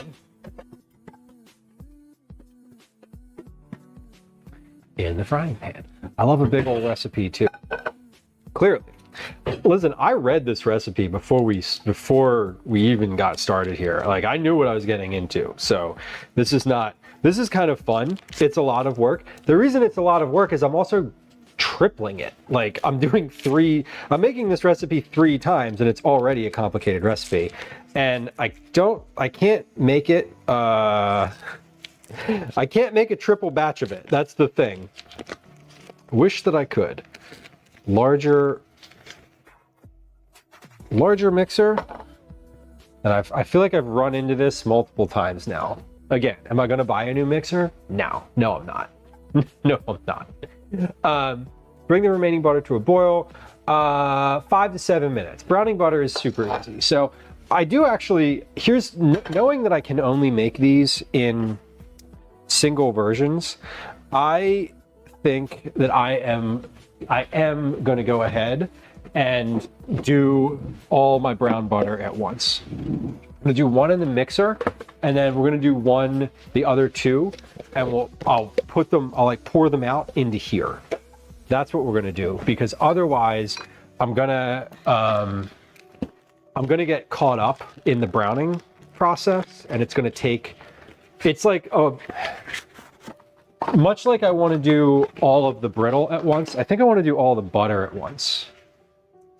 And I don't think it'll make that much of a difference in terms of the end result, because I'm resting these in the fridge. And you're not creaming together the butter and sugar. You are just mixing it in. So it's going to be pretty soft and melted anyway. So I'm thinking from a process perspective, I want to do the same process 3 times in a row. And I'm pretty set on the fact now that I'm just going to do 3 batches of this and not 4. 4 feels like a lot.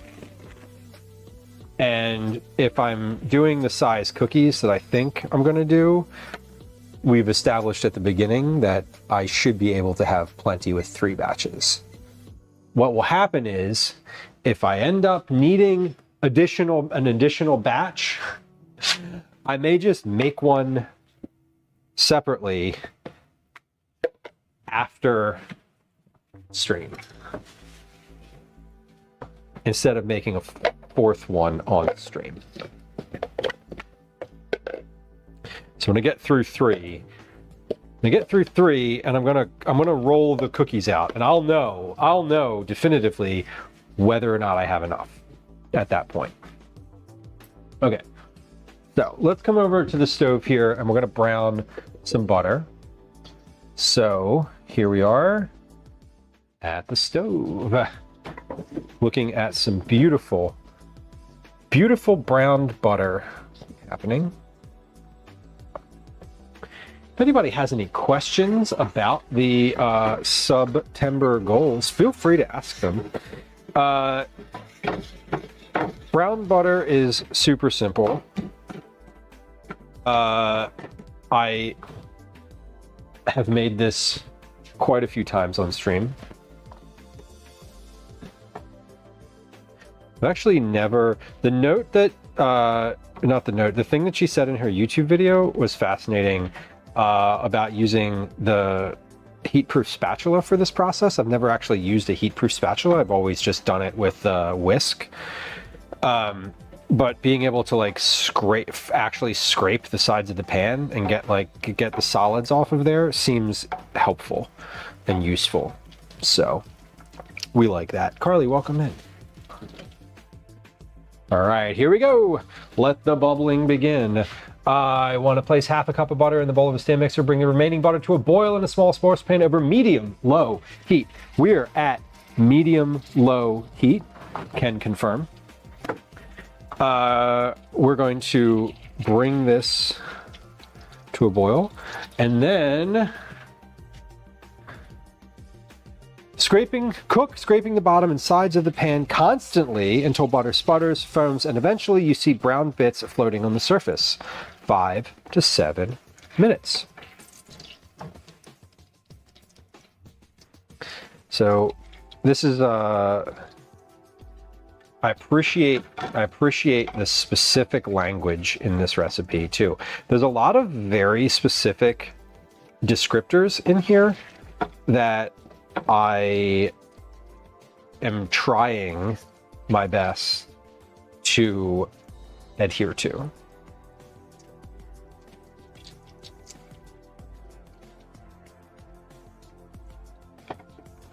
And the nice thing is that I have a couple tries to do this. For the cricket snacks, am I planning on eating crickets? Yes. Have I ate bugs and critters before? Yes, but sparingly.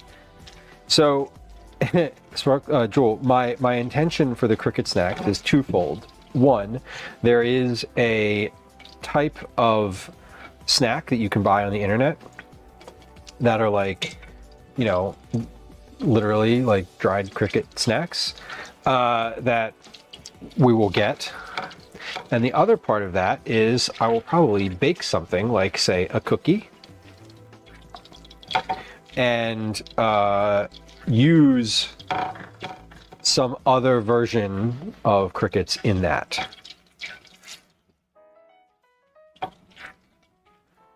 And I'd like to just note that crickets and bugs in general, for our American audience, are sort of like, ooh, crickets. Could be considered weird and gross. But in other places in the world, they are certainly not. There's a reason that you can buy commercially available cricket-based snacks on the internet. So I am not trying to imply in any capacity that they are gross. I am recognizing that they are unfamiliar.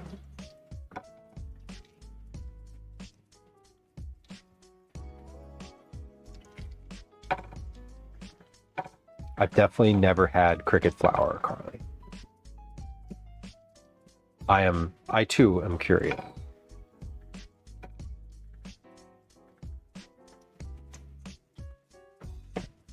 What is Daisy doing? Oh, she's over here like licking her paw.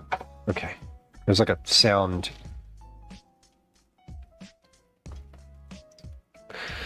Which tastes like dirt. Yeah, I mean, I imagine it tastes pretty earthy. That is my my assumption. All right, we're foaming here. When I've browned butter in the past, I've had it at a higher heat than this. So this is, I feel like taking a little longer.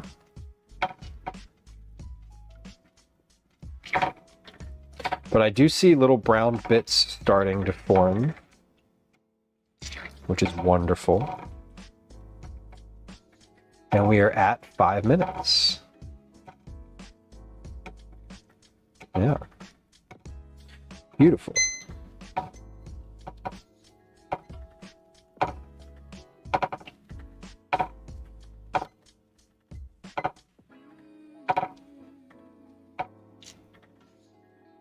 All right, here we are.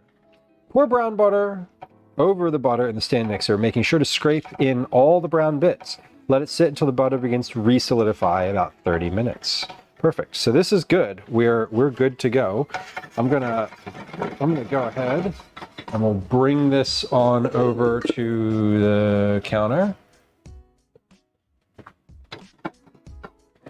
and pour that into our stand mixer.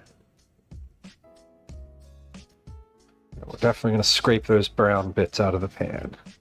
That is the right thing to do. Now, I should probably clean this pan off just a little bit here, too.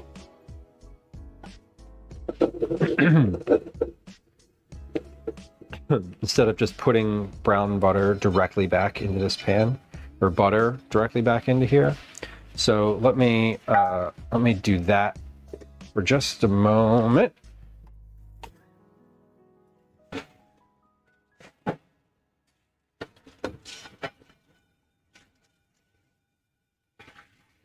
Hot water.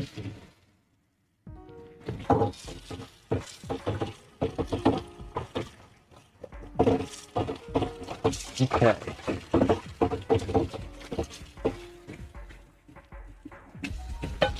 Now we are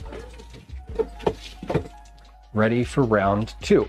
And this is why it's kind of why I want to do this all at once, because I'm like, okay, I'm in browning butter territory here, and I can just do this again. I've got my rubber spatula, I've got my pan ready, like we're ready to go. Come on back over to the stove. Jamie, hello. Welcome in. Jamie, are you the same Jamie that is our usual Jamie? I have a feeling you are. I'm just kidding. I know that's the number of check-ins that tells me what I need to know. The cool thing is that no matter what name you change your name to on the Twitch, the check-in thing goes by your Twitch ID, and that actually never changes. Okay, cool. Been recently locked in a barn. Well, yeehaw, or congratulations, or I'm sorry. One's in chat if you need assistance. Did I change my camera? I did. Okay, good. All right, let's get this. I'm going to start my timer here. And we're going for it. We're going for the next thing here. A new diet trend. Oh my God. Well, hopefully it works out for you. Welcome. Calvin, will you please let Daisy out? Thank you. She's banging at the door. All right, I'm gonna go ahead and get another water while I'm sort of waiting for this to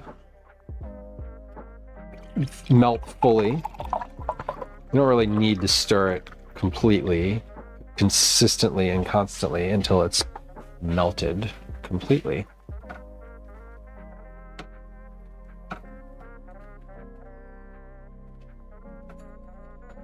I am hydrating, I want you all to know.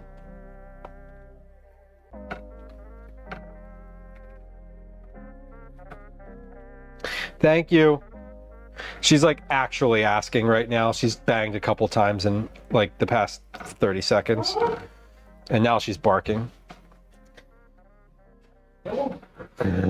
She's making big Daisy noises.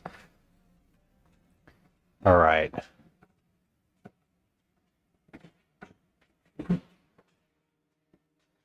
Popcorning? What's your favorite popcorn topping? Do you top your popcorn with anything specific? God, see, she is a grumpy old gal. Daisy is old. Daisy is deaf. Daisy is just doing her thing, and we have a little bell on the door. There was actually the story of the bell on the door is kind of funny. We had a Christmas wreath years ago that was like hanging on the door randomly. It was just like, hey, I'm putting this there, and she started like nosing at it to go out with the bells.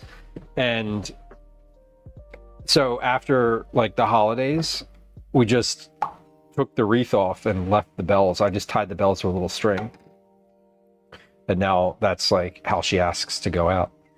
It's very funny. Favorite popcorn topping: butter and salt. Classic, fellows. I like salted butter. I like salted butter just in life in general, but especially for popcorn. Per Ellie says, buttery kettle corn. Hell yeah. Pickled jalapenos. Chris, I like your style. I only recently started enjoying nutritional yeast on popcorn. My all-time favorite topping is, of course, Old Bay. Peanut butter caramel. Ooh. Ooh. Powdered peanut butter. My God. It's in the air. That sounds deadly. For me specifically, that sounds deadly. That's wild. Where are we at here? 2 minutes left on the clock. Looking good.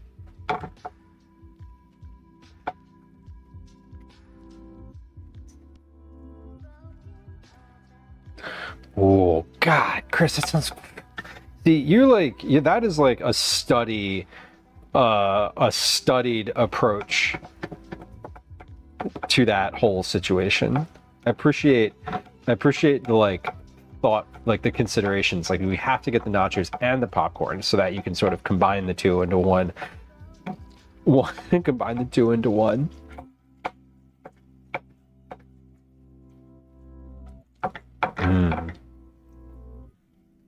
Regular caramel, add the powdered peanut butter. Oh yeah.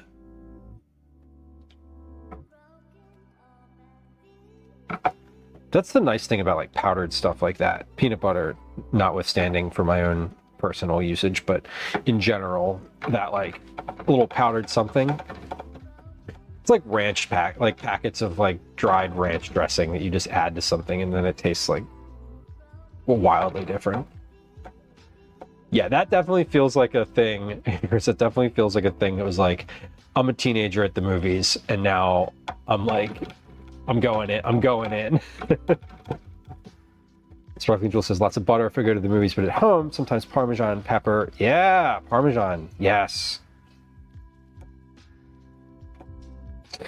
You know what? At the movies, you have to get the straw, like a literal straw, and put it on the. You put it like in your popcorn, like farther down, and then you put the straw up to the spout where the buttered, the oil, the butter flavoring comes out, and then you can put the butter like farther down into your popcorn, so it doesn't just get on the top. Pro tip. Oh, chocolate popcorn though, hell yeah. Uncommon, welcome in.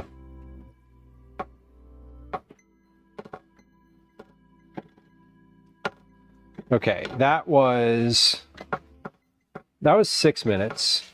Now, I started that timer before the butter was completely melted, so we're gonna give this another few moments here because this is just starting to brown.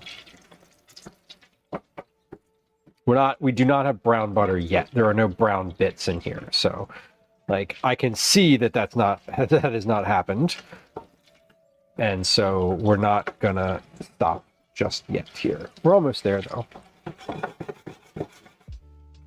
And yeah, I think just doing all of this at once is the right move, because again, this doesn't have to be it doesn't have to be like room temperature. It doesn't say softened. It says like until it begins to solidify again.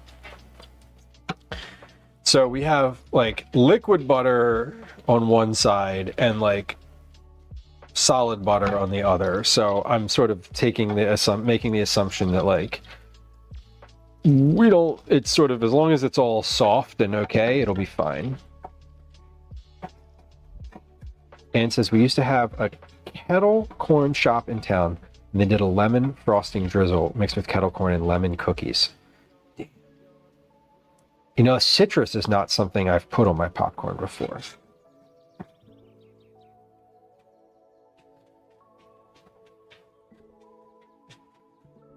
Oop, first brown bits, just starting. We're like 30 seconds away from being done here. What is zebra popcorn? I used to enjoy the like every year the you know, like the Girl Scouts have cookies, like the Boy Scouts do popcorn, and they all have different sort of like pre-made versions. And there was one that I remember that was like a chocolate caramel thing that was like, God, so indulgent. I love a popcorn shop. This is a total like niche aside, but there's a popcorn shop in Chagrin Falls, Ohio, that it actually exists. And if you have ever read or consumed the Calvin and Hobbes comics, it makes an appearance in some of those comics, because that's where Bill Watterson lives, and that's like where the comic is based out of. Chris says zebra is caramel corn with white and dark chocolate drizzle. I would annihilate a bucket of that.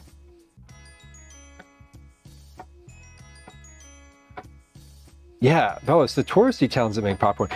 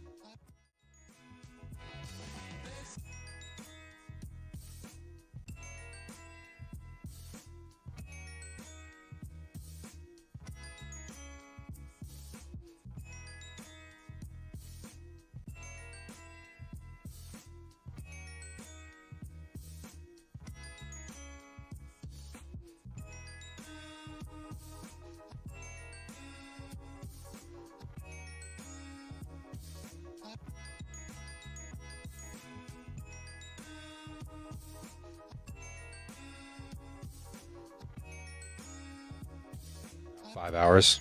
Yep, we did. I got it. We're back. We did in fact lose the mic. It just it doesn't have the same battery power that it used to. This is the first time that it's died before 5 hours. That's great. That's why there's 2 of them. And I'm really very happy that I have a microphone set up now that includes keeping the base station plugged in, so the base is never not charged. But that does mean that I'm going to plug this microphone in so that it starts charging right now. Not that I plan on using it again on this stream, because this one should last long enough to get us through whatever we need. I am, however, going to do this next batch of butter. This is the last batch for today, regardless of how many batches of cookies we make.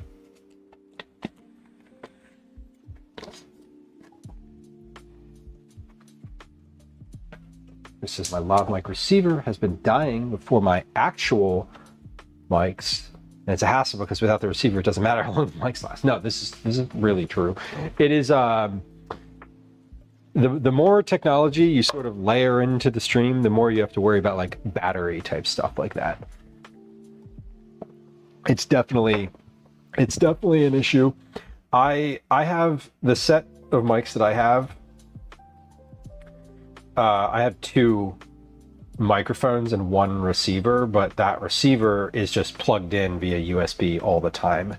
So like I don't worry about the receiver anymore. The only thing I do worry about with the receiver is that staying plugged in 100% of the time and like never having the battery drain is also bad. But functionally it's plugged in, it works through USB, so I can't really not have it plugged in anymore, which whatever. Kathy, welcome in.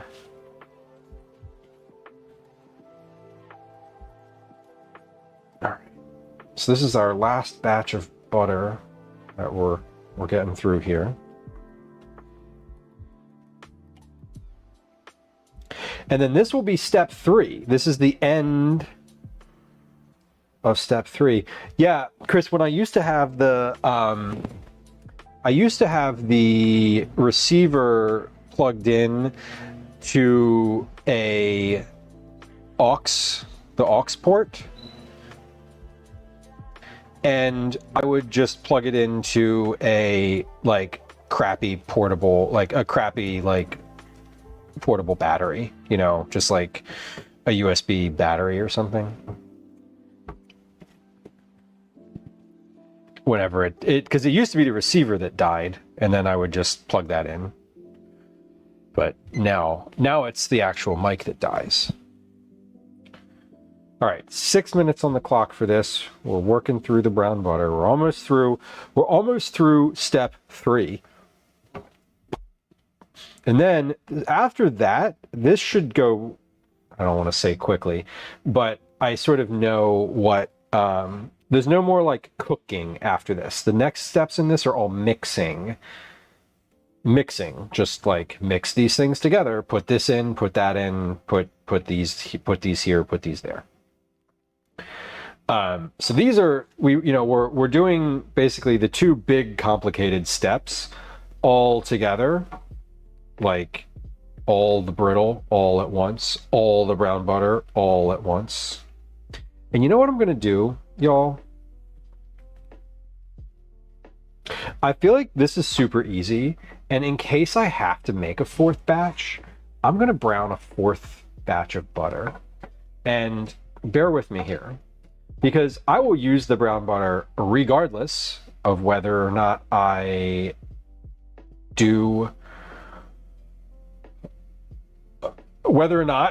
make a 4th version or a 4th batch of this. But this is super easy, and I feel like this is a part of the process that is a little more tedious and not at all like get out some dry ingredients and mix them.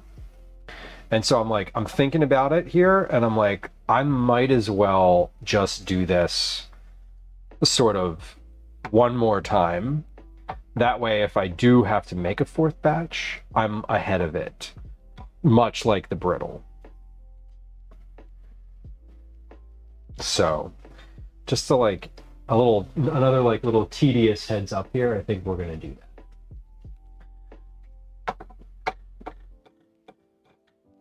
All right, this is nice and foamy. Belly flops, welcome in. Hello, hello. Hello, hello. We're browning butter. We've been slowly making our way through the steps of this recipe today, very slowly. This is a two-parter. I thought, y'all, can I be honest with you? I thought that by now I would be finished with the cookies and be almost finished with making dinner. We have 6 steps of a recipe today. I am almost finished with step 3. So things are going well. Baker, I should just know. I knew, but I didn't know. You know what I mean? Like, I knew this was complicated. And I think I'm also sort of doing this. I'm doing we're making, so far to this point I've been making 4 batches worth of every step. So I'm just doing every step of the way 4 times. Except step 1, which I did all the pecans, I toasted at once. So that was fine. That was fine. Gwen's home. Hello. Hello. How are you doing? Tired? You sound tired. Tired of people shit? Yeah, okay. That's reasonable. All right, brown butter is coming along. We're getting there. We're gonna do one more brown butter after this. Yeah, Gwen was at work today, like in an office with people having meetings.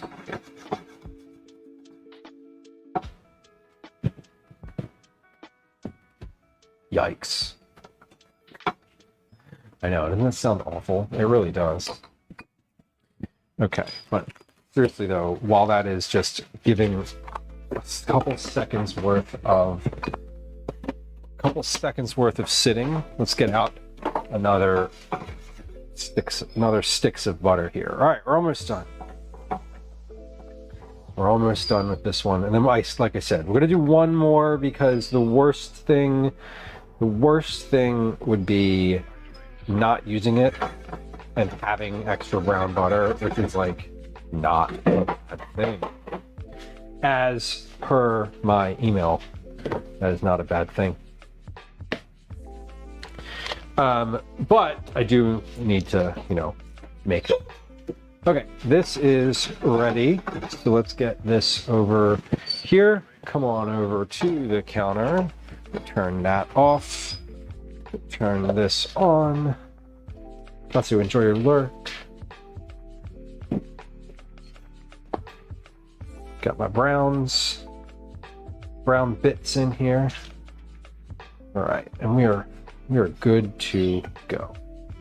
Let's do one more, and then we'll get to the actual mixing and rolling. And again, if I don't use the 4th batch, that's fine. And if I need it, I'll have it and it's ready to go. So I'm hedging my bets here and hoping for the best. All right, back to the stove. Back to the stove. Hey, we're having a good time. Hold on a second. Who's here? Oh, Sharp Balloon. Shayna, welcome in. Shayna, it's good to see you. How was your stream? Were you doing balloons today? I imagine so. Sharpies are here to pump you up. Well, I know that's not what you're talking about, but I have one of those too. Axelrod, welcome. Kahira, welcome in. Flava Fade, I'm of an age where I can appreciate your name. K-pop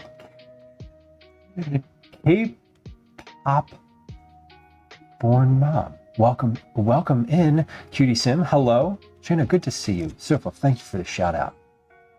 You know, I would love to show you the business card that I have of you, which is, I see regularly, but it is in a different room of my house. I should put it on the fridge. Do I have your... Don't look. I should put it up there. Y'all, welcome in. K-pop fan mom. Thank you. I appreciate it. Thank you for clarifying. We're not clarifying butter today, but we are browning it. Welcome in, y'all. We're in the middle of an admittedly pretty big cookie baking stream. We have a thing that we do here called Cookie Club. I'm making cookies for Cookie Club. I'm not gonna lie, I don't have any cookies to show you, and I wish that I did. But what I do have is the promise of cookies if you come back on Thursday. Because this is a two-part stream. We're doing oat and pecan brittle cookies today. Welcome in, friends who just joined us. First off, if you were hanging out here, let's take this off the screen. This doesn't look professional. At all. No food, no water. I'm sorry. I'm getting admonished because the dog doesn't have any water.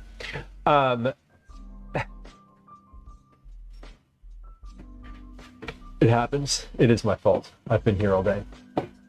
Friends who were hanging out here, Sharp Balloons is a not food streamer.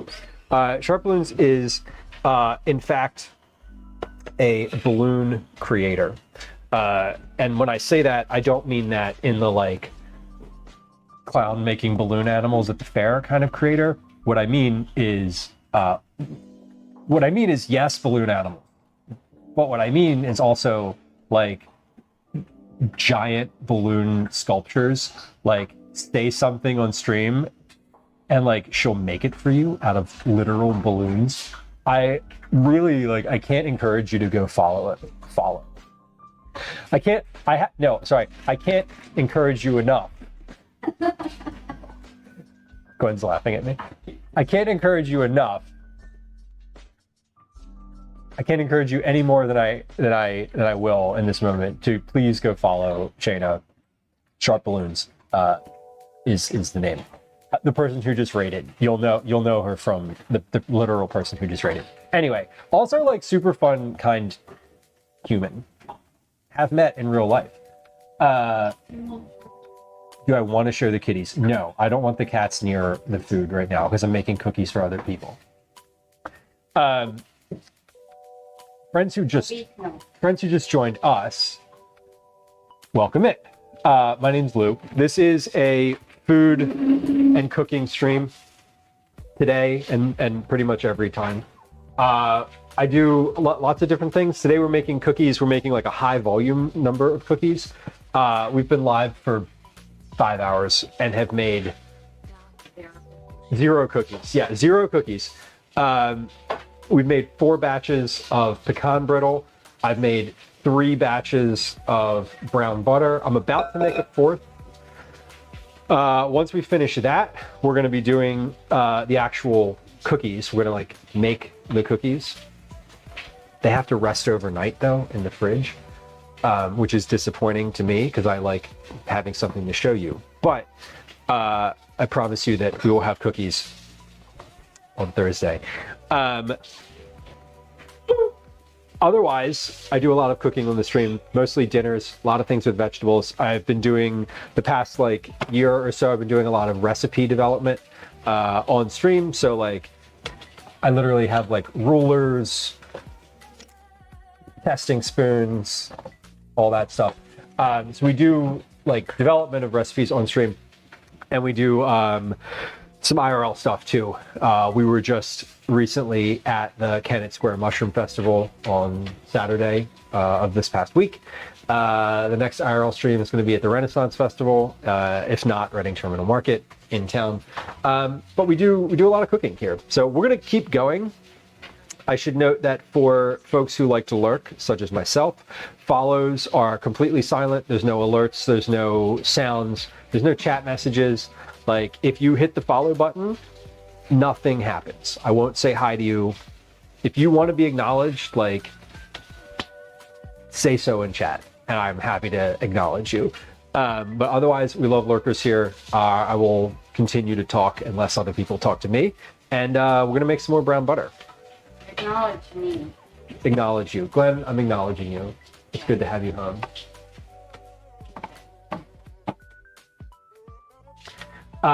We're going to come back over to the stove though, because that's what we were working on. I have one more batch of brown butter to make, and then we're going to be back in this view here. This is the main view. What else? Any other notes? Please go follow Sharp Balloons. Seriously, like, fun, like, just fun, like a really purely fun Twitch channel to watch. Like, I can't say that enough. I know, I see them. Gwen is fostering 3 kittens, but like they're just getting out of bottle feeding stage right now. He has a sad face. That's his face just looks like that. I know, he's a candy. Yeah, he does. He looks like a little anime cat. All right, let's come over to the stove. Where's my buttons? Where's my buttons here? Here we go. I'm pushing my own buttons. All right, we're back at the stove. Let's also snooze that. Can I snooze that ad? Yeah. We do ads on the channel too. Just a heads up, every once in a while there will be an ad break. We'll do 3 minutes of ads. We play a game of Words on Stream. You're welcome to contribute and participate with Words on Stream, or not. That's fine too. You can always go out, get up and get a sip of water, get a snack, go for a walk, have a good cry, whatever you need. But that's not happening just yet. We're gonna brown this butter first, and then we'll be back to do that. Jewel, yes, baby kittens, more baby kittens. In fact, we have 3 cats of our own. 3 cats, 1 dog, an undetermined number of fish, 1 child, 10 years old. Super important to clarify that the child is 10 and not 10 children. And currently 3 foster cats that are, like, just today / yesterday out of bottle feeding stage. My partner bottle feeds, she's the one who, when the like cats come into the shelter and they're like, we need someone to bottle feed cats right now, she's like, I'm on it. Which is like the most noble thing that I can think of, and she's very, very, very good at it. I am not so good at it, having not really tried, but I do like to cook, and that's what we're doing here. Cats and fish. Our cats really enjoy getting on top of the fish tank and looking at the fish. They enjoy sitting in front of the fish tank. They enjoy chirping and making little sounds at the fish. It's all very humorous. We have not yet had a cat go into the tank. The owner did the bottle feeding. Yeah, we are in, so I'm in Philadelphia, East Coast, United States. In the city, in the city proper. I walk most places or ride my bike, or take the bus or subway. And there are a ton of cats. It would be impractical for any one person to do any of that. So there's a big network of people who are all sort of volunteers, and sometimes the cats get traded between volunteers when they have to go. Gwen was fostering like 6 bottle feeding cats a couple weeks ago at the same time. Yes, at the same time. No, I'm not kidding. And like, she had to go away for the weekend. Didn't have to go away, but she was going away for personal enjoyment, and like those cats just got traded off to another volunteer.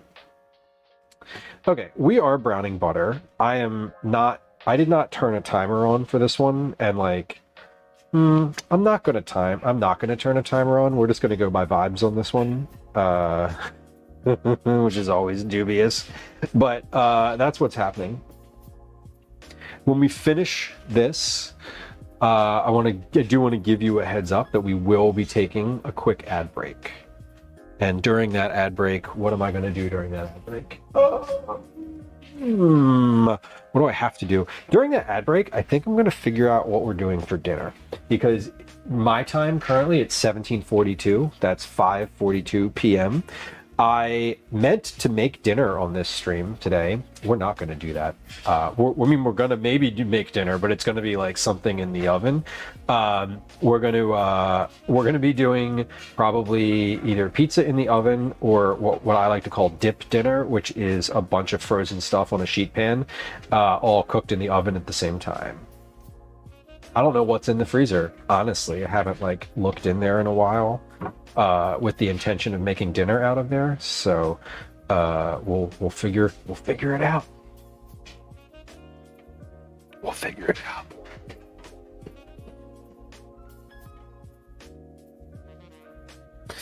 Yeah, K-pop. She is doing good work. That is for sure, and it's needed. I mean, if you value shelter animals, which like clearly I do, she does, we do, it's necessary, and it takes a lot of people. It's not just like one person. Like she's doing some of that, and like when she can't, other people pick up the slack. There's like a big Facebook group, and so they're very sort of. It's a whole community. They text each other, they communicate, they share tips and tricks, and like. It's a thing. It's a whole thing, which I love. I appreciate it. For her, I would say she considers it a hobby, not necessarily like a calling, but kind of. Ever since I've known her, she's hasn't been fostering kittens since I've known her, but like it's been a thing that I've been aware of about her since 2004. So long enough. Okay, this is almost ready. We're just about there. So brown butter is basically just butter that has had some of the solids in it cooked that have, you can see it gets brown, like literally the color of it gets a little darker, and it gets, it smells nutty, woodsy, fragrant, not like butter. And there's a moment though where it goes from being like nice and browned and like, that smells great, to like, ah shit, I just burned it. So we're trying not to do that. Sorry, y'all. I also cursed just a little teensy bit. I hope that's okay. I try to keep it minimal, but like, sometimes it happens. So does my child. So we all do. We're a very sort of verbally open household. All right, this is just about perfect. See all those little nice brown bits in here? We're gonna come back over to this camera on the counter and pour that butter into a container. And then we're gonna take a we're gonna take a very specifically length 3-minute break for some ads on Twitch and some words on stream in the chat. So that's coming up in just a moment here. The dog is campaigning for all the treats, clearly. Oh my god, eat that bar. Yes, sometimes swear moments happen. Daisy has gone deaf in the past like few months and barks a lot more now and a lot louder and like at varying volumes. She like doesn't hear herself very well, so she's just like, how is my barking? Who knows? Anyway, okay, we're going to take a quick break. We're going to play Words on Stream for 3 minutes. We're going to run 3 minutes worth of ads on Twitch. If you want to hear me ramble during that time, you can follow along on YouTube. There are no ads over there on YouTube, but there is a link to it in chat. So how do we do that? Here we go. There's 1, Let's get that and click carry the 1, start the game. All right, we will be right back. I'm going to take care of some stuff in the sink, and I'll see you in a moment. Hang out. Sorry for the ads. BRB. Hi. Welcome to another edition of Commercials. Okay. I said I'm going to do stuff in the sink. Let's take a look at dinner. You're not hungry at all? Okay. How... I'm gonna yell upstairs. Let me mute the mic for a second.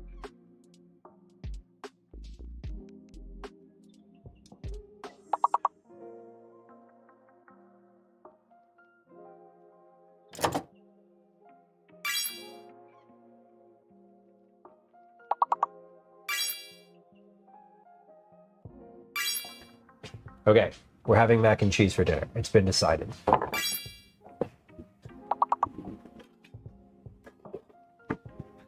Remember that mac and cheese that I tried to wedge out of the pan the other day? Back. It's back. Great. Okay, let's put this in the oven. I'm going to turn the oven on to 350. I'm going to take these sheet pans out of here, the ones I just blocked.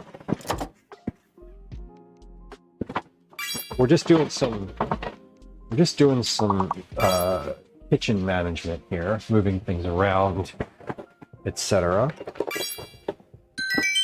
All right, we do it. That looks like a board. Pretty sure that was a board. Good work. That was a board, right?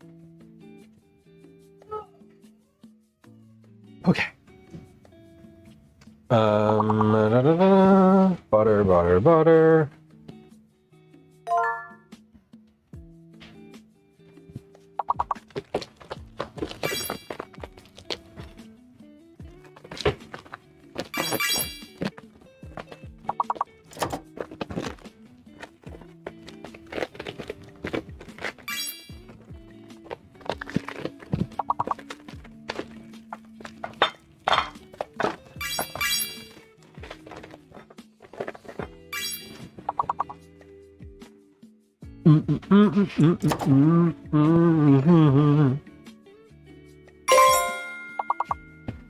Okay, doing a dish or two here while we're finishing up. Get trying to stay ahead. I'm pretty ahead of the dishes right now, but like, give it a few minutes, we'll be in the weeds again because I'm about to create a bunch more.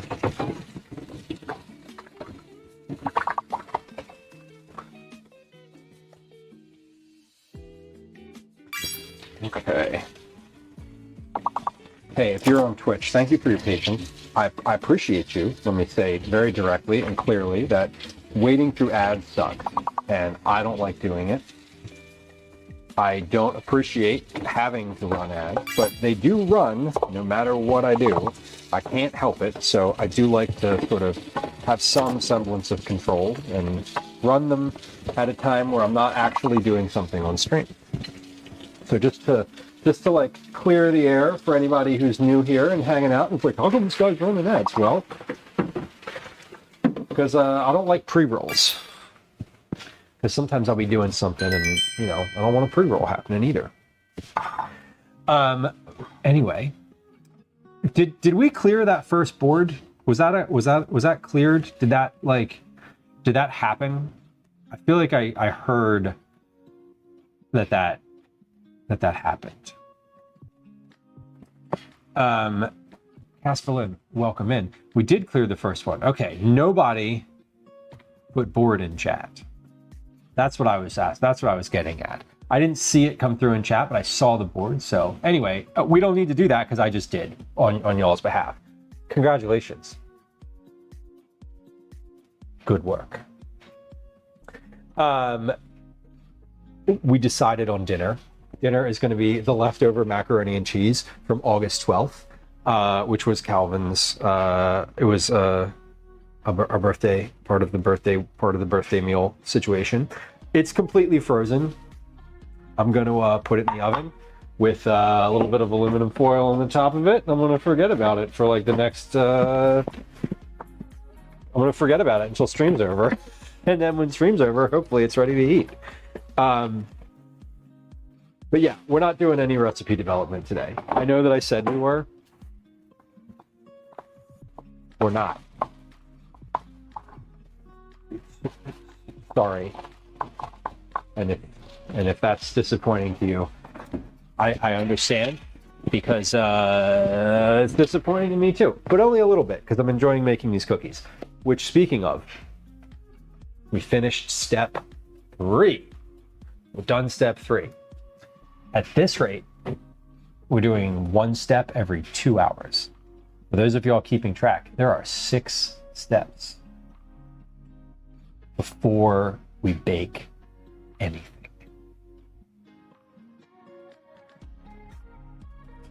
Okay,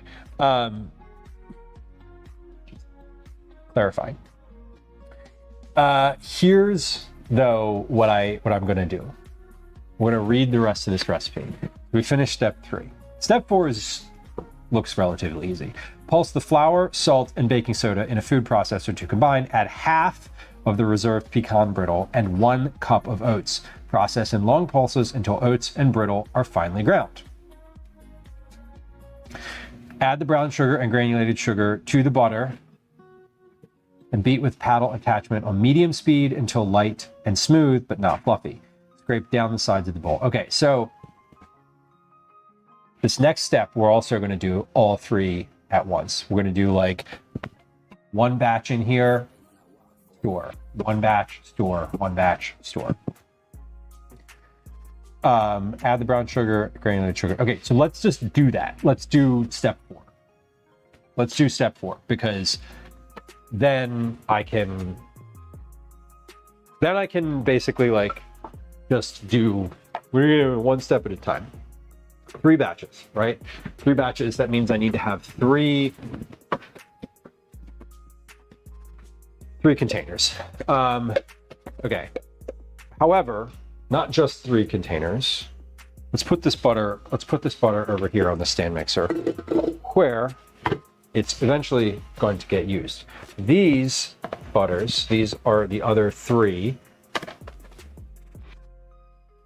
These are the other 3. We're gonna leave those back here. Like, those are just behind me on the counter because I can't have any space. K-Pops, you had to make the pecan brittle to make these cookies?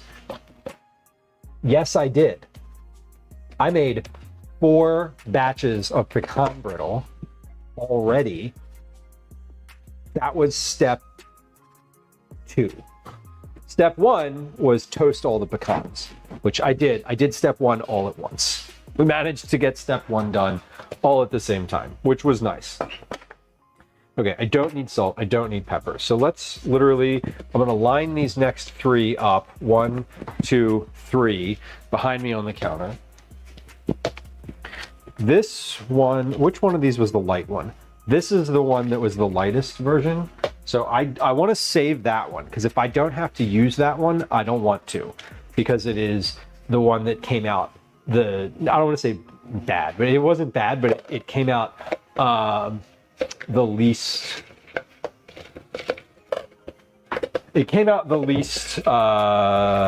toasted.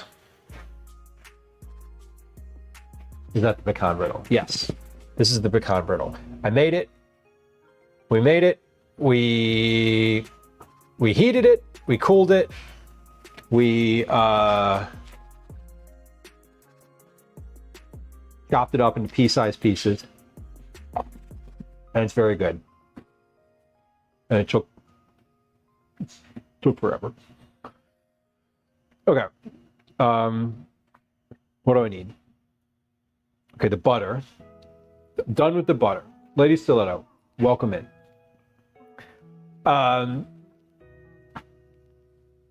Okay, so the all-purpose, I'm gonna measure my flour.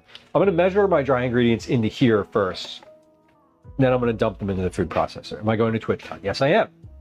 Yes, I am. We'll be at TwitchCon. 173 grams of all-purpose flour. We'll be at TwitchCon the full time. We're also doing a panel at TwitchCon. I'm doing a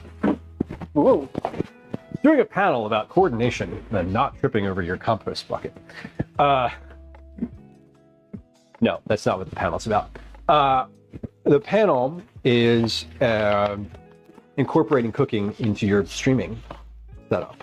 So if you're like a variety streamer or a gamer who wants to do some cooking, we're literally doing a panel about that. Myself and 3 other food and drink streamers.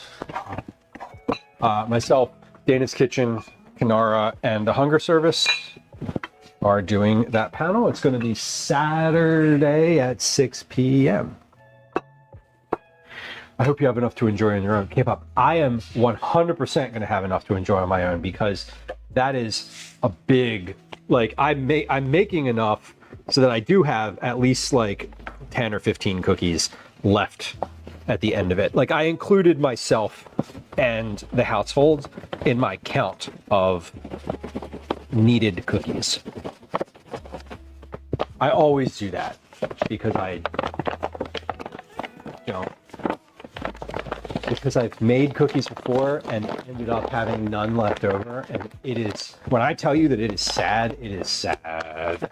It is really sad to have no cookies left over after you make all of them, and you put them, you package them, and you put them all in boxes, and then you're like, oh no, where did all the cookies go?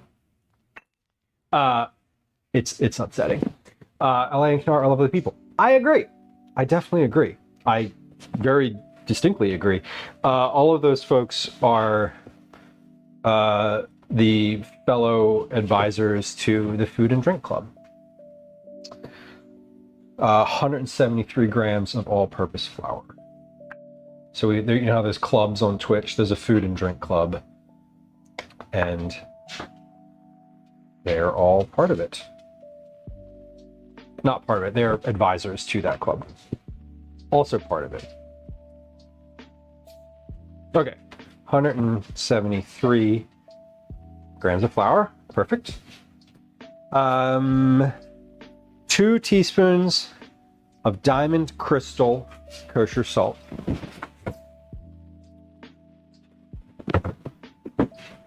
So I don't have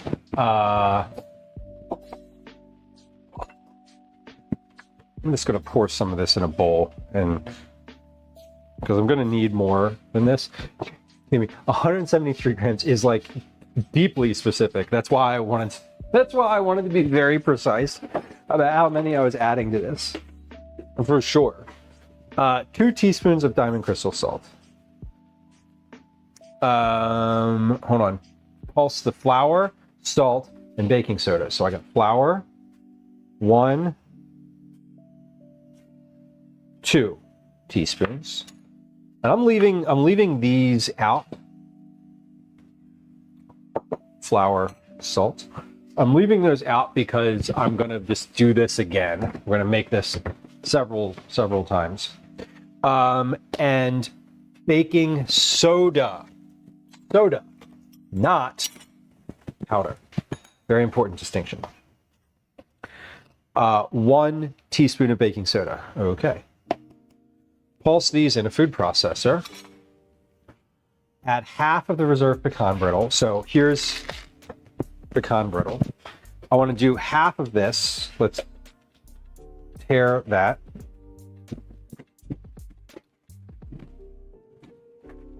So half of the pecan brittle is 334 divided by 2. 300 divided by 2 is 150. 30 divided by 2 is 15. That's 165. 4 divided by 2 is 2. That's 167. 167.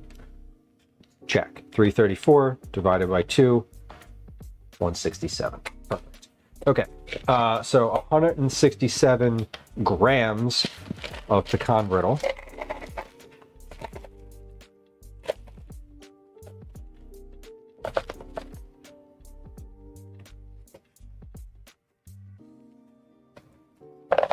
Okay, that's half. This is the other half. Did I make soup yet? No. No. No, we did not. No, we did not. We're not gonna make soup today. We're just making cookies. Dinner is in the oven. It's mac and cheese. Leftover mac and cheese. I was gonna make soup. I need to make soup because it's a recipe that I'm literally need to write. But I'm not doing that today. We're gonna end up doing like too much other things today. And I need a cup of oats. So 100 grams of oats. The recipe calls for 2 cups, 200 grams of old-fashioned oats divided. So if I'm doing the math correctly here, I have 100 grams of oats along with the peanut brittle or the pecan brittle, and then 100 grams of oats separately. So we pulse the flour, salt, and baking soda. 1. Then we add half the reserved pecan brittle and 1 cup of the oats. So the recipe calls for 2 cups of oats. It says 200 grams. That has to mean that 100 grams is 1 cup, right? We're if it doesn't, that's going to be like weird.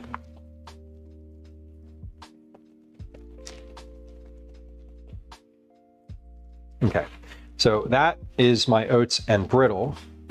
This is my brittle.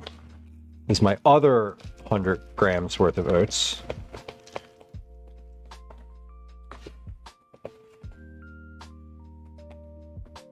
Okay, so this is the other 100 grams worth of oats. Pecan brittle, 1 cup of oats. Process in long pulses until the oats and brittle are finely ground. Then we add the brown sugar and the granulated sugar to the butter and beat with a paddle attachment on medium speed until light and smooth.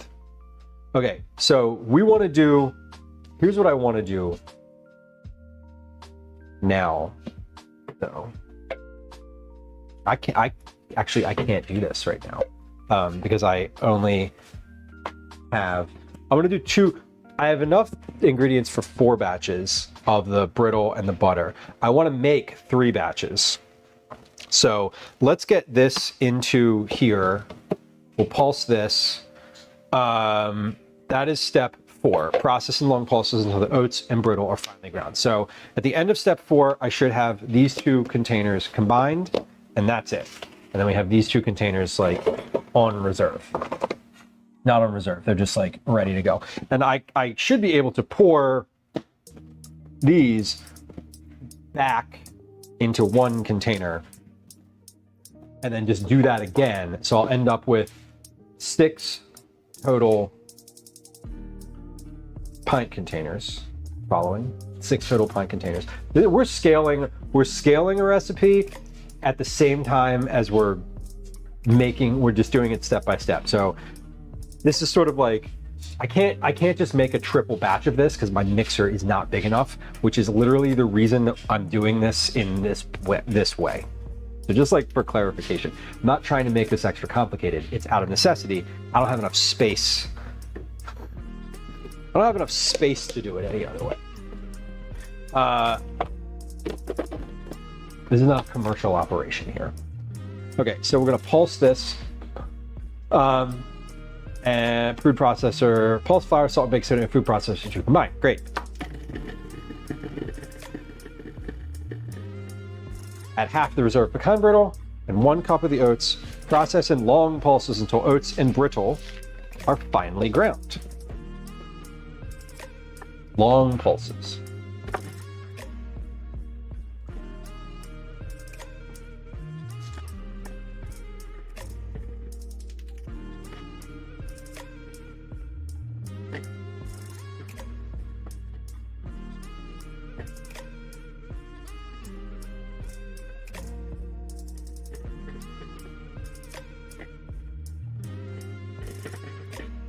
Okay, so we basically have like a pecan flour now. Yeah, that's finely ground. Let's get that out. And then we're going to do that, what I just did, 2 more times. Because then we'll be able to do the next step with the mixing, which happens in my stand mixer, which is the small. So I can't, you know, I gotta do the mixing as a per recipe batch. I can't do bulk mixes. At least I don't think I can. What I am gonna do, I'm gonna do the first one, right? We'll do like, we'll do one, we'll do a single batch. And at the end of the single batch, if it looks like I can fit a double batch in there, I'll just do a double batch and that'll be easy. I would make, the thing is, if I know I can do a double batch ahead of time, I would do 4 batches. But anyway, are y'all sick of my mathematics yet? And my like ridiculous situation here? What's everyone having for dinner tonight? I was planning on having tomato soup and grilled cheese, but I think we'll do that on Thursday instead. Hopefully. Yeah, this is way too much for my mixer. This, plus this, plus this, plus the butter, plus all the stuff is like, yeah, that's gonna be too much, so I don't think we'll be able to do a double, but we'll see. Again, we'll see. Okay, let's measure 1 more time. 2 more times, just kidding, it's not gonna be 1. Okay, these are ready to go. This is like good to go. Next step is gonna be sugars. Sugar, butter, and we combine it with the flour. Sugar, butter, combine it with this, mix this in, shape the cookies. We're almost there. We're super close. I can feel it. Sugar, butter, flour, sugar, butter. Thank you. Thank you. I needed that. I needed that in this moment. This is definitely a longer form cookie making process than we've ever done before. This is starting to feel like the tortellini stream. That's what this is starting to feel like. No, was anybody who's in chat currently here for doing the full-on like 8 to 9 hour tortellini stream where I literally took friggin' 9 hours to roll like 80 tortellini and it was just an absolute nightmare? It's fine. 173 grams of all-purpose flour. Hold on. I really need to like tap this out completely or else this is going to be, or my ratio is going to be off. Let me do this over the sink. I think there might have been, I know at least 1 or 2 of our, 1 or 2, if not all of the moderators were in for some or part of that stream. I just entered a fugue state and that was sort of that. All right, 173 grams of flour.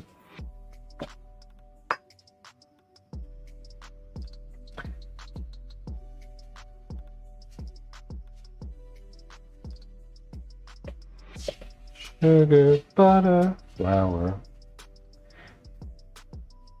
173 grams of sugar, 2 teaspoons of salt, 1, 2, 1 teaspoon of baking soda.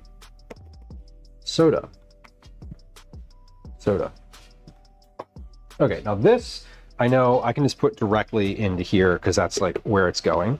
I wasn't really positive that that was what was happening the last time, so I didn't. Now we need half of pecan brittle. So this is 335. Damn, this made like a really like pretty consistent batch here. So we need 167 grams of pecan brittle. 60, that's 175.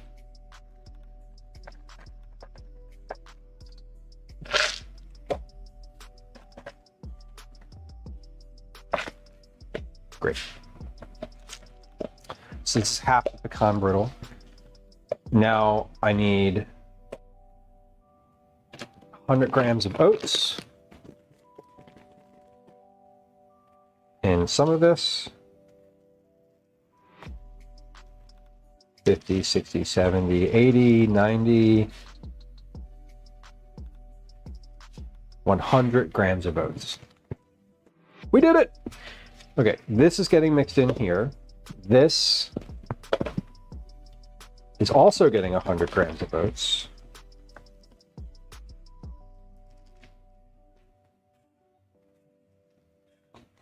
Okay, that is good. I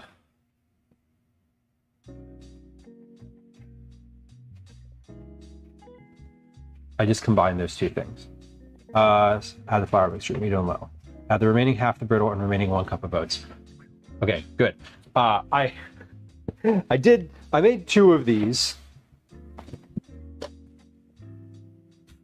I made 2 of these, and in the first one I had separated them, and I thought, oh no. Anyway, it's fine.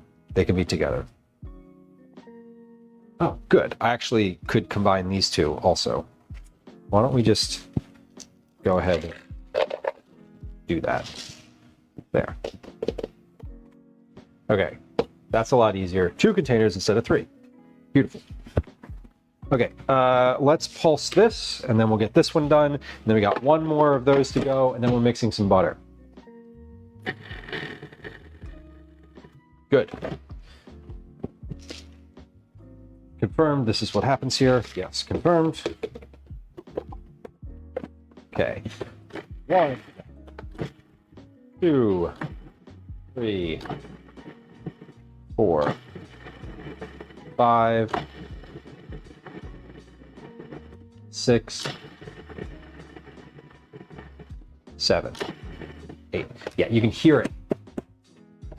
You can hear when it stops being crunchy anymore and starts sounding smooth, then it's like ready to go. All right, this. Speaking of ready to go, let's pop this into here. And then we just do that 1 more time. And then we're finished with step 4. Step 4 did not take 2 hours. Of all the steps of this recipe, step 1 was the easiest because step 1 was toast the pecans, and I did all of that at once. Now, this step, we're only doing 3 times because I'm pretty sure that I only need 3 batches of this. And I'll know after batch 1, after we shape batch 1, whether I'll need a 4th batch. So I'm sort of hedging my bets. My bet that I don't need a 4th batch here, but I'm not sure. I need upwards of 64 is my number of cookies to hit. Each batch for the recipe says it makes 18. Now, those are 18 massively large cookies. We're not doing we're not doing the size cookie that the recipe recommends. We're going to cut that down by we're going to do like a smaller version, 2/3 the size. So I believe that each batch should make about 27 cookies, which would be still a pretty substantial amount of cookies. Okay, that is batch number 2, ready to go. We have 1, 2, we'll do 1 more, and then we're good. We're good to go on the flour, and we can move to the sugar.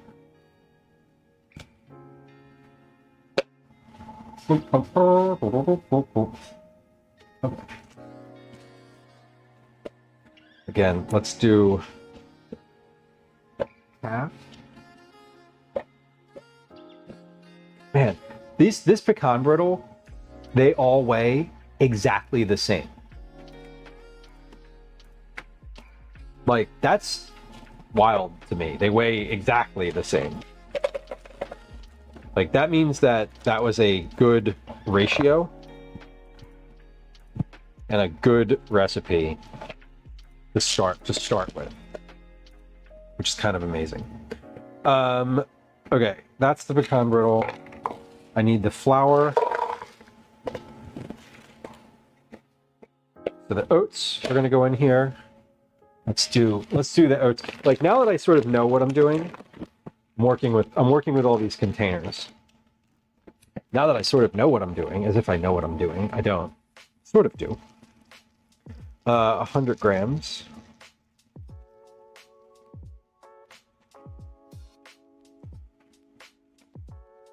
$100 grams. All right, this is my third bag. 1, 2, 3. That's ready to go. These oats are going to get mixed in. Wait, hold on. I still have some oats in this bag. I opened a second bag, but I still have oats in the first one. Perfect. Okay.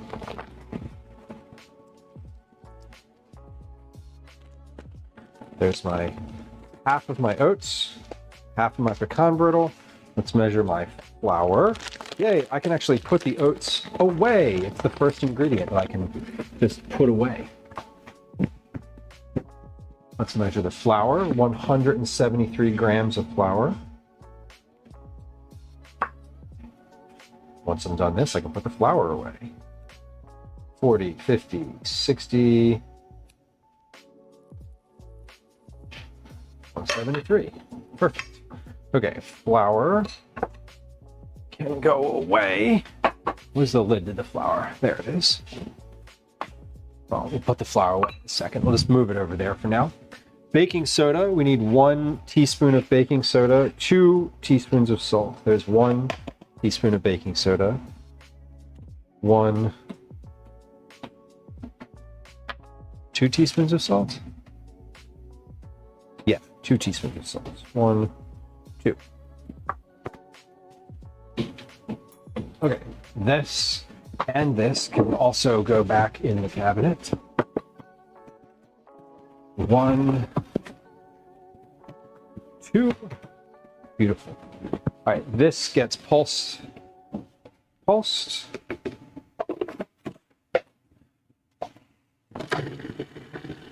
And then we add our oats and pecan brittle, half and half.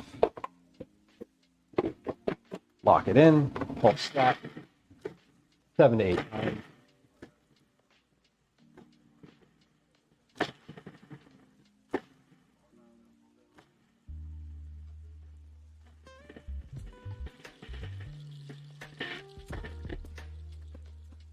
Beautiful. Now we're finished with the food processor. So this is why I like to do everything in a batch, because I'm like, okay, now I can get this appliance on the counter. Not only these ingredients, but also like this whole thing can go away. Because I need to put something else there. That being the mixer, which comes next. All right, let's get this scraped out and into the container.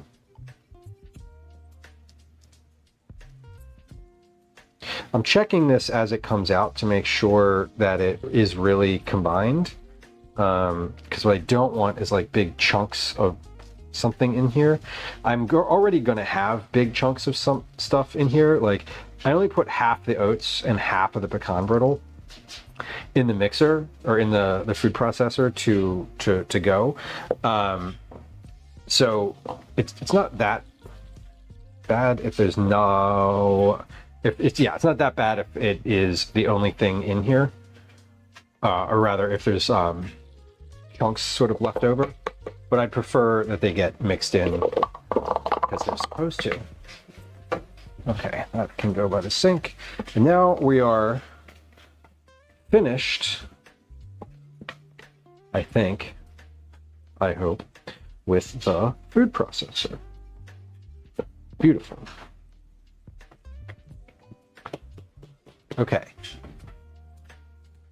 Still need the spatula though, so let's hold on to that.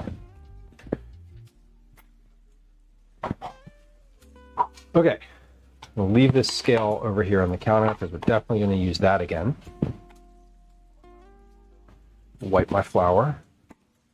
Wipe my sugar. Wipe my salt. There's no sugar on the counter. We haven't used sugar yet. Wait, yes we have. We did. We used sugar a long time ago. Okay, step 4 is finished.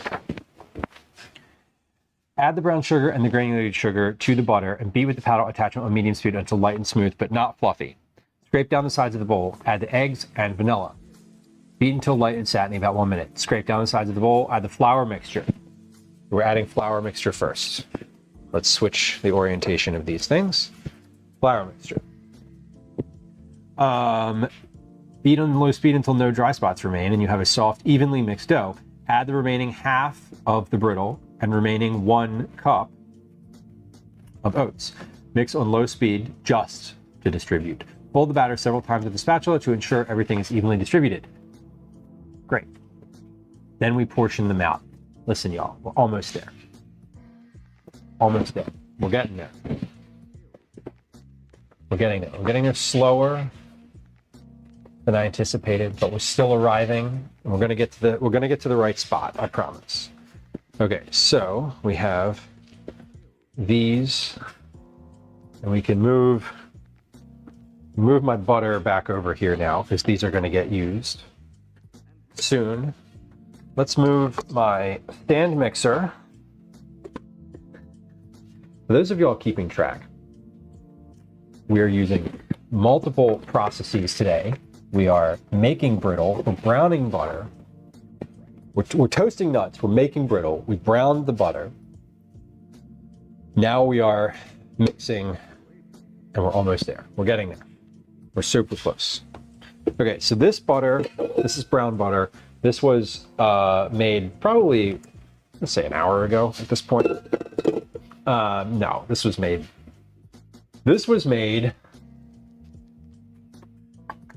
an hour and 30 minutes ago.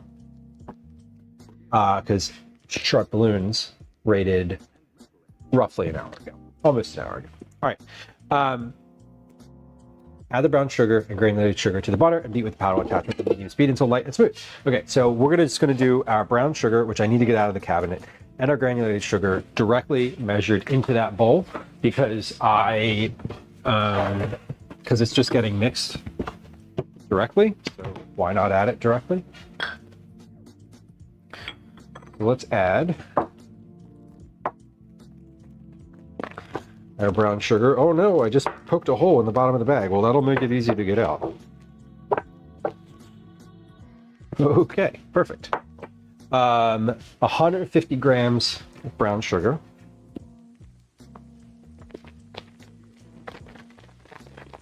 I literally poked a hole in the bottom of the bag, so we're going with it. We're going for it.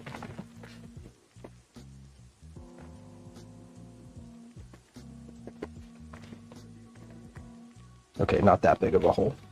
There we go. This is going very slowly. There it is. Okay, 60, 90. Oh, we got to slow up. 108. 114. Wait, what did I say? 150. 150. 30. 40. 68. 39. 50. 150. You know what else I'm going to do? While I have the brown sugar in my literal hand, I'm going to measure out the brown sugar for the other two. That's we're gonna take efficient. We're gonna do efficiency here and get the rest of this brown sugar ready to go. Oh, hold on, 154. I am trying to be very precise because this recipe was very precise. So fast. Yeah, this is random, but does Calvin still dress up for Halloween? And if he does he know what he wants to be this year? Yes and no. My son decided he wants to be a wacky waving inflatable tube man. Okay, that's super cool. And I feel like that might be a costume you can just purchase. Are you into just purchasing things? He has definitely dressed up for Halloween in the past, every year. We have not discussed it yet this year. So I don't know if he's going to do anything this year. I do know, pertaining to our candy discussion earlier in the stream, that he's going to go out and trick-or-treat for Halloween. And if you're going to go out and trick-or-treat, you got to dress up. I think that's sort of the, like, I don't want to call it a rule, because I don't want to, like, tell you what to do. But, like, at least for me, if you're going to go out and trick-or-treat, you should probably dress up. Even if you're an adult. Or a teenager, or whatever. That's cool that you can buy them, though. I like that fact that you can just be like, all right, I'm buying it. Like, I'm just gonna purchase the thing. That makes it a lot easier. 100 grams of granulated sugar. Okay, 100 grams of granulated sugar. Is anyone else dressing up for Halloween? I'm not. I saw a funny thing on the internet recently that was like, I told everyone I was gonna come to the Halloween party as Amelia Earhart, and they never showed up, and I was like, ooh, that's grim.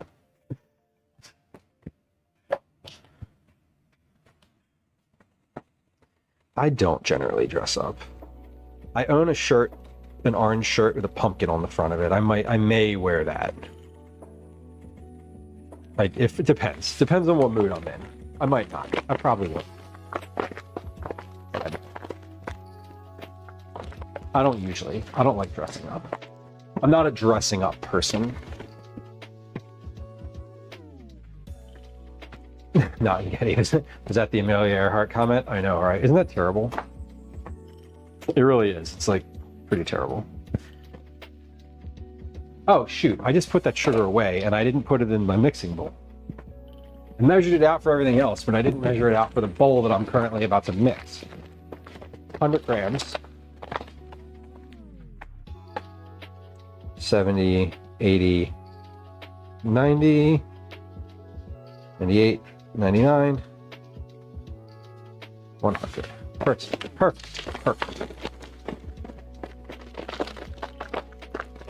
Okay, let's beat this.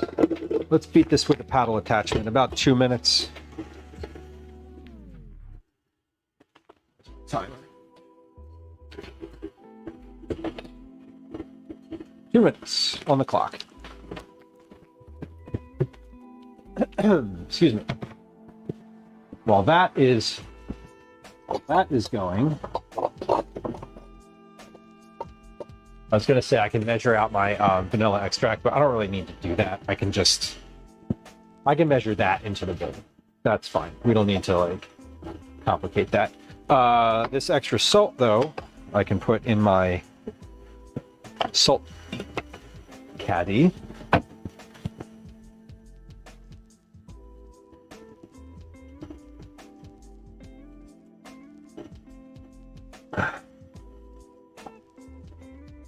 Yeah, K-pop fan. I think that's accurate. If you're dressed up and you come to the door, you can get candy. It doesn't matter who you are. If you're an adult, if you're a kid, whatever. Just like enjoy. I hope you're having a good Halloween. If you're not dressed up and you're a kid, you can still have candy because you're out trick-or-treating. So like, I don't care. If you're an adult and you're not dressed up and you're like holding your hand out for some candy, I'm gonna be like, what are you doing? But functionally, we just put a bowl on the front step and go trick-or-treating with Calvin. So I don't really know who takes all the candy that comes to our house, honestly. Which I kind of like it that way. It's a little better, I think. Okay, this says 2 large eggs and how much? Cut off the vanilla extract. Oh no. I don't know how much vanilla extract to put in here. Hold on. Gosh darn it. Gosh darn it. It's fine. I know where to find it. Okay, 2 minutes is up. That's pretty good. Bon appetit. 1 tablespoon of vanilla extract. Okay, that's a lot of vanilla extract. I would not have guessed that amount. Cool. Good to know. We can't just put a bowl out. One kid always ruins it. Yeah. We're in an area where like trick-or-treating is not super common in this neighborhood. So every year that we've put a bowl out, there's been leftover stuff. Scrape down the sides of the bowl, add the eggs, add vanilla. So let's scrape this down. We'll add the eggs. Yeah, this is not, this is good. This is a good, consistency. Yeah, Baker, end of the night. Yeah, it definitely, you get less picky as the night wears on. It's funny because there's some places in Philadelphia that are super, they hand out big candy bars and all the kids go to those neighborhoods, but we're not there. So a lot of people don't come through our neighborhood just because it's typically not been a place where people were handing out lots and lots of candy. It wasn't productive, right? So Cyrus says we put out a bowl with that had a few pieces of candy and we came back, but they were different. Yeah, I think that you're right. I think that a kid came by, saw an empty bowl, and put some candy in there, and it would be really nice to know who that kid was, so you could be so that next year when they came by your house, you could be yo, here's a full-size bar. Thanks for being a good kid. Here's that full-size John. You know you want it. Scrape down the sides of the bowl. Add the eggs, vanilla. Add the eggs and vanilla. Okay, so we are adding the vanilla. I got new vanilla for this. I don't often use. I don't buy vanilla extract for the house. I usually use just imitation vanilla flavoring liquid. But I figured for these cookies, I'm going through all of the effort. I should get real vanilla extract. So that's what we're having. That's what we're having this time around. God damn. Can't. Okay, maybe not. We might not be having any real vanilla extract. Are we serious here?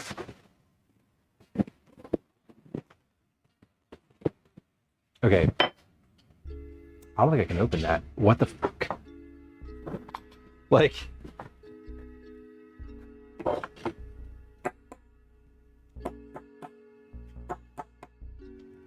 Yeah, hot water.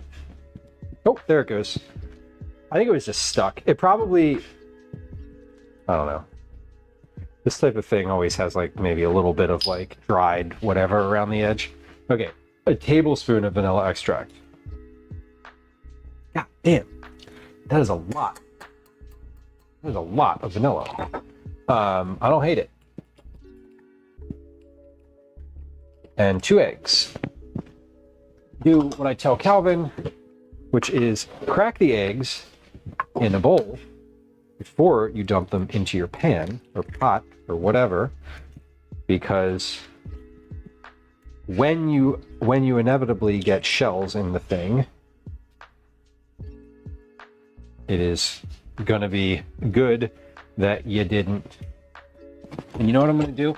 This says cold eggs, and I've had these in the fridge, but while I've got egg hands, we're gonna crack all of these eggs at once, and I'll just put 2 of these bowls back in the fridge. That way I don't have to do this twice.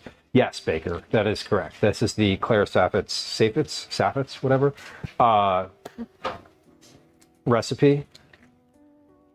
The one that everyone says is obnoxious. They're not wrong, because Claire loves her vanilla. Yeah, and we watched the YouTube video of her making this right at the beginning of stream, and he did say yep, it's a lot of vanilla, so it's fine. We're good. I'm not questioning it. Just to be clear, I love vanilla. I'm very happy to have a large volume of vanilla extract. Put 2 of these eggs back in the fridge, Lou. It says cold eggs. Okay. Okay, I will. Thanks, inner monologue. All right, eggs. Add the eggs and vanilla. Beat until very light and satiny, about 1 minute.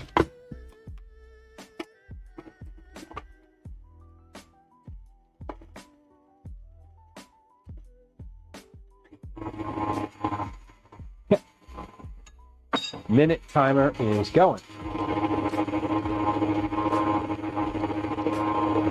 Scrape down the sides of the bowl and add the flour mixture. Beat on low speed until no dry spots remain. So the flour mixture, this is next. This is next.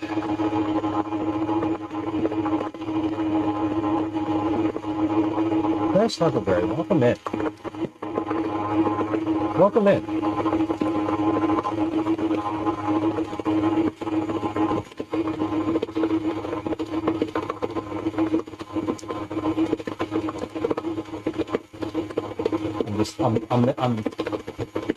I'm hoping you're perceiving the shark in the food. Big fan. You joined the Food and Drink Club. Amazing. I'm really I love the emoji. I'm glad to hear it because certainly you do both food and drink. I know among other things, but yes, one of the founders. And today we're very much in the weeds on cookies. We're struggling. We're not struggling. We're making very complicated cookies today.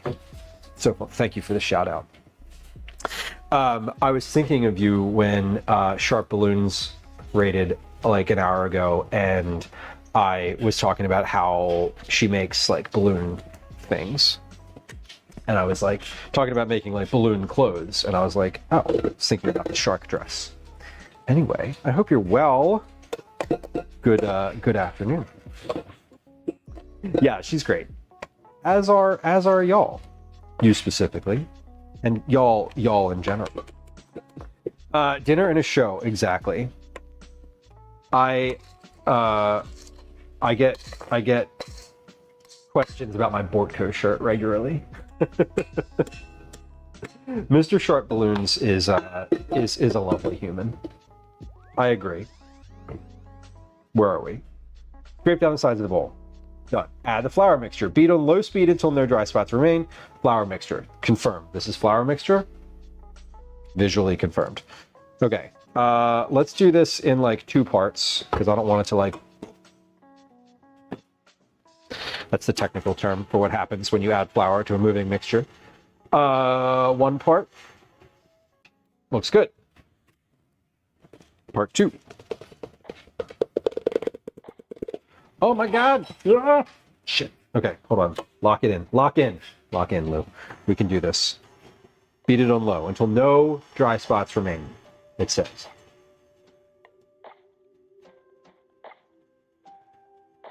And you have a soft, evenly mixed dough. I love when it says, I love a recipe that's just like, just mix it until it's completely mixed. Like that's, honestly, that's one of my favorite like varieties of recipe, because I really loathe the recipe that's like, don't over mix it. And I'm like, y'all, I'm using a mixer. What do you mean don't over mix it? Yeah, Daisy's around. My dog is around. She's like chilling, looking for anything she can find on the floor. I can't ask her to move. I can't tell her she's a good girl. I can't do anything. She's just this like autonomous creature roving around looking for whatever it is she can find. Okay, no, confirmed. I've confirmed. Let's go with this here. I've confirmed 2 things. Thing number 1, there are no dry spots. Thing number 2, I can double this. I can double this in this bowl. Could have done a double recipe all along. Bitch, I should have tested this. I should have tested this ahead of time. This is how you know I didn't test this recipe ahead of time. This is how you know, without a shadow of a doubt, that I'm making this for the first time. Because if I'd have tested this, we'd have done 2 from the jump. Anyway, add the remaining half of the brittle. and the remaining 1 cup of oats. Mix on low speed just to distribute. Fold batter several times with a spatula to ensure everything is evenly distributed. And then we scoop. Okay, so low speed, lock it in. Low speed, evenly distributed. So we're gonna add a little bit at a time, little by little. Little by little, just like how we've been doing all of everything today, little by little. Okay.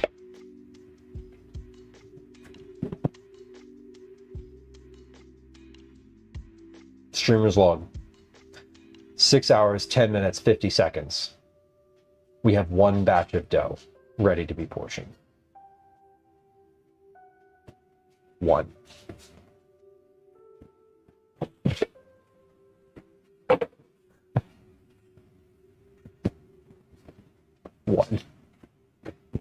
Y'all, if you've been hanging out here for any amount of time, more than an hour today, you just clap for yourself, because Jesus, we're getting there. But to be fair, I have dough ready to go. I have everything is mise en place over here. We're good. This didn't take very long. And the next 2, actually no, I don't think I can double this. I really don't think I can double this. Now that I've added all the rest of those solids, I'm like, oh, that's a lot. Oh my God. Once and only once? Yeah, I believe that. I firmly believe you. You know what we are going to do here, though? I'm going to scrape all of this dough into a bowl. And we're going to do this again. And then again. And then we're going to portion it out. Because, as mentioned multiple times, we're just batching everything. And if y'all know, if you've been here before, you know what's coming. You know what's coming. It's the bigger bowl. Yes, it is. We're going to batch all of this shit into one big bowl. And I want to tell you that in my infinite wisdom, I can tell you exactly how much this bowl weighs. Because I wrote it on the bottom in permanent marker. For situations like this. Oof, that was a bit aggressive, sorry. But we are going to do that same batter situation 2 more times before I start to measure this out, because I want to do the measuring all at once. And I realized as I was sort of I was like, hey, I'm going to do all this, I'm going to measure, and then I'll know if I need a 4th batch. I'm not going to lie, I don't want to know if I need a 4th batch right now. I don't want to know. I want to finish the 3 that I have ready. And if at the end of that I need a 4th batch, there's going to be probably about 4 to 5 minutes of crying, and then we're going to raid. So just FYI. But seriously, I keep making light of it, but I'm having fun. I do enjoy a long form kitchen project. It is fun and enjoyable. So just FYI, okay? I wanna be I'm making light, but I also want to be honest that this is fun, and we're making a lot of cookies all at once, and we're learning. Mostly me, I'm learning. Wait. I should, hold on. Twitch is yelling at me that I need to run an ad. We did this. Let's do this. I'm gonna pop this in the fridge, because it needs to get refrigerated anyway, and who cares if it's in here for a little bit before I roll them out, because it should be fine no matter what. I'm gonna balance that on top of a can of pizza sauce. I'm sure it'll be fine. Okay. We're gonna run a 3-minute ad. I'm gonna put up a game of words in stream. I'm gonna wash that bowl that I just put in the sink, We're going to come back and we're going to make 2 more batches of this. Then we're going to roll it. Then we're going to roll these out. We're going to measure these out. That's what we're going to do. The measuring should not take very long. And other lies. Okay, if you're unfamiliar with the way that we do the stream here, we do 3 minutes of ads every hour because there's no pre-rolls. So if you join the stream and you're hanging out and you're enjoying yourself and you're not a subscriber, this is the part where I ask you to like wait for a few moments and hang around. And if you don't, I totally understand. It is also the part where I tell you that we are doing some September promotions. They're right here. If you subscribe, you don't get any ads. And Words on Stream is bigger. Not a threat, just clarity. Anyway, you can also subscribe with your Prime membership or use Twitch Turbo. Either way works. Anyway, here's a game of Words on Stream. We'll be back in about 3 minutes. I'm gonna run a quick ad. I'm gonna do a dish. I'll be right back. Okay, BRB. Hi. Welcome to another edition of Commercials I Hate. And I do.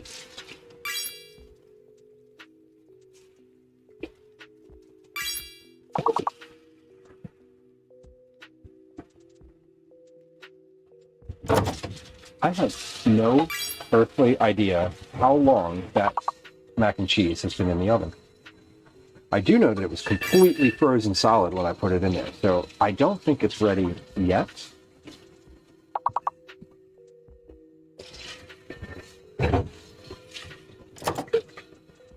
it might be.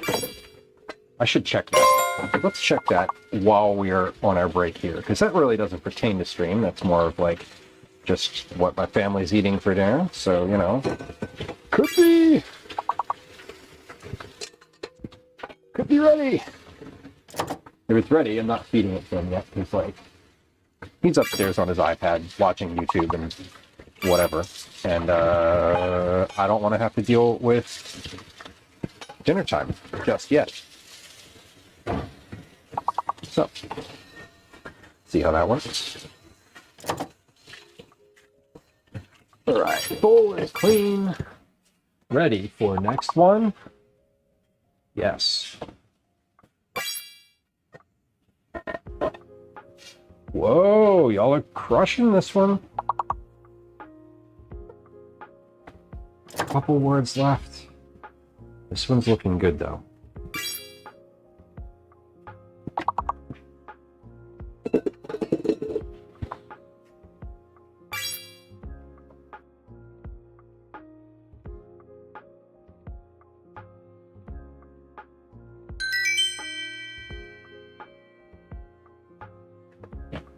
Nice. All right, one more. Got time for one more. Just about time for one more.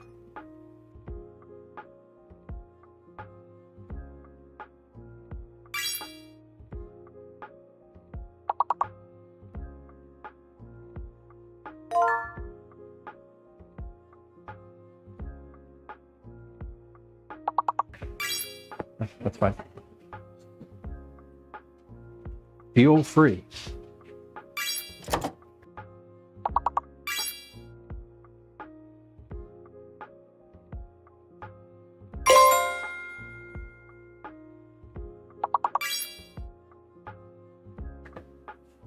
All right.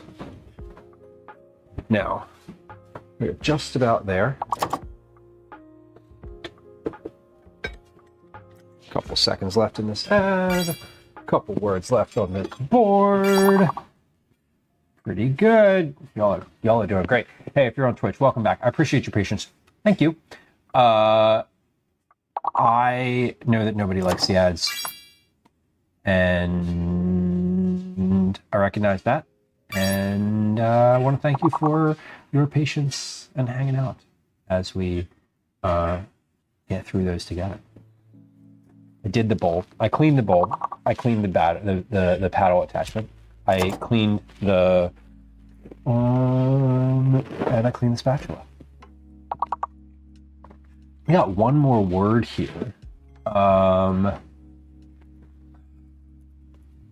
Who knows what it starts with?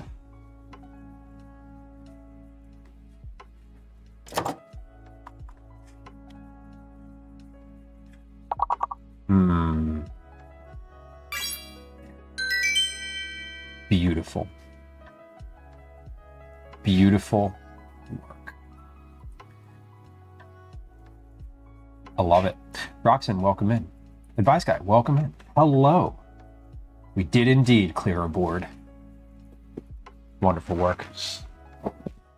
Wonderful work. Let's do that again so that we can do one more. All right. Add the brown sugar and granulated sugar to the butter and beat with the paddle attachment on medium speed until light and smooth. Okay, so we have butter, brown sugar, and granulated sugar. Those are all portioned out, ready to go. Let's move this over here so that we are move this over here so that it is I'm not like flailing, and I don't want to miss the bowl. Brown butter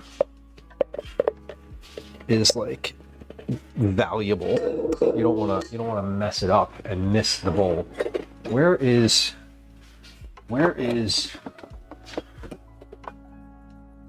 the word that I'm searching for? Is spatula. Where is it? Aha! There it is. Lollipops. Thank you for the tip. I appreciate you. And I know that was more than that for you, and I appreciate it. Thank you. Such generosity indeed. Makes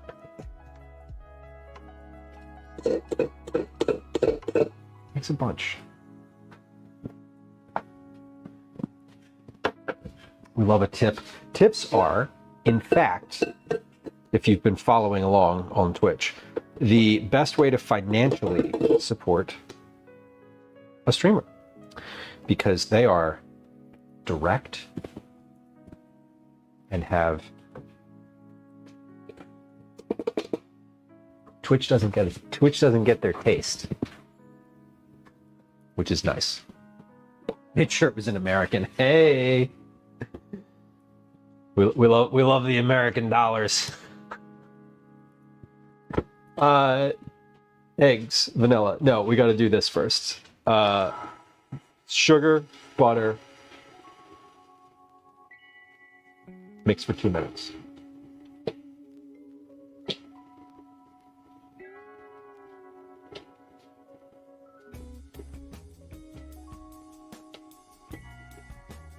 Okay. Mixing for 2 minutes until light and smooth, but not fluffy. Not fluffy, it says. I know.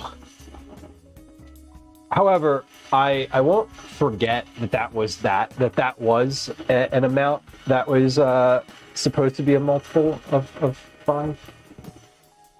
Tipping, for those of y'all who are unfamiliar, gets you Cookie Club entries. Every $5. Command cookies in chat if you're curious. Everything we're doing today is Cookie Club related. But tipping every $5 gets you 2 entries to Cookie Club, not just 1, 2. Because like a subscription is 1 entry.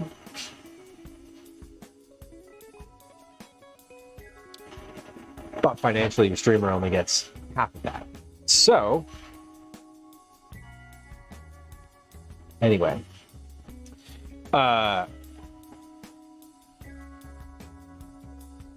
just for reference.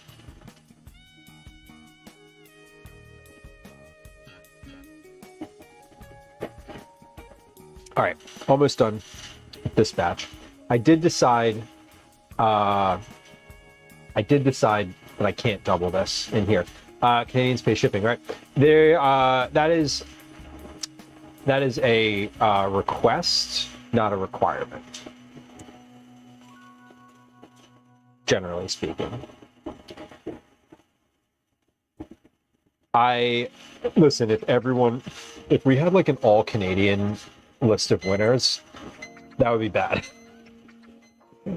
But it's budgeted. It is budgeted for accommodations. Scrape down the sides of the bowl. Add the eggs and the vanilla. Okay, so we're adding the vanilla. Vanilla is a tablespoon of vanilla extract. And just so we're clear, this whole like exemption situation, like I live in the United States and it's kind of a dumpster fire right now. There's a lot going on. One of those things is it like costs money to ship into the United States. To my knowledge, it doesn't cost that to ship out to the United States. So just FYI. It still costs more, but it's not like wildly different than usual. Beat until light and satiny about 1 minute. 1 minute. We're gonna beat until these are light and satiny. We love it. Then we add the flour. Ta-da!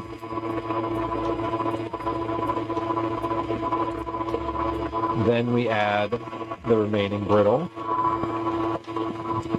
And then we do that again. Only we're not going to take a break for ads in between this batch and the next one. So. Looking to see that this is light and satiny. Don't really know exactly what that means in terms of this dough, but it's looking good. For me, it's cheaper to ship into the U.S. than across Canada. That I believe. I mean, generally speaking, like people make fun of the post office here, like, oh, it's like a joke. But the post office is pretty good. I've actually had really good experiences. Pause. Hold on. Scrape down the sides of the bowl. Add the flour mixture. Okay. Beat on low speed until no dry spots remain. I'm going to add the flour mixture little bits at a time. Not anymore. Yeah. I haven't actually shipped anything in a little while. The last thing that I shipped was Cookie Club cookies, and that was at the very beginning of July.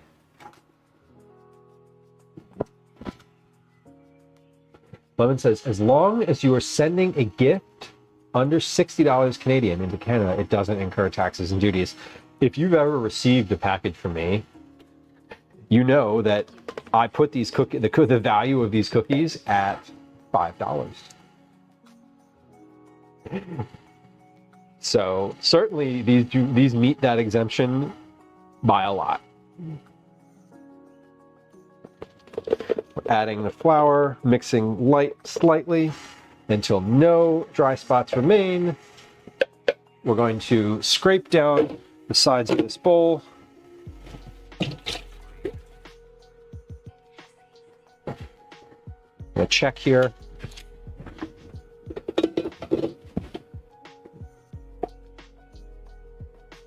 Scrape, scrape, scrape. Dry spots? No.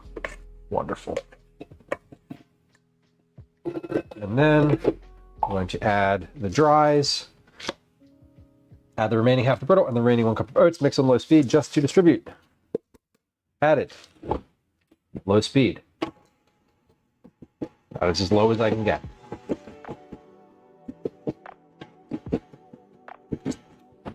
Okay, distribute it.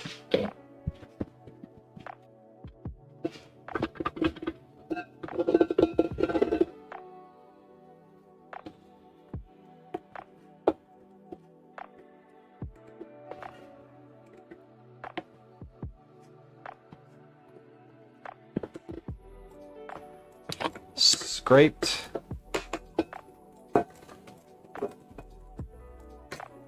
Fold the batter several times. spatula to ensure everything is evenly distributed. It is. And then we portion. So now we're going to not portion just yet.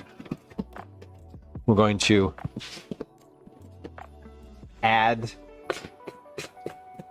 to the big bowl.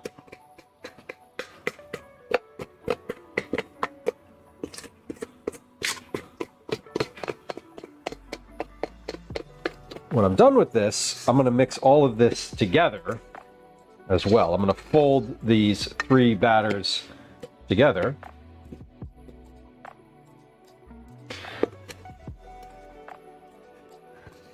And then we're going to portion all of this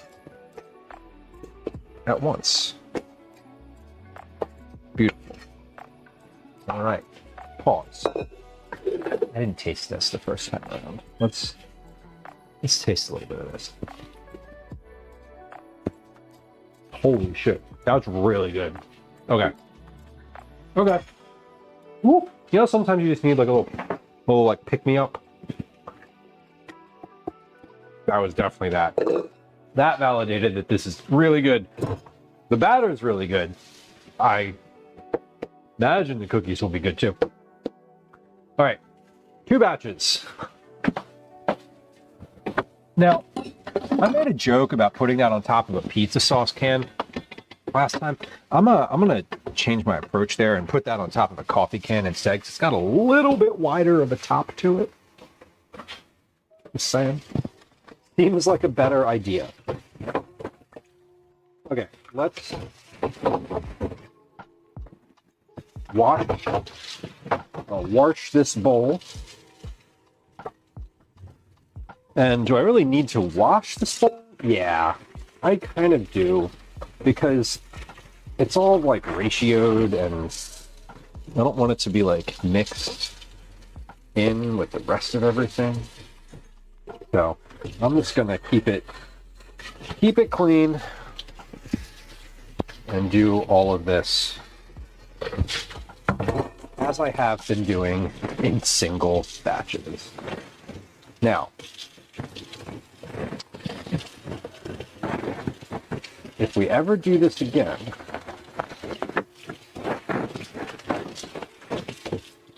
we'll have to wait. Where's there it is. Forgot about this. We are going to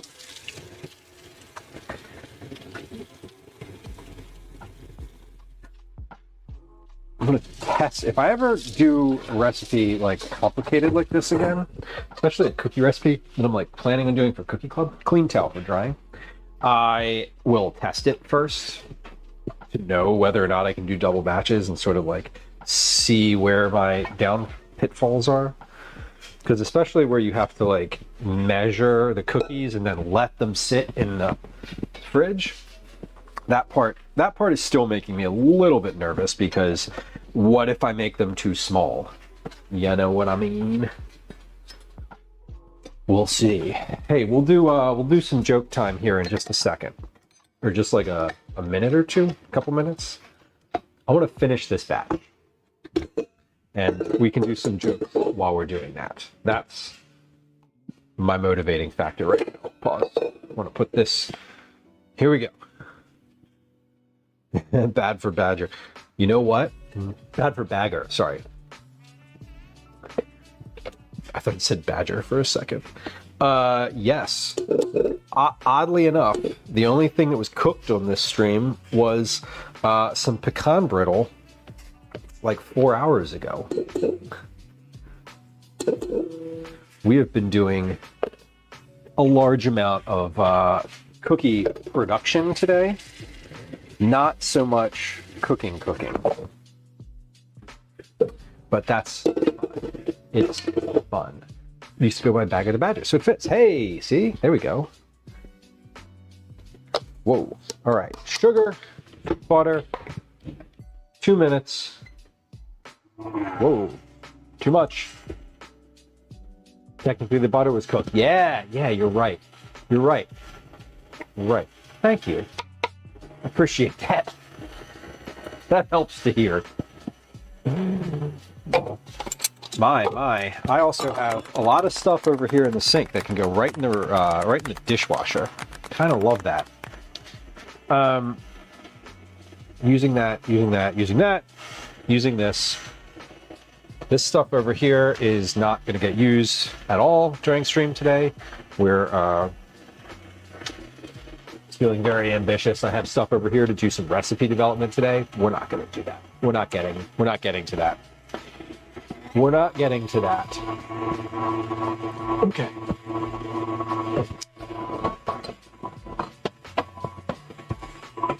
More liquid. More hydration, not liquid. We're not putting any more liquid in this. This is fine as it is. I wanted to check that dinner that I put in the oven.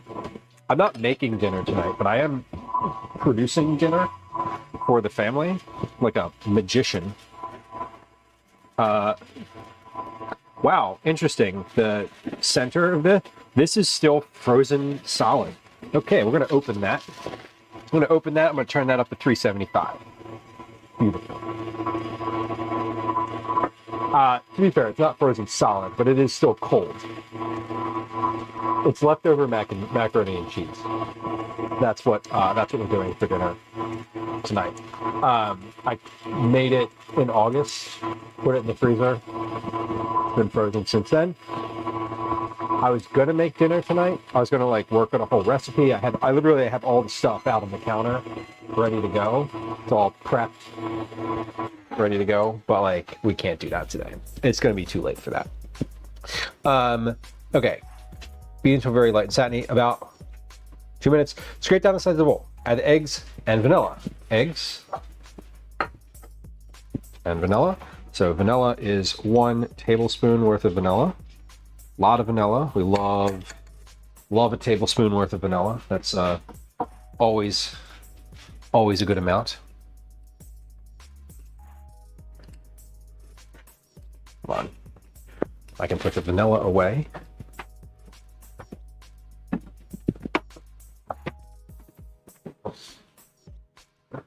Eggs are in the fridge. I cracked them already. Eggs and vanilla.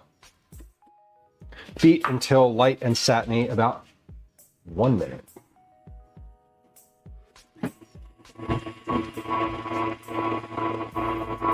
Okay, time we're going for those.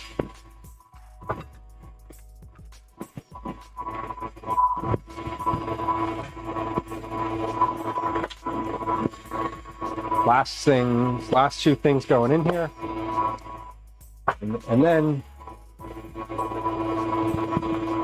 we'll be ready. Pre-cracked egg. Yeah, we're finishing step 5. Step 5 of this recipe. Step 1 was toast the pecans. Step 2 was make the pecan brittle. Step 3 was brown the butter. Step 4 was combine the dries, flour, etc., and combine those in a food processor. Basically, you're making oat flour. Step 5 is what we're on, which is mixing everything. Now we're adding the dries. Beat on low speed until no dry spots remain. Okay, we can do that.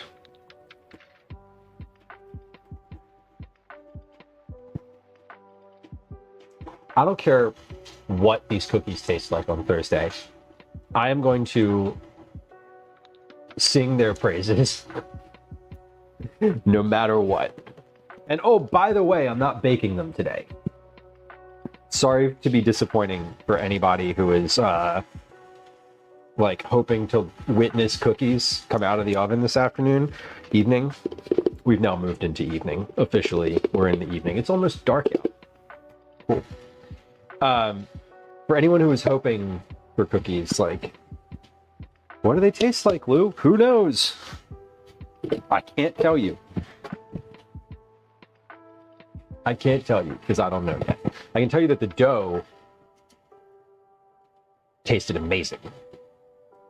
So, at least there's that. I do like, Baker, I do like a recipe that you get to sort of produce the entire thing. Like, could I use toffee bits for this? Sure. Of course you could. You know, is it, but it like, it wouldn't be the same thing, right? It wouldn't, that's how it is. Okay, let's check. We're checking to make sure there are no dries underneath of here. There are not. Looking good on the dries. Okay, now we mix in our final dry ingredients. The pecan brittle, the oats, until distributed, they are distributed. Now, we take this off of the John.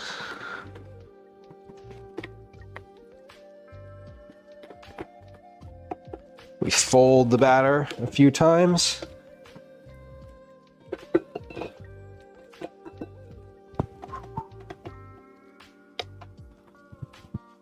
Yeah. Looks good though. The batter is nice and like consistent. The one thing that I will say is I've made all three of these batches, and they have been very consistent with everything. Like they've come out, they've all looked basically exactly the same. So, I mean, that might be a facet of me just like making them all at once, right? Like, because I'm just sort of doing everything the same all at once, but it is nice that it's nice that that is the case. I think I was particularly impressed with the fact that all of the pecan brittle came out exactly the same weight. Like the same weight, each of them. Okay, fold this together, make sure everything's distributed, and it is. Beautiful. All right. Oh my fucking God, this is so heavy. Now,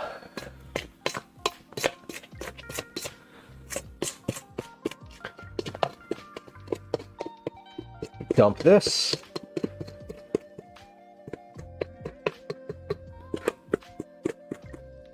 Yeah, no dries on the bottom. Everything's incorporated. Looks beautiful.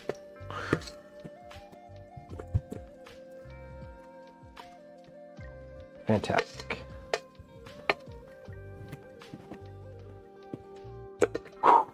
Okay. Oh wait, hold on. I need that spatula. That was very dramatic of me. That's like when you throw the directions away for whatever you're cooking, and then you just have to like root through the trash to find them again because it's like, oh, I messed up. Okay, but this is a big bowl of batter. I think, you know, I'm not gonna lie here. I think this is gonna be too much for my scale. As in, I don't think my scale is gonna be able to like get the weight of this whole thing. No, maybe it probably will. We'll see. We're about to find out because we're about to measure out all the cookies. Okay. Let's, before I do that, I'm going to do two things here. One, I'm going to put this brown butter in the refrigerator because I'm definitely not using it today. Two, I'm going to put this pecan brittle in the refrigerator next to the brown butter where I'll be able to find it again and kind of know where it is. Yeah. Yes, Cal? Can you put in the Roblox time? Sure. Thank you. Did you just check your shirt? Yeah. Okay. That's earlier I had. Yeah. Yes, I know. I know.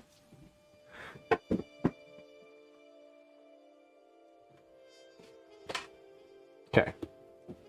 There you go. Thank you. The child needs more Roblox time.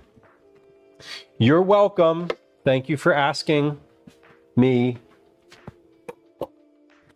What do I want to do? I want to wipe my counter off now. Because now we're sort of we're in the next phase, and I have like stuff. I've had lots of stuff on the counter, so let's just like wipe here and make sure that we're like ready for this. So I just made 3 batches of definitely the most complicated cookie I've made so far. I don't think there's any doubt that that is true. And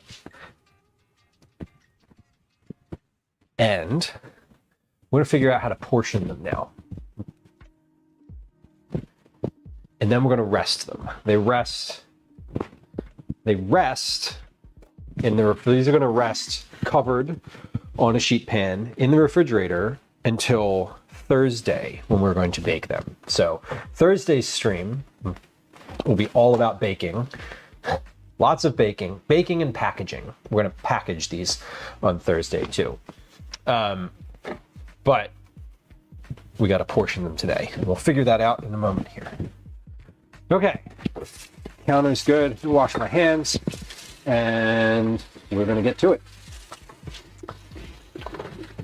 And everything in the sink also, with the exception of that rubber spatula and 1 plastic spoon, can go in the dishwasher. Love that. That's like one of my favorite things, is when you can actually just empty the sink out and there's no like hand dishes to do. Okay, let me get out my sheet pans. So these are the sheet pans that fit in the refrigerator. Do my other sheet pans fit in the refrigerator? I should check. Because if these larger ones fit, I'm going to use those instead. These are already bigger and I don't want to have to transfer. Oh yeah, these fit. Okay, cool. We're going to use the bigger sheet pans because there's going to be more cookies. Quite a few. So let's use these. I'm going to cover these with parchment paper, as the recipe suggests, nay, mandates. It is specific in multiple places to use parchment paper. Not only, well, this part is specific, and I think that it would be okay to not use parchment paper here if we really like didn't have to. But for the cooking aspect, some of the commenters said parchment is necessary, and the recipe specifically calls for parchment. Not that we're cooking right now, but future reference, we will be getting there. These have some mileage on them. They're still really good though. They actually work. These work really well. These are not my cookie baking sheet pans. These are just these are the sort of everyday like beat the crap out of cold sheet pans.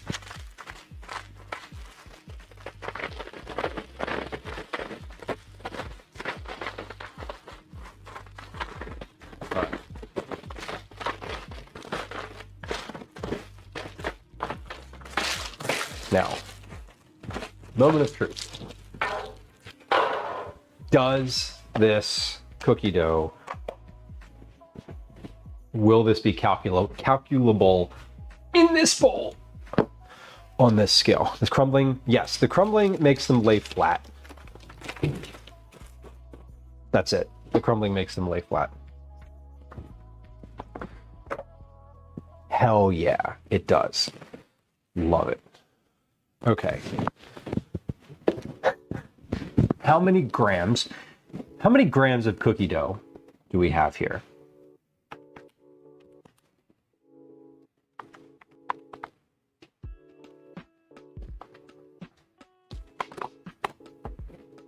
How many ounces of cookie dough do we have here?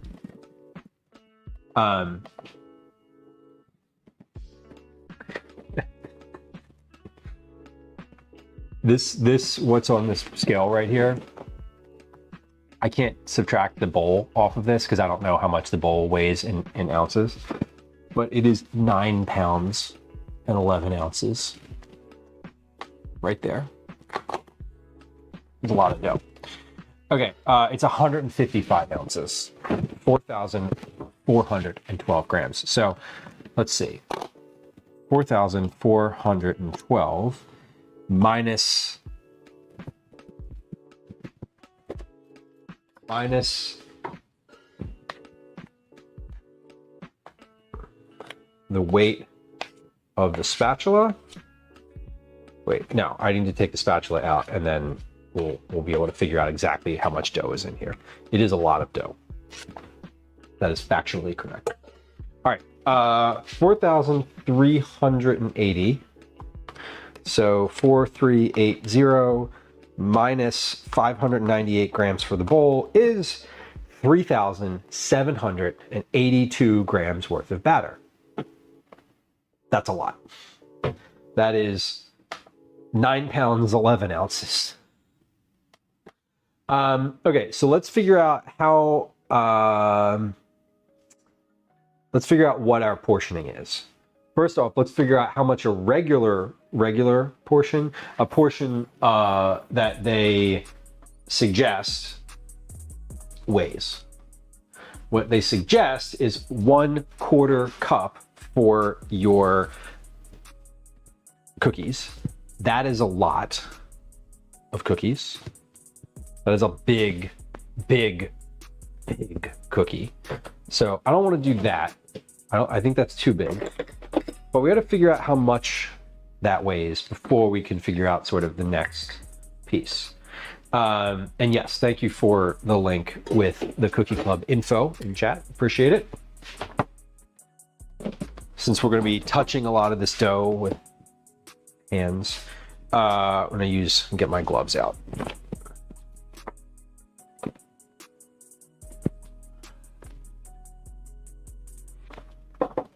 We're hydrating. Okay, this is a 1/4 cup scoop. So I want to take 2 ounces out of here. It says it's asking for, it says using a 1/4 cup. Oh, y'all, we just finished step 5. There are 9 steps total. Using a 2 ounce scoop or 1/4 cup measuring cup, scoop level portions of dough to make 18 cookies. Okay, so let's see. We're just going to scoop. I have 9 pounds. I have 10.5 ounces. So 8.5 is where I'm sort of expecting to be after I scoop a level scoop.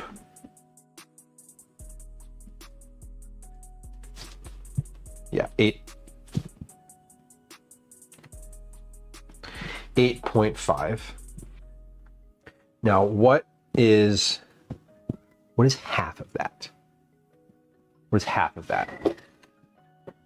Let's take, and I'm literally going to cut this,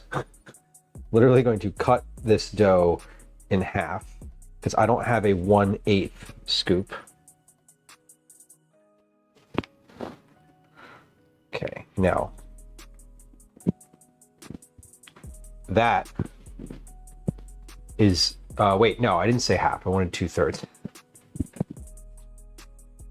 Okay, but pause. I got the info that I needed, which was this 1/4 cup is 2 ounces.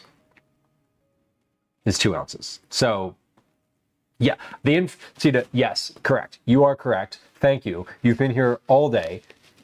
Whether or not you've been here all day, don't tell me, because we were talking about this. You were like helping with we were talking about the numbers. Anyway, I do want 2/3 of this. You're correct. So, but I derived value from that bit of information, because I do know now that it is ounces, that 2 ounces is actually, look, y'all, I know that it says a 2 ounce scoop. I know that it's in the title. It's just nice to be able to confirm that type of thing. Okay, but I can basically say, like, all right, how much weight am I taking out of here, right? That's the important thing. So if I do a scoop out a 1/4 cup, how many grams is that? Divide that by 3. that's how big of a cookie I want. And then I can use this spoon and just like scoop that much dough, like little by little from the side, and just plop it on here, shape it with my hand briefly, and then just move on. That's the goal. Okay, we're doing a lot of science here. We're doing a lot of science here so that we know, or math. Yeah, not science, math. We're doing a lot of math so that we know how much is the right amount. All right. That's what we're doing. We're zeroing out our scale now. I'm taking just a 1/4 cup out of here. This is like the full version of the cookie. 1/4 cup, right? That's what I want. I want 1/4 cup. And that is 50 grams. 50 divided by 3 equals, wait, 50 divided by 3 equals 16.6 times 2 equals roughly 33 gram cookies. 33 gram cookies, which like is just about the number of cookies. That's still bigger than most of the cookies we make on this stream.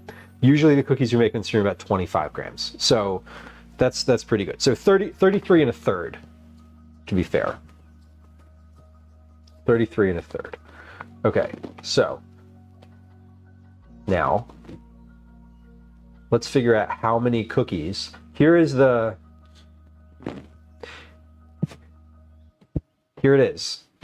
Hold on, I'm gonna write that number down so I don't forget it.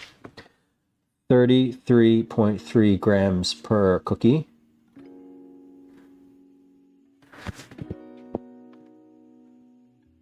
Take this off. We're going to zero it out. We're going to put that back on. We're going to say we have 4,376 grams. 4,376 minus 598 for the bowl equals 3,778 grams divided by 33.333333, repeating, equals 113 cookies.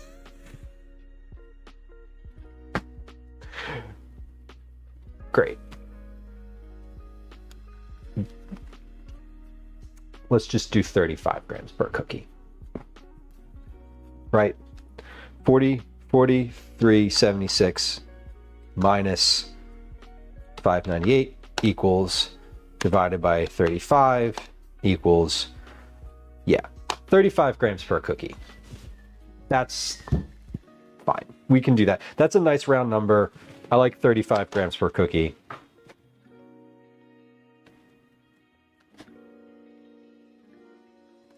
And that's just above it. That's just above 2/3. Let's do it. Okay. Now, see, this is why I did everything in batches, because now all I need to do is measure out cookies until I'm done, and then it's done, and then we're finished for today. All right, what did I say? 35 grams per cookie. Let's fucking go. Yes. Now, how much is that? 30. Yep. See, now this is like why I wanted to do this by weight, because that's 30. Perfect. That's 35 grams. There we go. And we're off. Now I can just sort of shape it like that, plop it down, and we'll just do the next one right next to it.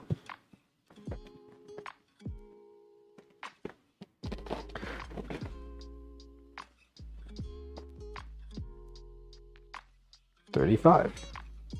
Yep. Now this is why, again, I'm glad that I didn't measure out the first batch. Not glad, I guess, like if I just measured the first batch, I would have been like, oh, I need to really I can put these like basically right next to each other because they're going in the fridge and then they're not going to really stick together. It's fine. If I just done the first batch and rolled those out, I would have known sort of how long it would take and that I would definitely need a third batch because 35, yeah. Because it's like 2 batches, I think, would have been like just enough. I wouldn't have had any leftovers, and then I would have had the existential crisis of like, do I want to make a third batch so that I have some or not? And it is nice though, because now I know that I don't need a 4th batch, which is like ideal. I'm not making a 4th batch. Obviously, I'm not making a 4th batch. We do not need that. But yeah, this is a lot easier to do in this way. I think I mentioned earlier that I worked at a bakery that made lots and lots of things, like large scale, like many cookies at once. And so this type of thing is just like, this type of thing reminds me of that. Reminds me of like, oh, I'm just gonna shape cookies now for a while.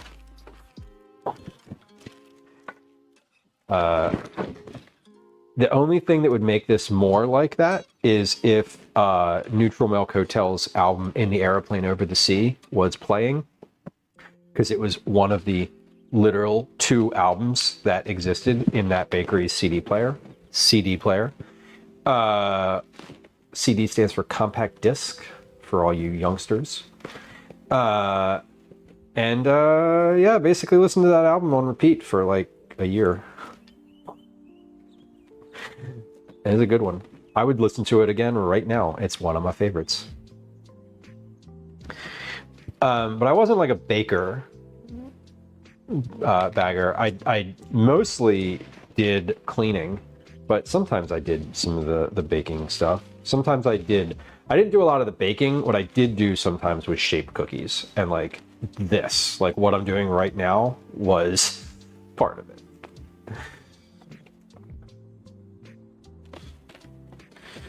And I worked, one of the other things that I did was work in a kitchen that was at a camp. That was like a dining hall, which was also a lot of just do the same damn thing over and over for 3 hours, and that's your whole morning. But I only work there occasionally.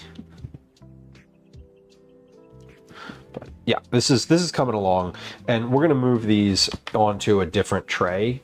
Obviously, for baking them, they spread quite a bit according to the recipe. So this is all. When we're finished with this, we're gonna cover this with plastic and pop it into the fridge. Yeah, prep is fun, and you know, I prepped 3 recipes today in a row. Or 3 recipes all at the same time so that I could get to the point where I have a whole bowl full of dough that I just need to do this. Basically, the goal today, and I think I couldn't quite articulate it going in, but I'm a lot clearer now, was to do every task once. Or like get into it and do it like, you know, one time. Just brown the butter once and keep doing the browning of the butter until all the butter is browned, and then the butter's done. And then you're done browning. Then you move on. And I think, generally speaking, that's probably the best strategy for this type of project.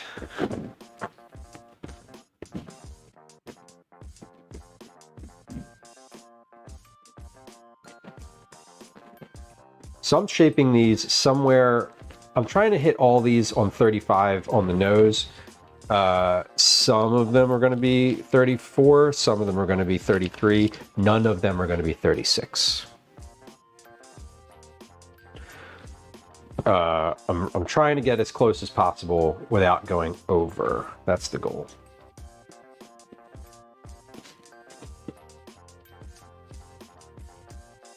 So some of them are slightly smaller. That's kind of okay.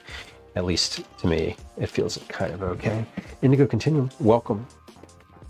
1, 2, 3, 4, 5, 6, 7. 14. We might get...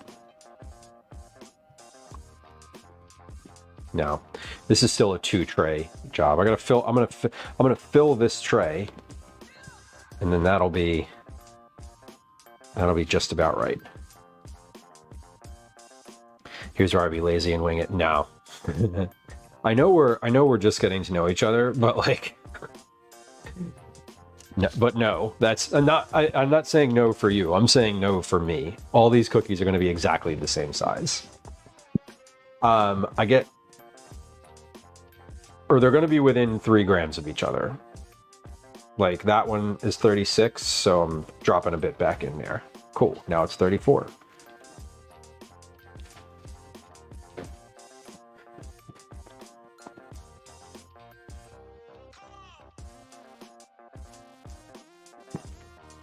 Yeah, I'm too, I wouldn't be able to like make some of them much larger and some of them much smaller.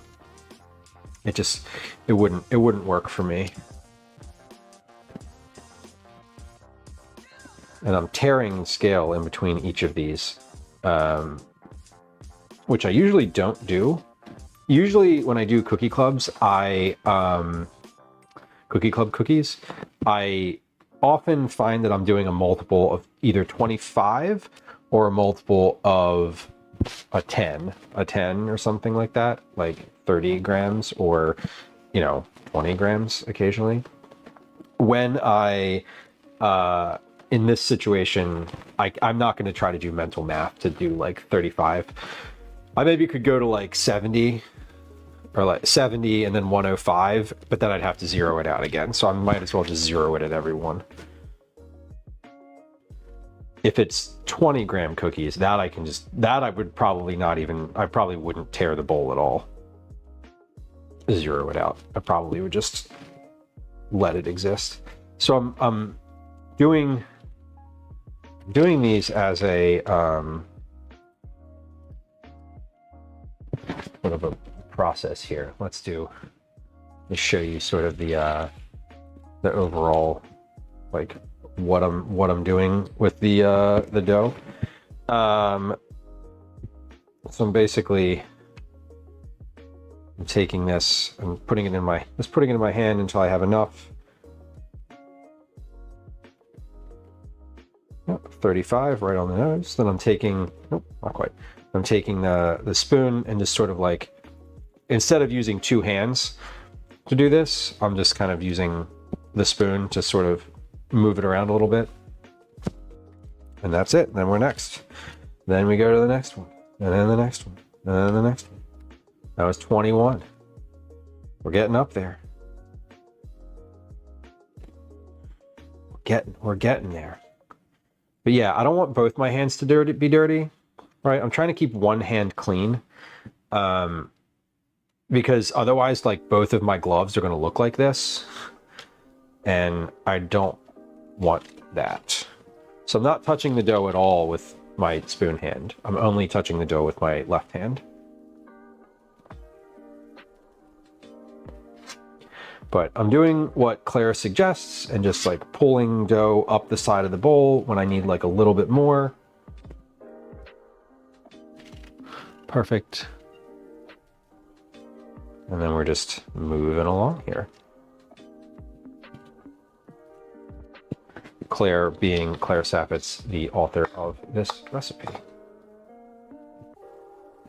And I suppose I could move this so that it's a little more like centralized like that, so you can see it.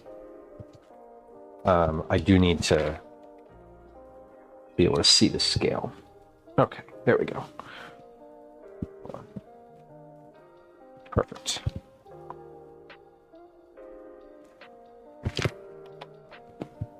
Beautiful. Is Claire a chatter? We have a chatter named Claire. Not currently in chat. At least maybe they're lurking. I don't know. Claire Burr, are you around?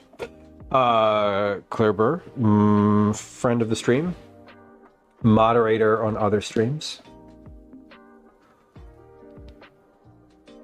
But we do have a We do have a chatter named Claire, who I do not believe is here today. They are off existing elsewhere on the internet. No, my good friend Claire Sappitz. I'm just kidding. I do not know Claire Sappitz at all. Not in person anyway. But it is her recipe that we are making today for these pecan, brittle, and oat cookies. The sort of long version of a recipe, the longest Cookie Club recipe I've ever made. Certainly. I haven't even finished yet, and it's already the longest.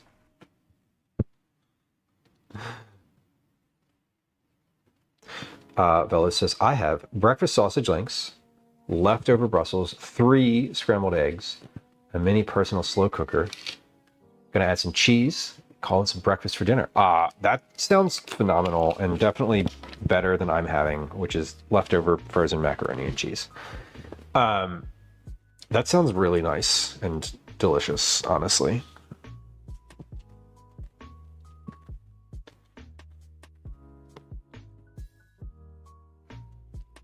Claire has come into her own ever since leaving the other channel. Are you talking about Bon Appetit? Are we talking about the same Claire? I think so. The other guys, yeah. It was funny. In 2020 and 2021, Bon Appetit was like riding high. They were definitely sort of like the channel / content machine to look out for. And not quite as much anymore. The woman with the whitener hair, Carla Lolly Music. I love her. She's great. Her cookbook, I've read. I haven't actually cooked anything from it, but I've read her cookbook before. It's very good.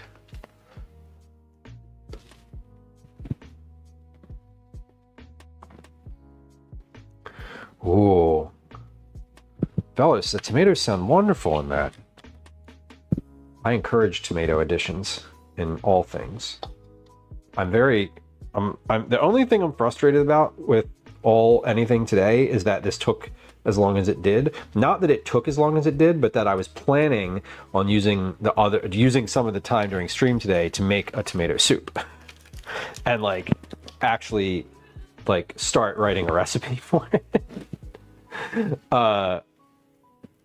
So I encourage the addition of tomatoes mainly for my own level of personal interest.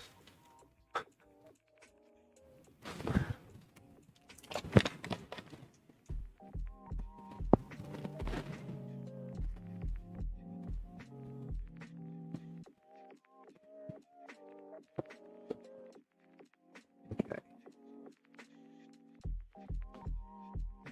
Stuffed crust from scratch. Nice. I've never stuffed a crust. I've made pizza, but never stuffed crust pizza. What do you do with stuffed crust pizza? Do you just like use mozzarella sticks and like roll the crust over them? I don't want to finish stream with some Roblox. No. No. Bagger, I'm not a gamer. I don't game at all. This is not in any capacity a gaming channel. There's no gaming here whatsoever. All we do is cooking. We do cooking and we do IRL stuff.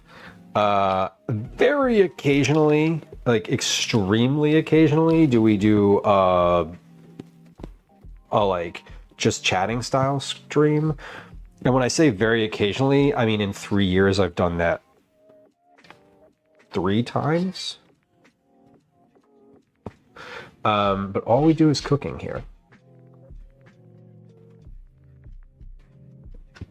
Because I'm not a gamer, but I do like cooking and I like talking to people. So here we are. Oh my God. This dough is also like really easy to work with. Just in general, like it's light, but it's formable it's forming quite nicely and easily. Like this is not a struggle, and I don't believe that it will be a struggle. So annually, yes, basically annually. Yeah, well, the ones that I did, I think I did 2 in a row. I did like a Lego, maybe not 2 in a row. I did 2 in very close proximity last year. Basically like over the winter last year. I did a Lego build, which is one of our rewards for this year's September. And I did a nail painting stream. I love having my nails painted and having my nails done. And I did a stream where I did that for myself, which was really fun. I enjoyed that a lot. I'm not very good at it. And the next time we do it, if there is a next time to do any type of like manicure style stream, I'm gonna get a kit for it. I'm gonna get like one of those kits that are out there in the world that you can like do the whole thing. They're like do everything yourself.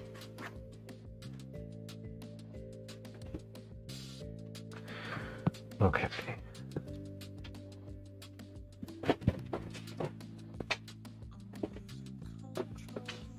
Working on it here. Working. We're getting there. We're doing, oh, that was a perfect 35. I'm getting closer. I'm getting closer to getting sort of good, yeah, look at that. That was another one. As you sort of go farther and farther into this with anything, it's a little, you kind of get, oh yeah, that was a turkey. 3 35s in a row. Perfect. You get a little more adept. Oh, 38, so sad.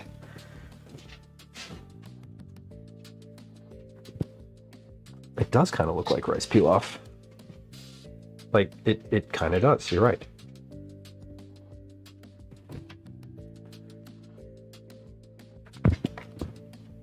Now, Thursday should be kind of fun, because I think what we're going to do on Thursday is we're going to bake. Obviously, we're going to bake all of these. We're going to package them.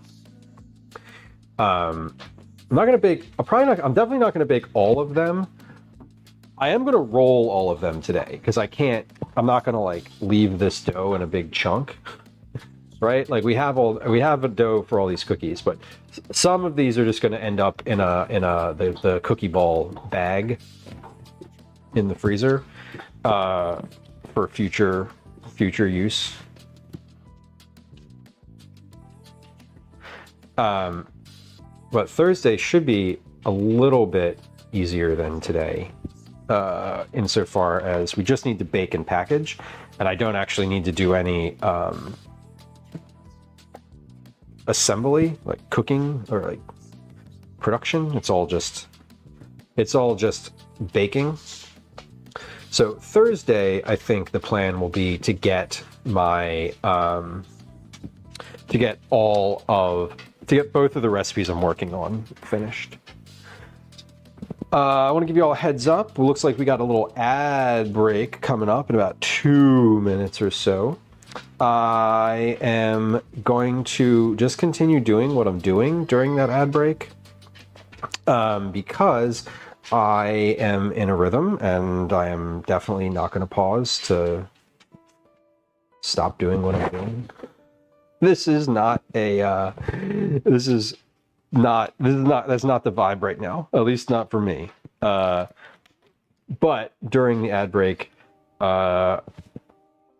feel free to get up and get yourself a sip of water or a little snack or something. We'll be back after that. This will be the last ad break of stream, unless something goes drastically wrong within the next like 20 minutes or so. Just FYI. 36. Okay. We're getting there though. This is good. We're really working here.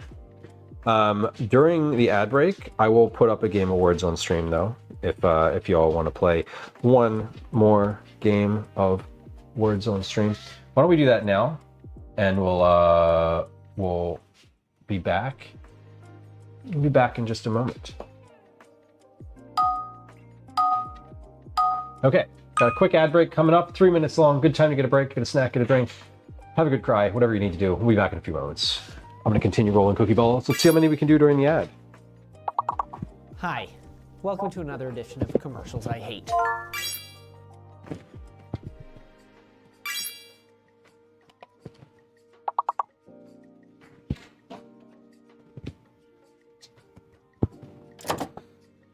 Okay.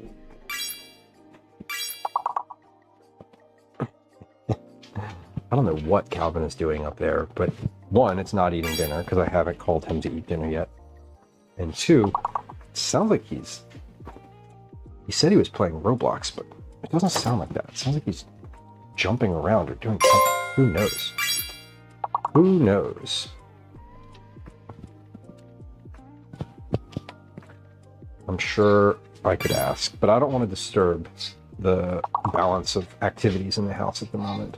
I know that we're way past dinner time, and that's okay.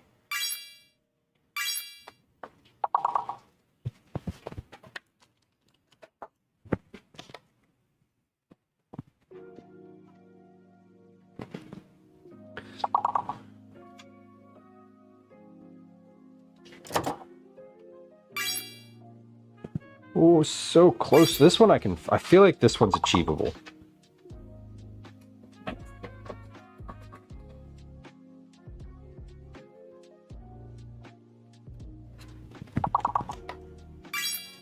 I don't want to jinx it, but... All right, last guesses. Everyone gets at least one more.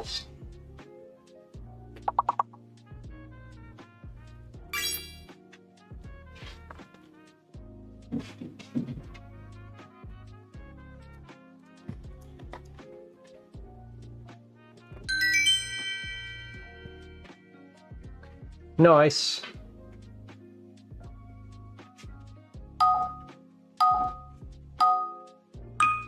It's probably the last game of the stream.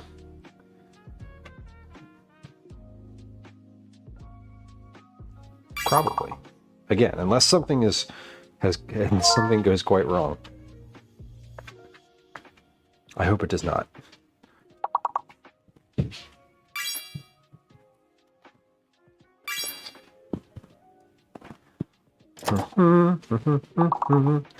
We're really rolling into the towards it here. Almost finished a whole tray worth of cookies, which is pretty wild to me.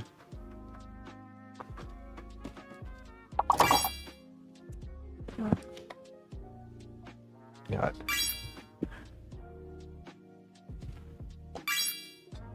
oh yeah.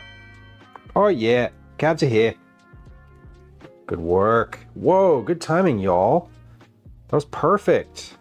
Hey, if you're on Twitch, welcome back. Thank you for your patience. Everyone appreciates it. What a good way, what a good like, whoop, sorry, don't want to close OBS. I didn't actually close OBS, but it felt like I did. I minimized it for myself. Anyway, here we are. We're back. We're coming in. We almost, I thought maybe I could finish the row here during the ad break, but I missed by 3. We're just about there. We're just about there. This is good. We're 36, 35. All right. Again, we're 1 cookie away from finishing a tray. Command tray. I'm just kidding. That doesn't exist. I mean, it might somewhere, but not here. We have finished 1 lifetime tray of cookies. Hey, look at that. That is a tray of cookies. How many are on this tray? There's 7 in each row. 1, 2, 3, 4, 5, 6, 7, 8, 9. 63. 63 cookies. Y'all, this is 2 cookies more than I need total. Hey, that's also good. We like that one too. Beautiful. Okay.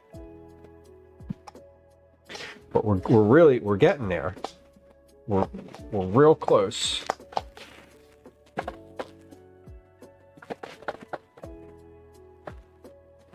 And we're going to finish this bowl. I'm going to change my glove, actually. Now that I've 1 glove per tray. While I have my gloves off, let's check this mac and cheese. It is definitely done. Okay, turning the oven off. I'm going to let that sit there for a few minutes. Calvin! I'm still streaming, but are you hungry? Okay, it's 8 p.m., so it might be a good idea to eat. Okay. I still have a couple more cookies to roll out here. A couple more.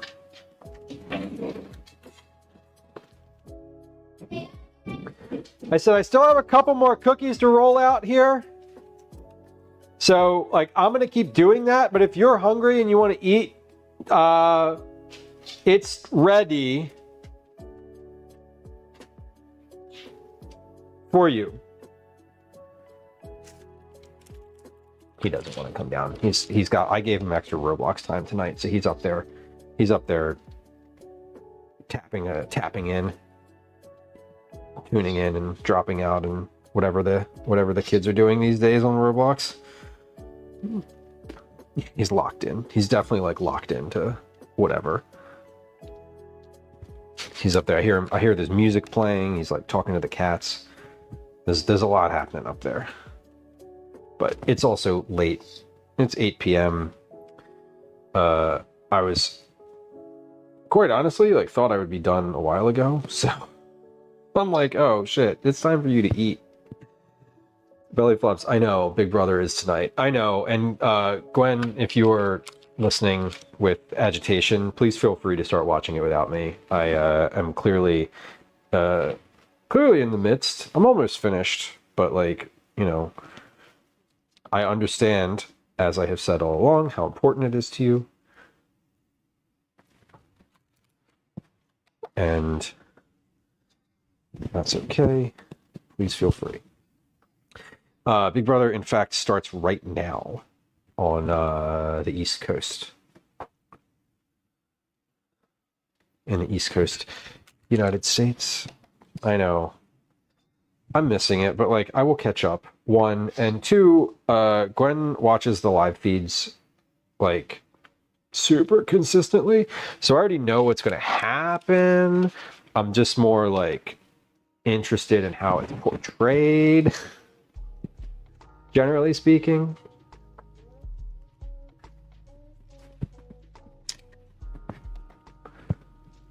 Not so much. It's not so much a surprise what's going to happen as it is how it's produced and what gets shown and what doesn't. ETA for finishing stream, probably about 25 minutes, maybe 30. I'm ready for. You ready? Okay. Yeah. You feel comfortable getting that mac and cheese out of the oven on your own with those gloves? Sure. Yeah. Okay, it's hot.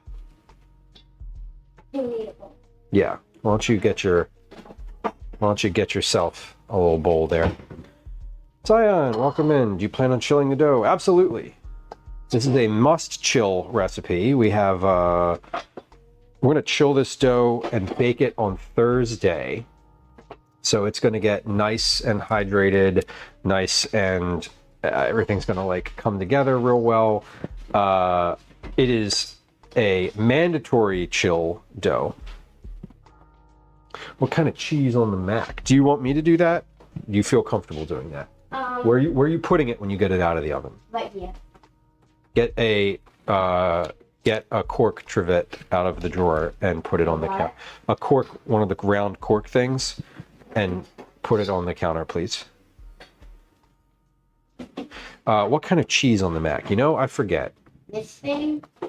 No, one of the cork things in the drawer. You were in the correct drawer. They're in there on the right-hand side of this drawer, back down here on the right. Nope, one down. Those. That will keep the heat. Cork? Cork. Cork. I thought a cork was like, was like round. No, the material is cork. So what goes into a wine bottle is the same material. That one's just shaped differently. Watch those gloves because they have a hole in one of the fingers. Do you see it? Yeah. Okay. Yes, in the ring finger. Yes. The ring leader. Bagger, I don't actually recall what the cheese is in there. It's like I made it a while ago and it was frozen, and it's like 3 different cheeses, so I honestly don't remember at this point. And this is a small tray. Are you okay to serve that?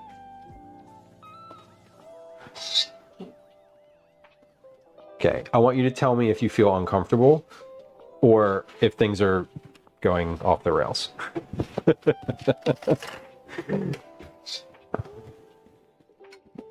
I enjoy smoked Gouda as a cheese. I'm pretty sure this one has Monterey Jack and sharp cheddar. Yes, in fact, it does. It has Monterey Jack and sharp cheddar because those are... because this is a recipe that I've made a bunch of times, and I'm like thinking about it now, and I'm like, what are the last cheeses I bought in the store? It was those. Actually, no, that's not true. The last cheese I bought in the store was Pecorino Romano, but that was for a recipe. The other cheeses is also. Right. Correct. No, I mean, I'm saying like, yeah, one. The most recent one that I purchased was today. Mm. And prior to that, I don't know. Prior to that, I have no idea. I just remember it because it was a recipe out of the new Best Recipe cookbook that I've made a bunch of times, and I'm like thinking back on it, and I'm like, no, I do know what kind of cheese that was.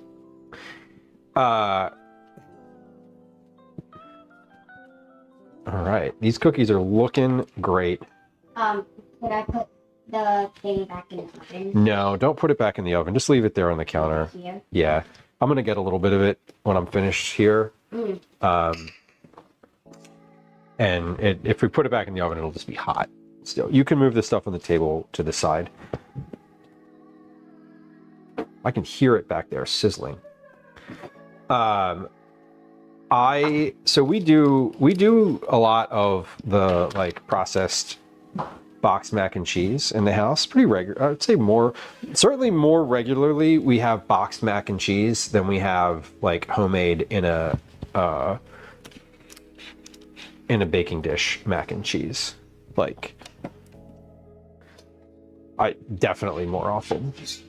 I usually opt for Annie's. Annie's is the brand. Buy the big variety pack from Costco. These are not quick oats. These are what were these called?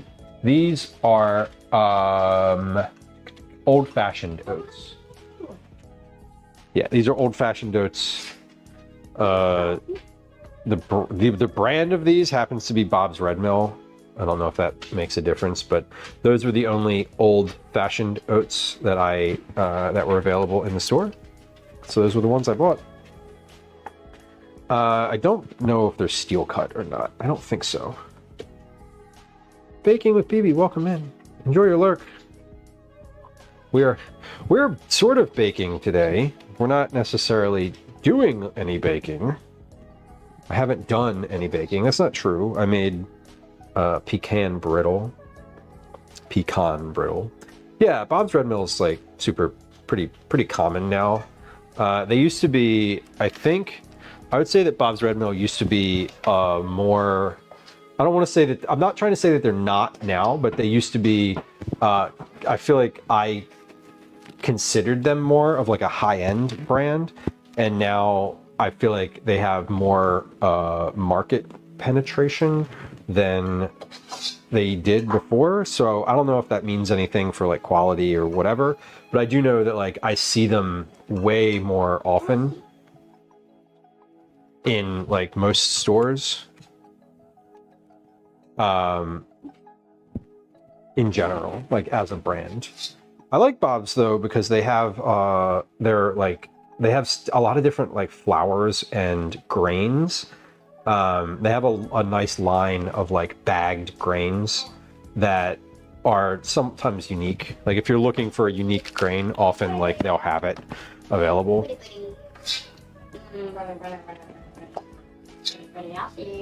But yeah, I don't know if they're considered like an expensive brand anymore. I don't buy them that often. Like, I don't buy oats very often, honestly. So, Are you allergic to oats? I'm not allergic to oats, no. I like oats. Are oats enough? No, it's what is in oatmeal. I know. Yeah. Right, but you've seen me eat oatmeal as recently as last weekend. Oh.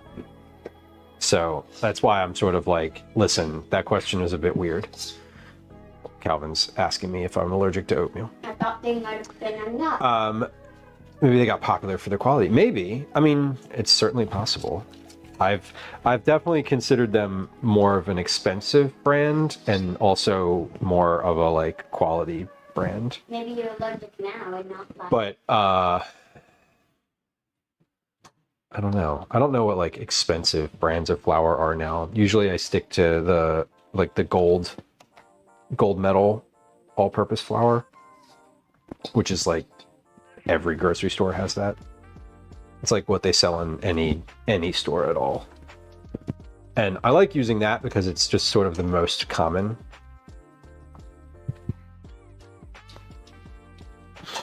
Right. I could have developed an allergy within the past week. That's true. But I did not. I did not because I did take a sample of this batter earlier today and am still here and standing and still shaping cookies. Lucky. Do you want to try the batter? You can try the batter. I'm not. You weren't. Hey, finish your dinner. There'll be plenty of batter. God, just so much batter.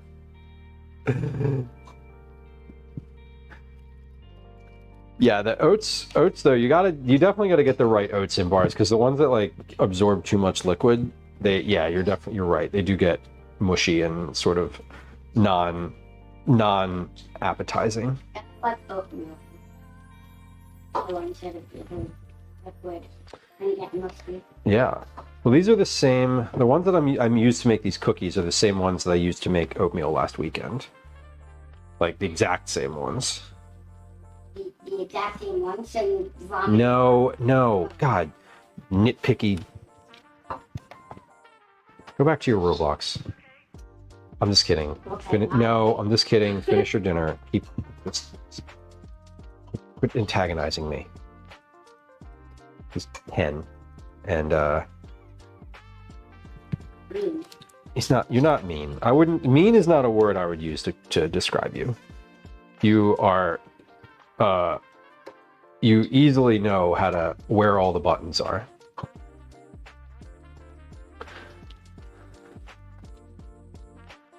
All right, y'all, we're about to put this one out.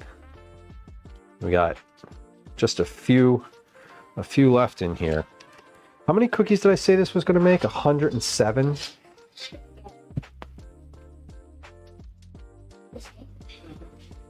Sassy, exactly. You are sassy. Sassy is a great word for you.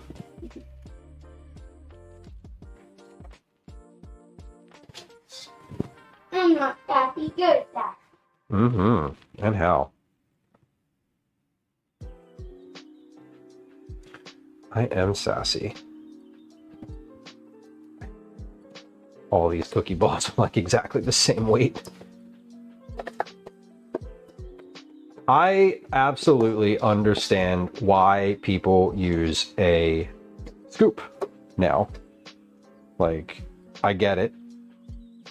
I get it. For this dough specifically, a scoop would definitely be like the way to go. Just scoop it and then you're done.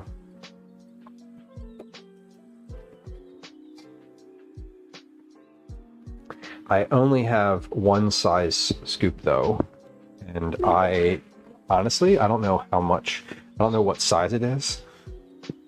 You know, I'm running to Amazon. You know, I am one of the things that is sort of indicative of me is that I'm just going to continue doing the same thing, generally speaking, until I have reason not to. Usually I am fine. Like, I would still be measuring these out with weight. I would still be looking at the scale.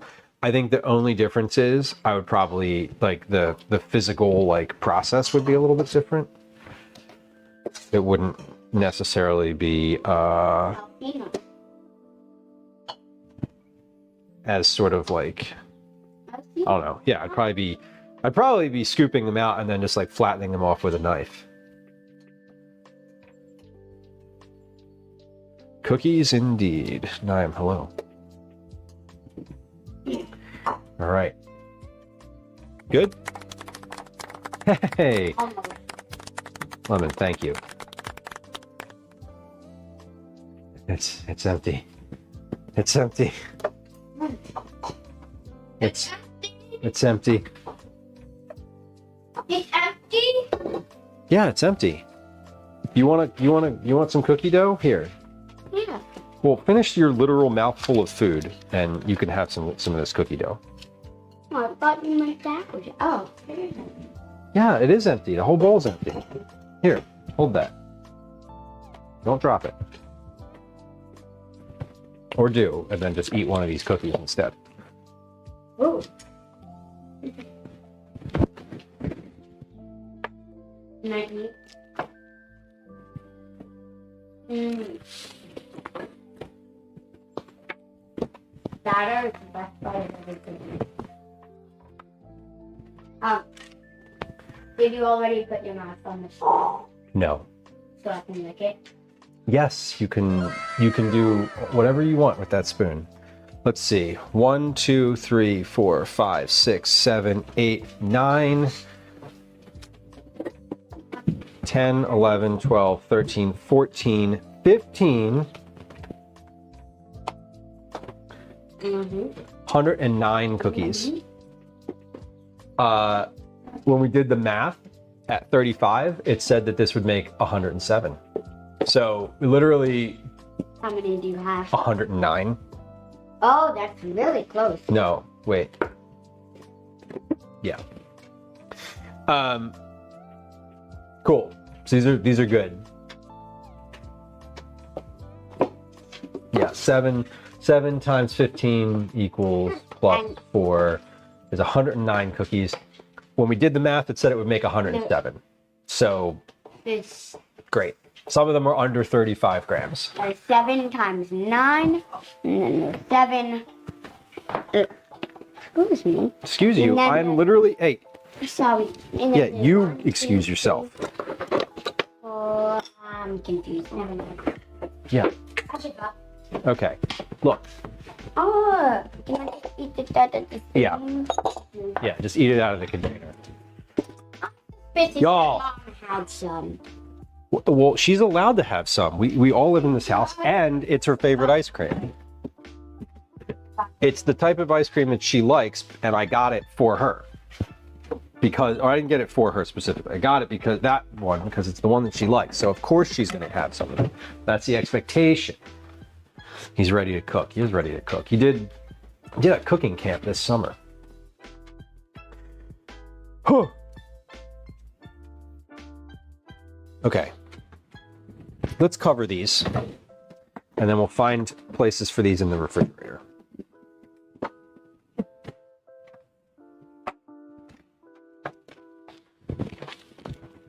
109 cookies. Damn! It's a lot of cookies. Oh, busted. What? You know what? You told me I could. I did tell you could. I'm just making a joke. Oh. It's called a joke. Your face is a joke. You know I don't like that. Sorry. You can take your negative comments to the people in this house who think they're funny and appreciate them. I don't like. Mom! Yeah, that's right. I personally don't like that kind of humor, and I don't want that used toward me. But you know that, and I'm not like mad or offended. I just am reiterating my boundaries. All right. Well, we're looking good. I'm gonna put these in the refrigerator. I'm actually gonna put another like layer over top of this. ETA for under stream? I don't know. Probably less than 15 minutes. Oh. But now is when you go upstairs and start getting yourself ready for bed. Mm-hmm. Okay.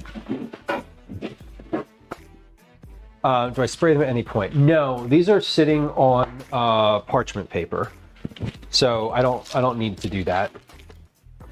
And I'm not going to spray them non-stick when I bake them either.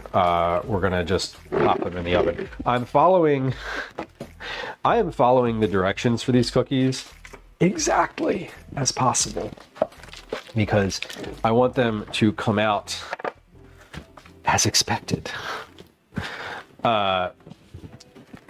And it's not necessarily a health thing, Scion. I'm not trying to be like prescriptive about health, but like it does not say to do that. I never spray the cookie sheets when I bake cookies.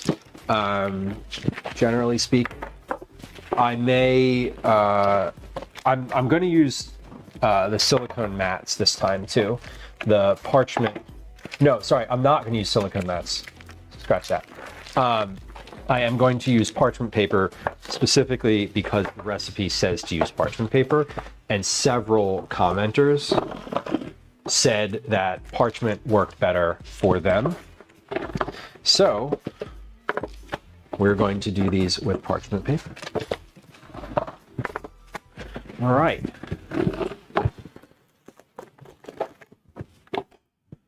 We did it. We did it. I also made dinner. Okay, you getting yourself ready for bed, please? Okay, whose turn is it to put you to bed tonight? Mine? Probably, right? I feel like it's mine. I don't recall. Okay, we're gonna move some things around. Yeah. Well, regardless, Mom's probably watching Big Brother, so I'll go ahead and take that. Here's what we're going to do. We have some leftovers in here. I'm going to move those. We're doing some kitchen refrigerator Jenga, and I'm just going to take up the whole bottom shelf. Here's what we're going to do. We're going to move our cans. Yeah. Can I? Oh, I can't put this in here sideways, can I? There's no way. There's no way I could put this in here sideways. No, there's not. Okay. There is not, and that's fine. Let's do that. And then we're going to put the other tray in here. Can I put these on top of each other? Do we think I could put these on top of each other? I think I probably could. Since they're different size, they're the same size tray, I can't like stack them so easily. Let's do this though. Can I put a can on each side of this tray? I should have left a little space on the corner of each of these before doing that. I'd love to have a second fridge. Second fridge would be super. Oh. Okay, oh, here, perfect. Look. Mom said that she would do bedtime. Okay, if that's fine, whatever. I am, yeah. Also, the kittens are cute. I'm glad the cats are cute. They have always been cute. They got themselves into the little crate thing. Good. Thing we had. Wait, where are our cats? Probably in my room. Oh, okay. Here, Callie, this was... That little lizard John was... Playing with that earlier. Calvin, there are cookies in this refrigerator that are kind of stacked up. Just watch out, okay? When you open it. There's nothing on the bottom shelf for you right now, so just like don't touch the bottom shelf. Deal? All right, y'all.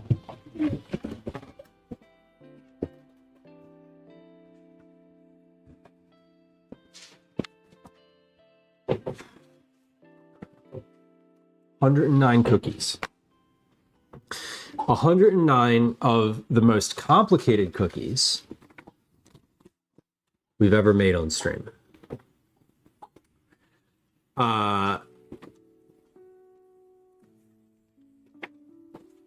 Oh, by the way, we just finished step 6.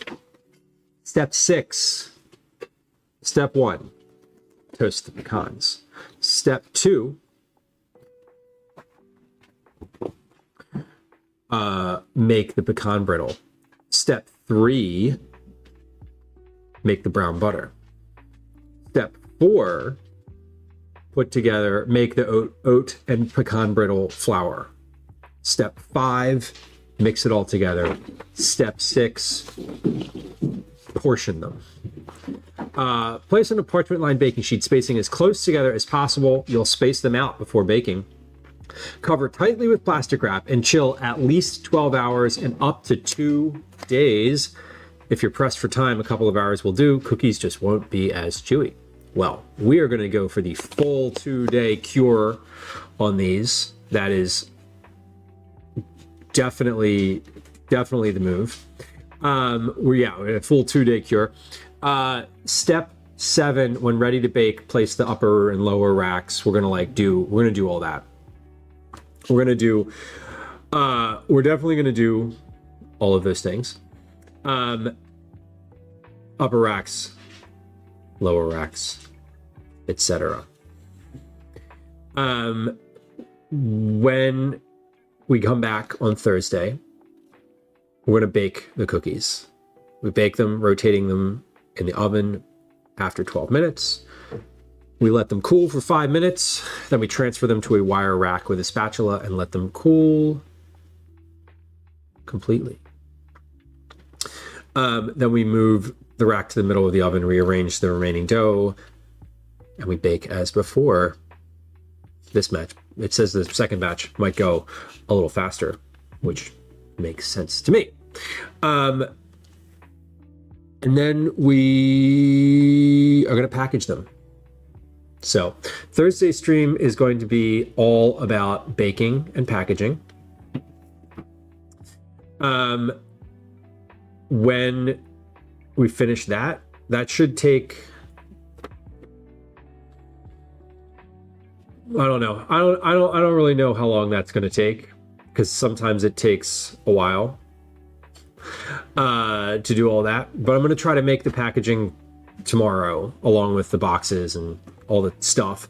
So if you've ever gotten cookies from Cookie Club before, you know that there's like a little box and a little card, some stickers. It's a whole thing, and I'm going to do that tomorrow. So that's the move. And then Thursday we'll pack it, we'll bake, package, and then I'm hoping that on Thursday we'll be able to do a I'm hoping on Thursday we'll be able to do a recipe development stream too. Oh, and the popcorn. Shit. Yes. And the packing material. Packing material. Yes. We do make popcorn with these as well. Let's see. We are going to keep it in the food and drink category today for our raid. Looking at the food and drink category and seeing who is live there. Who have we raided recently? Who's live in the food and drink category that is a friend of the stream in general? Merbakes is live. Nomination Official is live. Raywen is live. The Friendly Cooks are live. Andrew Cooks is live. Chef Devons is live. And there's quite a few people who are live in the category who I don't know, which is super cool. Where are we here? We're going to go visit Merbakes, I believe. If Mer is doing is still like live and still cooking. Sometimes folks are like about to raid, so let's check. How long has Merbakes been live? Great. Mer's only been live for an hour and 18 minutes. So Merbakes is still certainly in the middle of things. Merbakes is doing a pumpkin roll cake. Mer also does something called Cookie Club, which we know and we definitely support. Fun thing about the food and drink community is we're not competitive. And if Mer wants to do Cookie Club, I would like to raid there because we just did some Cookie Club stuff. So let's do that. Thursday will be the next stream. Pause. Hold on. Lou, stop talking for just a moment so you can actually do this thing. Do the thing. Oh, there's Jace at the top of the cabin. At the top of the thing that I'm looking for. Okay. Nope. Turn it on mute. There we go. All right. Start the raid. Here we go. Start raid. Did we start the raid? Did it start? Is it secret? Is it safe? It is. Okay, good. Cool. Sofa, thank you for the raid commands. The goodbye command is on. Command bye. There's a goodbye point redeem if you're not a subscriber. There's some raid messages in chat. Thank you for hitting those. There's some social media links in chat. I want to... so much fucking chaos. I want to thank the folks who raided today. I want to thank the folks who hung out today for such a long stream. This is definitely a long one. We're almost at 8 hours, and I'm not going to wait around for the next 2 minutes to get to that point. Killer Cree, hello. Good to see you. We are back live on Thursday. Good time to hit the follow button if you're not already following. Follows are silent. I won't say hi to you. And if you've been lurking and enjoying the stream, I would appreciate the follow regardless. We'll be back on Thursday to make these cookies. They've already been made. They're in the fridge. We're going to bake them on Thursday. We'll be back at noon Eastern time, probably 12:30 Eastern time, just if I'm being honest with myself and all of you. But I appreciate it. We'll see you then. Nix, hello. Good to see you. Thanks for hanging out today, y'all. I know it's been a long one. I appreciate the company. Catch y'all on Thursday. If I don't see you in chat. Bye.